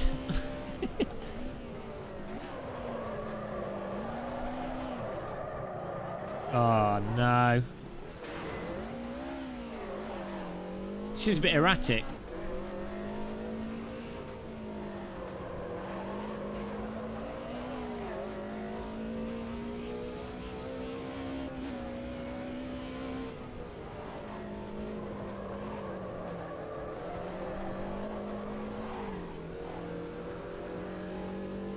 Yeah, maybe locked to horizon and stuff. I don't know.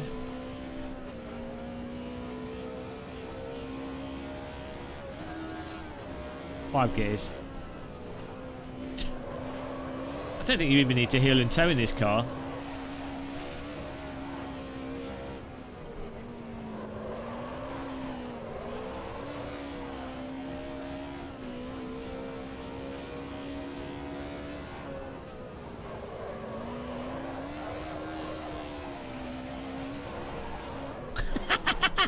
My God, it's all over the place.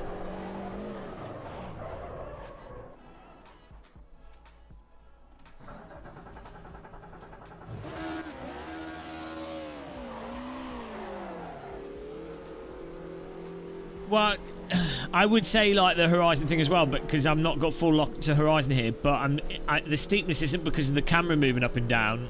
It's more that I'm saying like the actual visual appearance of the track in the distance is such that it looks steeper.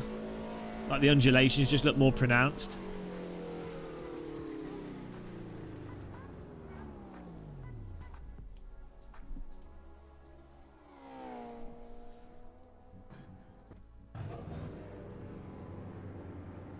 The actual camera movement's gonna be a bit of a headache.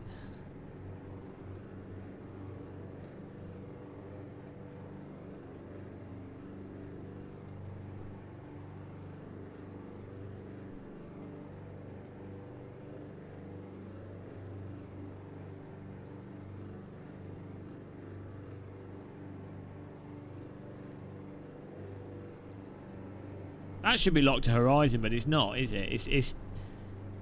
It's like filtering out bumps, but it's not really locked to horizon.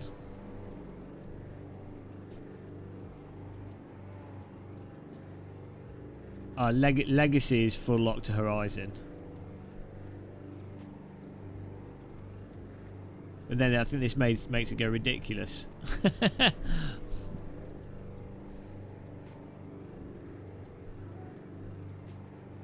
Oh no, the old pit lane block problem. Oh, he did quali's finish, I think. Well, I'm not sure. I'm not sure what's going on here. The pit driver drives out of the pit lane at 120 miles an hour. We're being held hostage.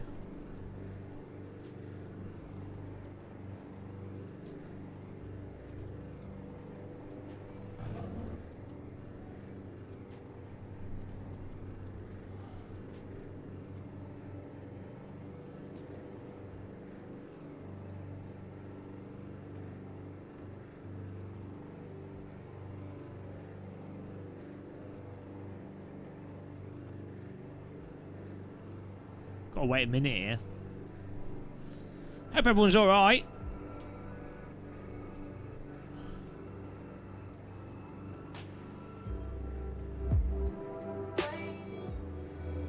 Sort your poop setup out.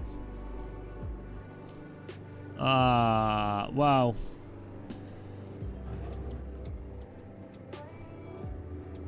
I think. Oh no.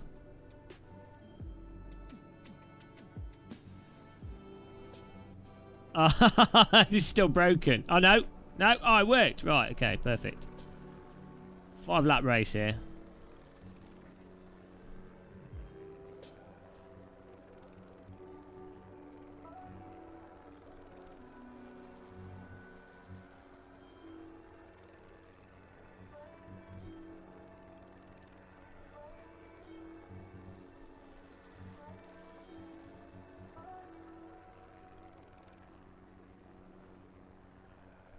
We're alright. We're just going to drive with what it is. It's fine.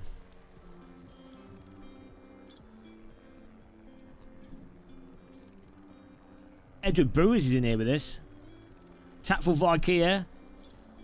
Timo's, Tuss, Techno Fiber.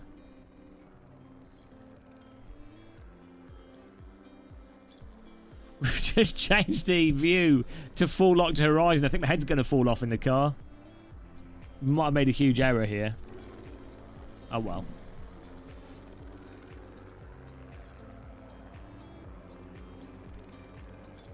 Yeah, the track looks fantastic. The actual shape of the road surface is really, really good.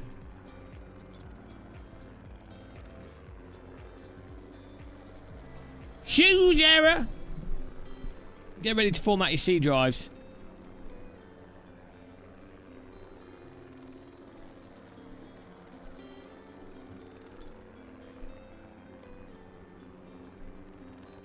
What?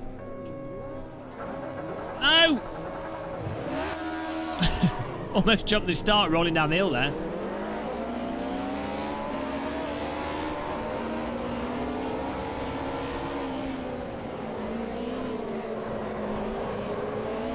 Coming through! Hang on, the camera's still bouncing up and down. It's not filtering out the bumps. Like, it's locked to horizon, but it's still, we're bumping.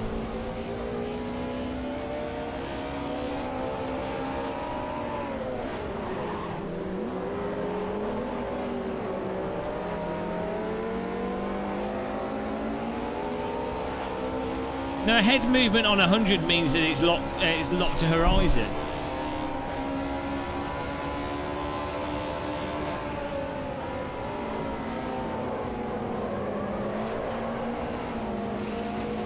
No, you want world movement to be 100.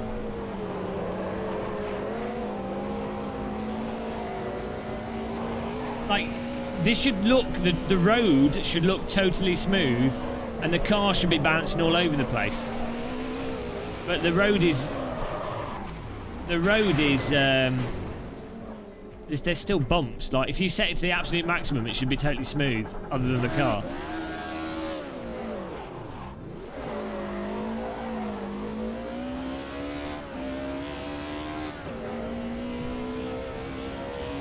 I think it hits a limit and then it bugs out.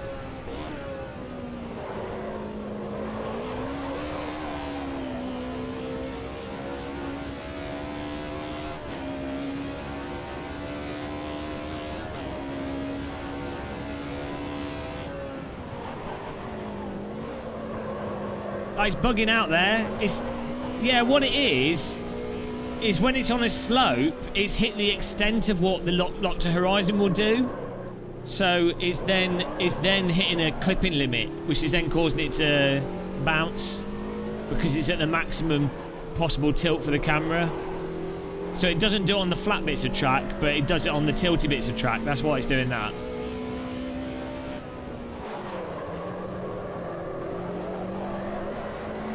Yeah, I'm explaining why it's, even on Legacy, I'm explaining what the problem is.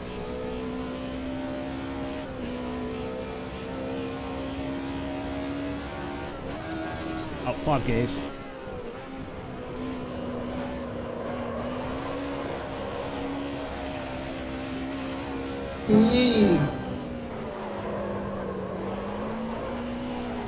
Thank you for subscribing.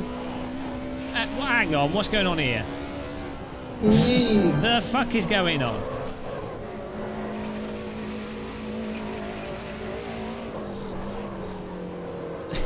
Hello, everyone.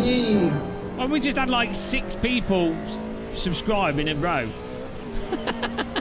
What's that about?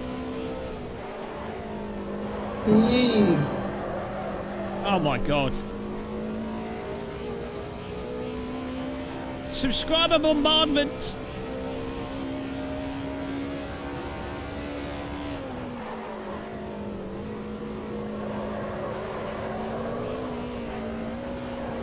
Yeah, oh, Jesus. Gives you a headache.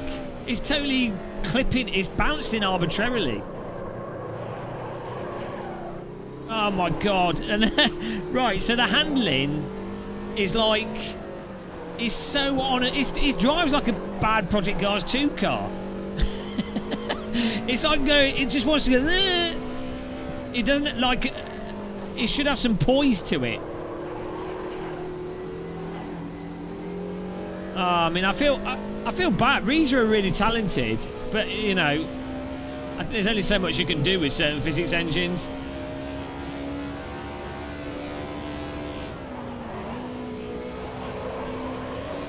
But you do in Project Cars 2, the Ferrari GT2 car, I think it is, the Radical SR3 and the Clio Cup are okay. What the...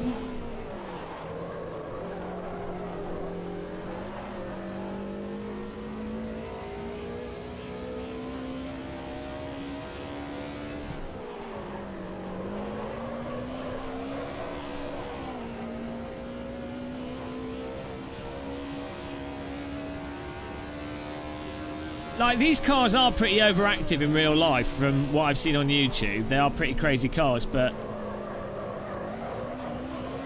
Oh, God, that just makes me motion... That makes me feel so motion sick because it's not connected to what the car's doing.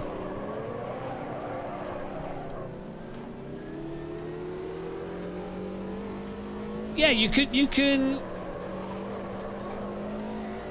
I mean, that is realistic in the sense that you can catch a car from wicked sick slip angles, but that's not all there is to car handling. I mean, that is something... Oh, well, okay, not there. You should be able to do that if you're quick enough, but that's not the crux of a realistic simulator, is it?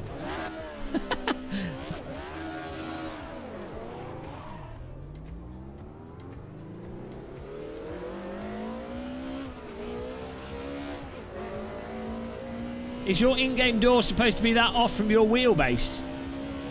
Eh? Throttle, throttle, throttle! 777 Jesus Christ, every day. Octovigintillion 777 Septenvigintillion 777 Sesvigintillion 777 Quinquivigintillion 777 Quattuorvigintillion 777 Tresvigintillion 777 Duovigintillion 777 Unvigintillion 777 Vigintillion 777 777 November Decillion 777 Octodecillion 777 September Decillion 777 Sexdecillion 777 Quindecillion 777 Quatuordecillion 777 Tridecillion 777 Duodecillion 777 Undecillion 777 Decillion 777 Nonillion 777 Octillion 777 Septillion 777 Sextillion 777 Quintillion 777 Quadrillion 777 Trillion 777 Nah, minis are pretty, even really well made minis are pretty boring. 77,777 777 Octovigintillion 777 Septenvigintillion 777 Yeah, I think the handling has actually gotten worse in this from the earlier versions of the game. I think there was a version, like 1 or 2 versions from the early launch. There was like cars in your, oh my cock. Use my Fanatec link. There were cars that were sort of seemed to be on the cusp of being quite good. And now it's like, it seems to drive like bad Project Cars 2 cars. Well, this does at least. Duodecillion 777 Undecillion 777 Decillion 777 Nonillion 777 Octillion 777. It's so depressing because they've done such a good job on the track models and other aspects of this, and they put a lot of work into it. Maybe they can, like, if they've got access to source code, maybe they can hack their automobilista physics, the R-Factor 1 physics back into it. Then you get like somewhat consistent physics with the graphics engine. Yeah, a bit depressed with Automobilista 2 because I really like Reza, like the really nice guys, really nice developer, really hard work. I mean, it's the same with the ACC. Like, it's depressing that the force feedback is so shit because they've done so much good work on it. It's depressing that it runs slow as well. It's like, you know, this is drive this donation, you cocker. You have so much there. It's so tantalisingly close. It's like Live for Speed. So good, but no mod support. 777 quadrillion 777 trillion 777 billion 700. Right, let's try a front-wheel drive car. Jesus Christ, Rose. I appreciate the donation. Do I have to go insane? So I can't use that view set. I literally feel motion sick from that. If you have lock to horizon, you can't have it so that when you're at a certain angle, it clips and then a bump makes everything move, because then it... Oh, it's just... Ah, Jesus. Right. I was going to try this front-wheel drive thingamabob. It's not this one, is it? It's the other one.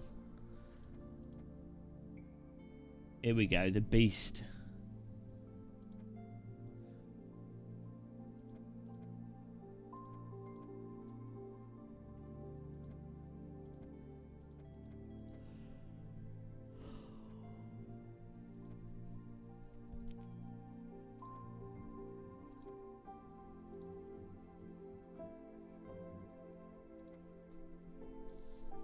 No, this one is front-wheel drive.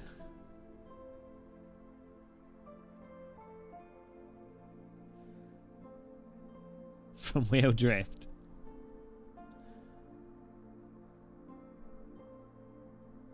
Driving Sims. Hello. And welcome to Driving Sims That Are Broken. Every sim. Always something wrong.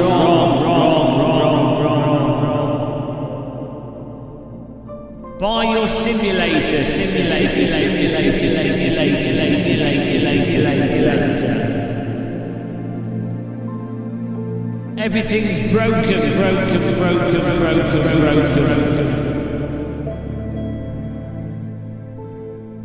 Tyre models, broken. Payment model, broken. Force feedback, broken. Graphics engine, broken.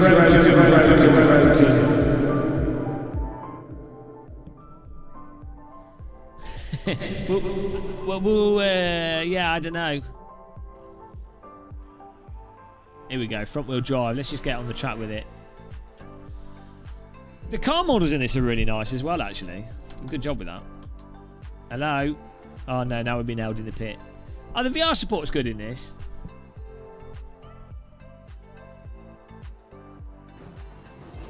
I do not have the talent to make my own team or the money. If I was making my own sim, I would... Well, first of all, if I was making my own sim, I wouldn't, because it'd be a waste. I wouldn't make a driving simulator if I was going to do game development. I've got my own game ideas. But if I was going to make a racing sim... Ah, bollocks. Okay, first of all... The default brake bias is mental.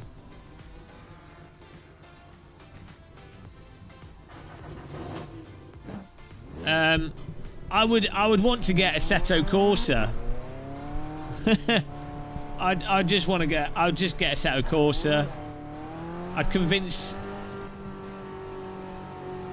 I'd get enough funds so we could buy Assetto Corsa.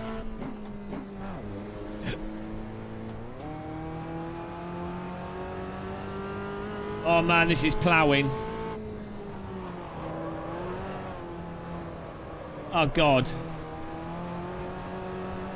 Understeer RS. Hello, Roy Thompson. Yeah, look, the track model's really good.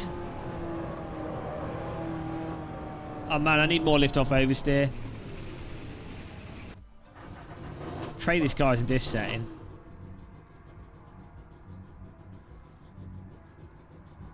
Oh no, doesn't.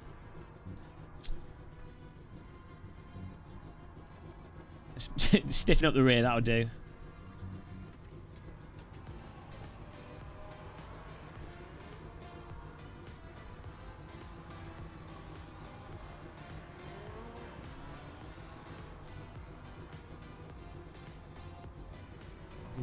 Neutral toe.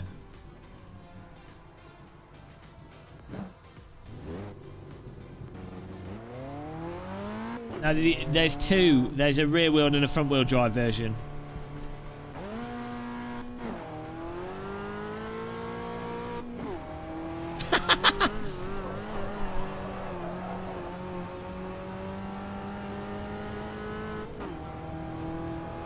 Oh, it just wants to plough. Well, maybe the tyres need to warm up. Oh my god. We're doing like... Oh, okay, we are doing night. That's kilometers per hour. That's like 40 miles an hour.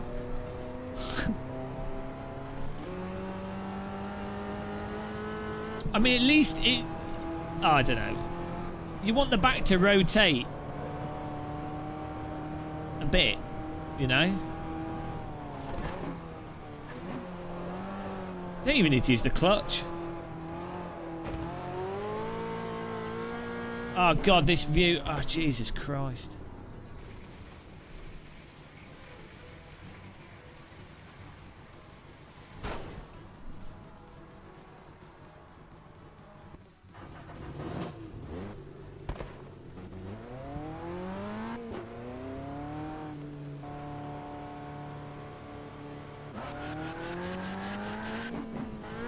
Sounds like I've got a cat stuck in the wheel arch. Dear guys.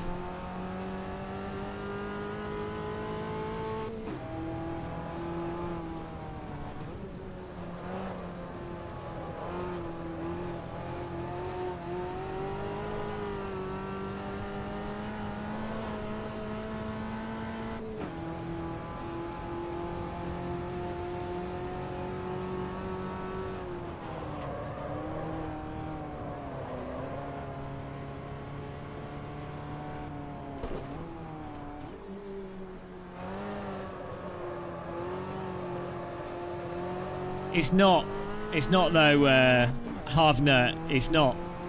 It locks the horizon a bit and then it clips and then it starts bouncing. It doesn't do it properly. That wasn't meant to be first gear there.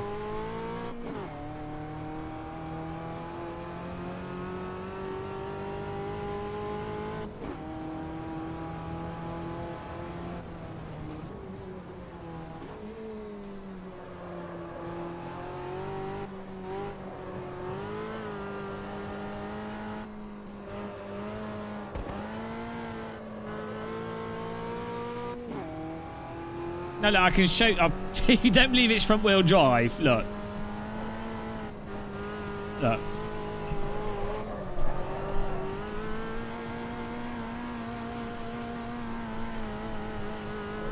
There you go. That should prove that it's front wheel drive. Fully on the throttle and just steer with the power on.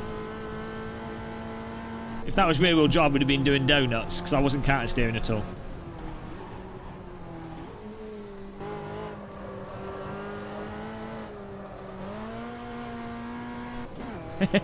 You believe me now?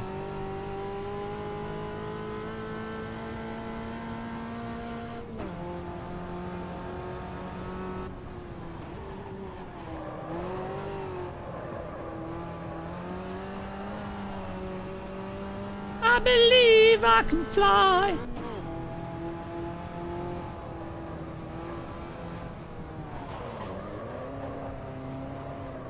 There's no lift-off oversteer, even with the front-wheel drive car. There's no lift-off oversteer until until the back's flying out. I think that would, whatever's causing that, like it oversteers on the brakes. Then once it's in a slide, if they can fix that, I think everything else will fall in place with the handling. I think that's this, whatever that is.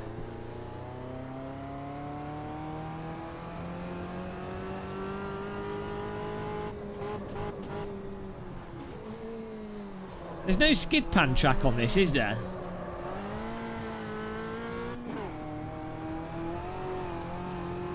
Hello, Dan Lockie.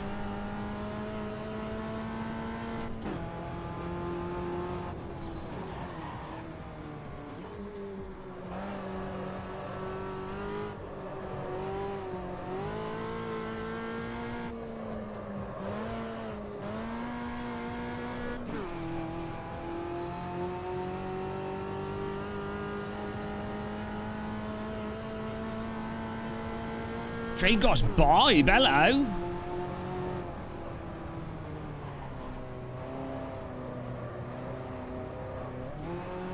Still have doubts. Well, there's cars in Project Cars 2 that have lift-off oversteer.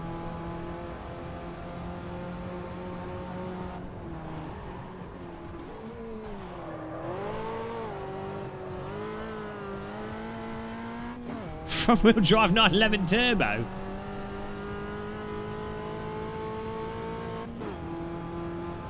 Has Kenzai got a skid pan? Where's that? Lime Rock Park has one, but they only, I think it's in R Factor 2. They normally miss it out. Evernos. Alright, we're just complaining as usual about driving simulators all being terrible. Complaining about my what's giving me an income as being terrible. And as a result losing viewers, but you know, that's the price you pay. Never be honest on YouTube, guys. Pro tip.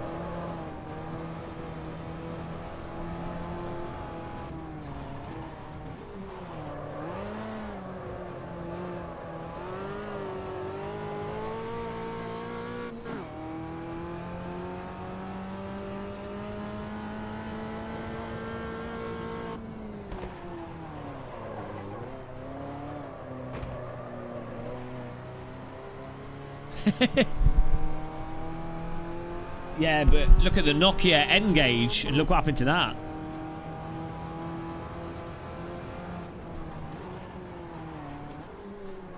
Pushes wide because of the weight on the rear. Oh, he's got the engine in the boot.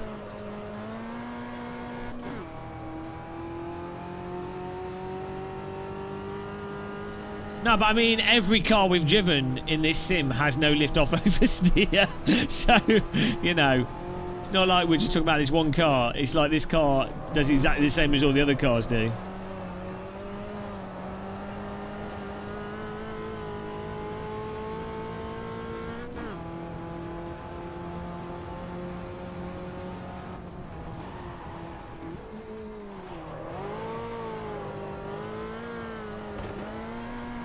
Also, I have set the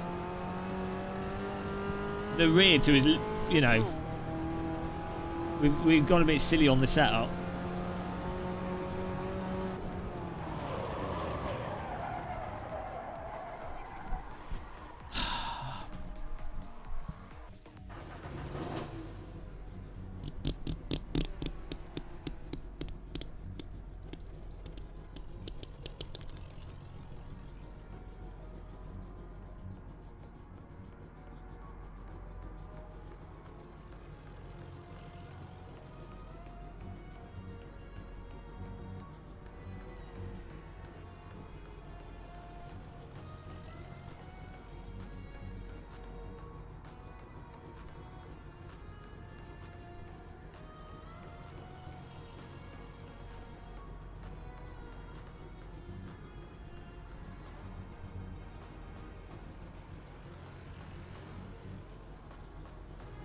They are linked.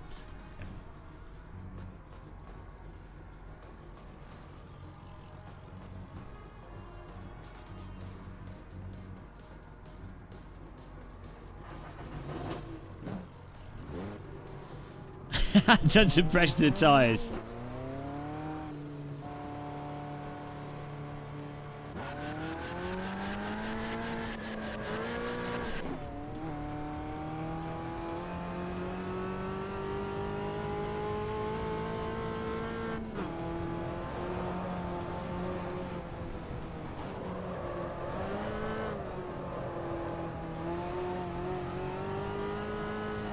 Well, let's. I can restart the server with the track being damp.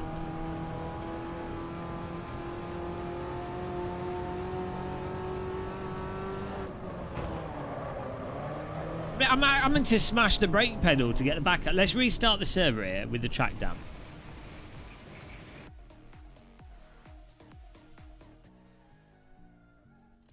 Sorry, guys.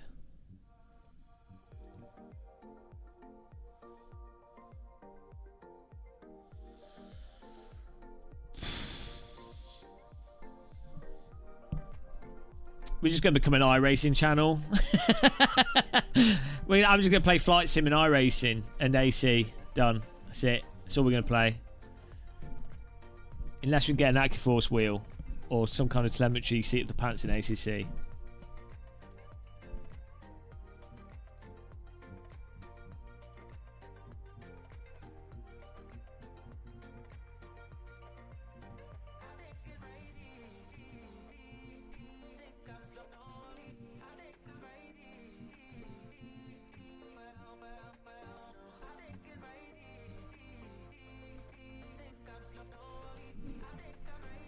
You're not old enough for iRacing. I've been enjoying iRacing. Oh, which cars are the gems, Frank? I've not found them yet.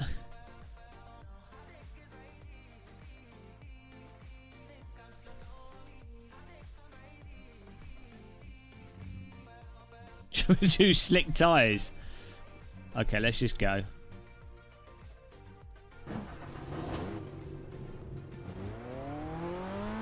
The graphics are fantastic. I banned a windscreen wiper.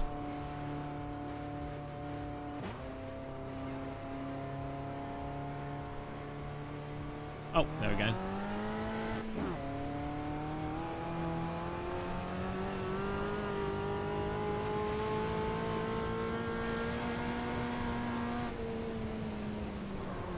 Oh, that's better. Oh, it's driving like a car now. Apparently, maybe it's British. Bit of oversteer when we turn. It's more like it. So we have to only play this game in the wet? Is that...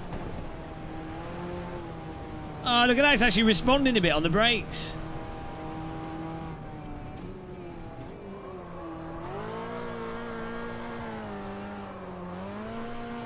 I mean, it's a little bit over the top, but... yeah, for some reason the water makes the fronts more grippy.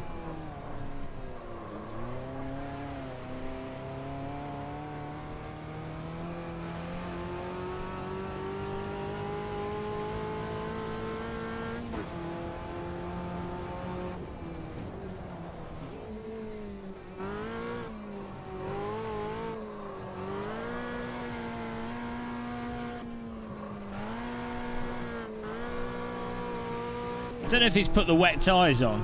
There's no way to know unless you're in the pit lane, is there? I mean, wet tyres are more progressive normally.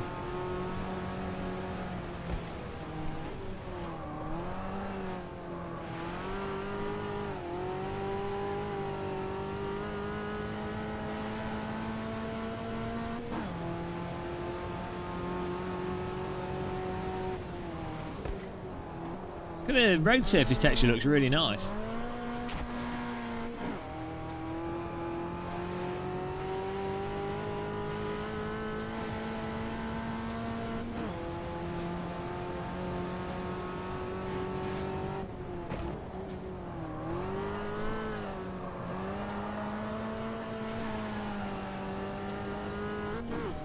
Oh yeah, the Genettis on Project Cars 2 were quite good.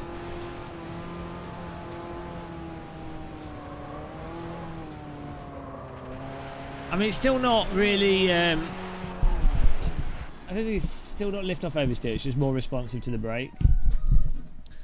But let's change the setup a bit.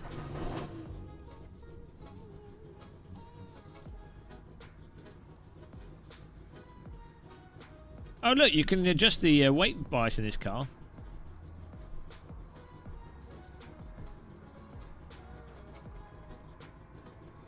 Oh, by like 0.1. Oh well, forget that.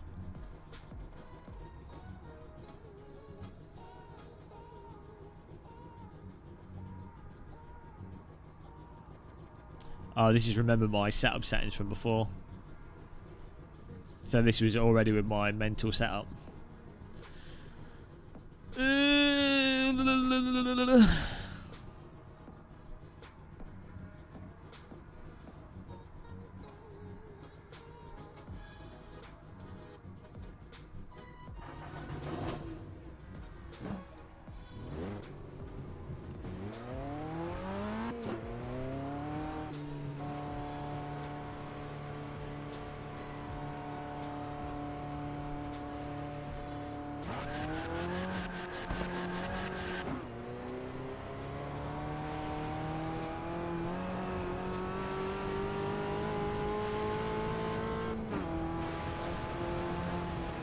I think that was just the wet tyres.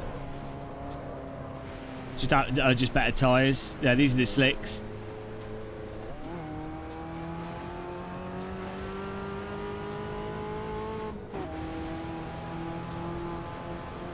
Yeah, so I don't know. I think the tyre model's just something really wrong with the tyre model.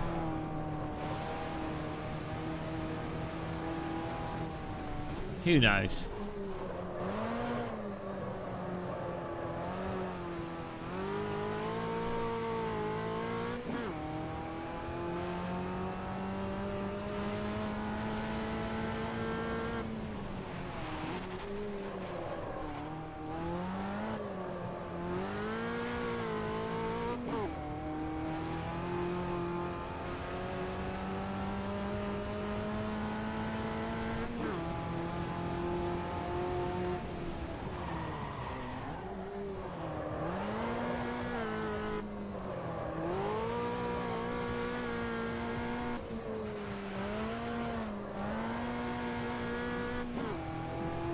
This is a really good track, for sure.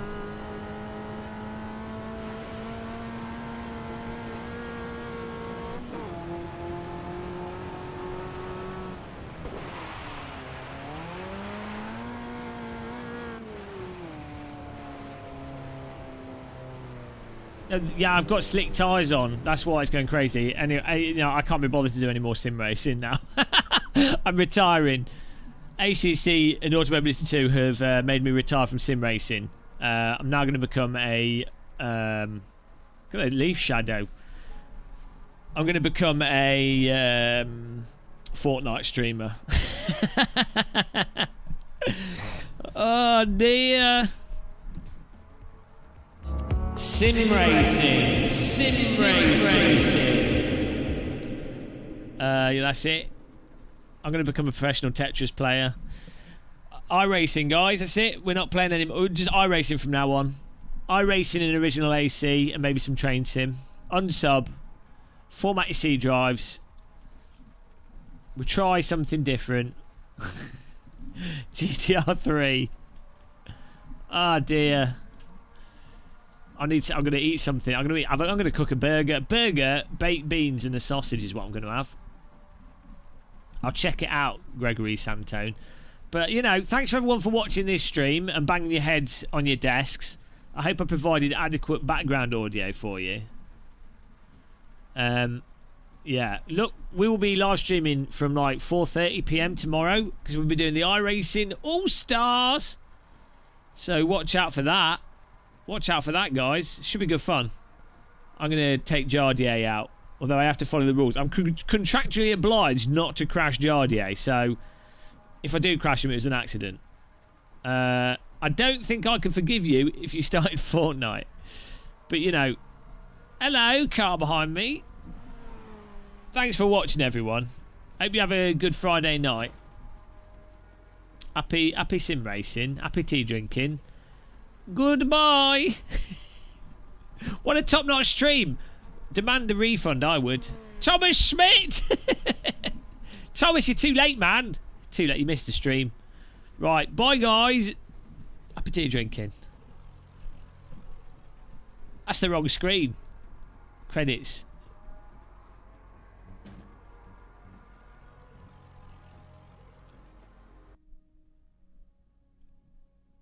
There you go. The stream has ended. Dankeschön for taking part. JK46 donated. Rise Chandler trolled us again. Random call sign donated. Subscriptions: Brandon H. Wizard, Sora Nilsson, Adam Clifton, and members Racing Rasta. Thank you. Until the next one. Goodbye. Bye.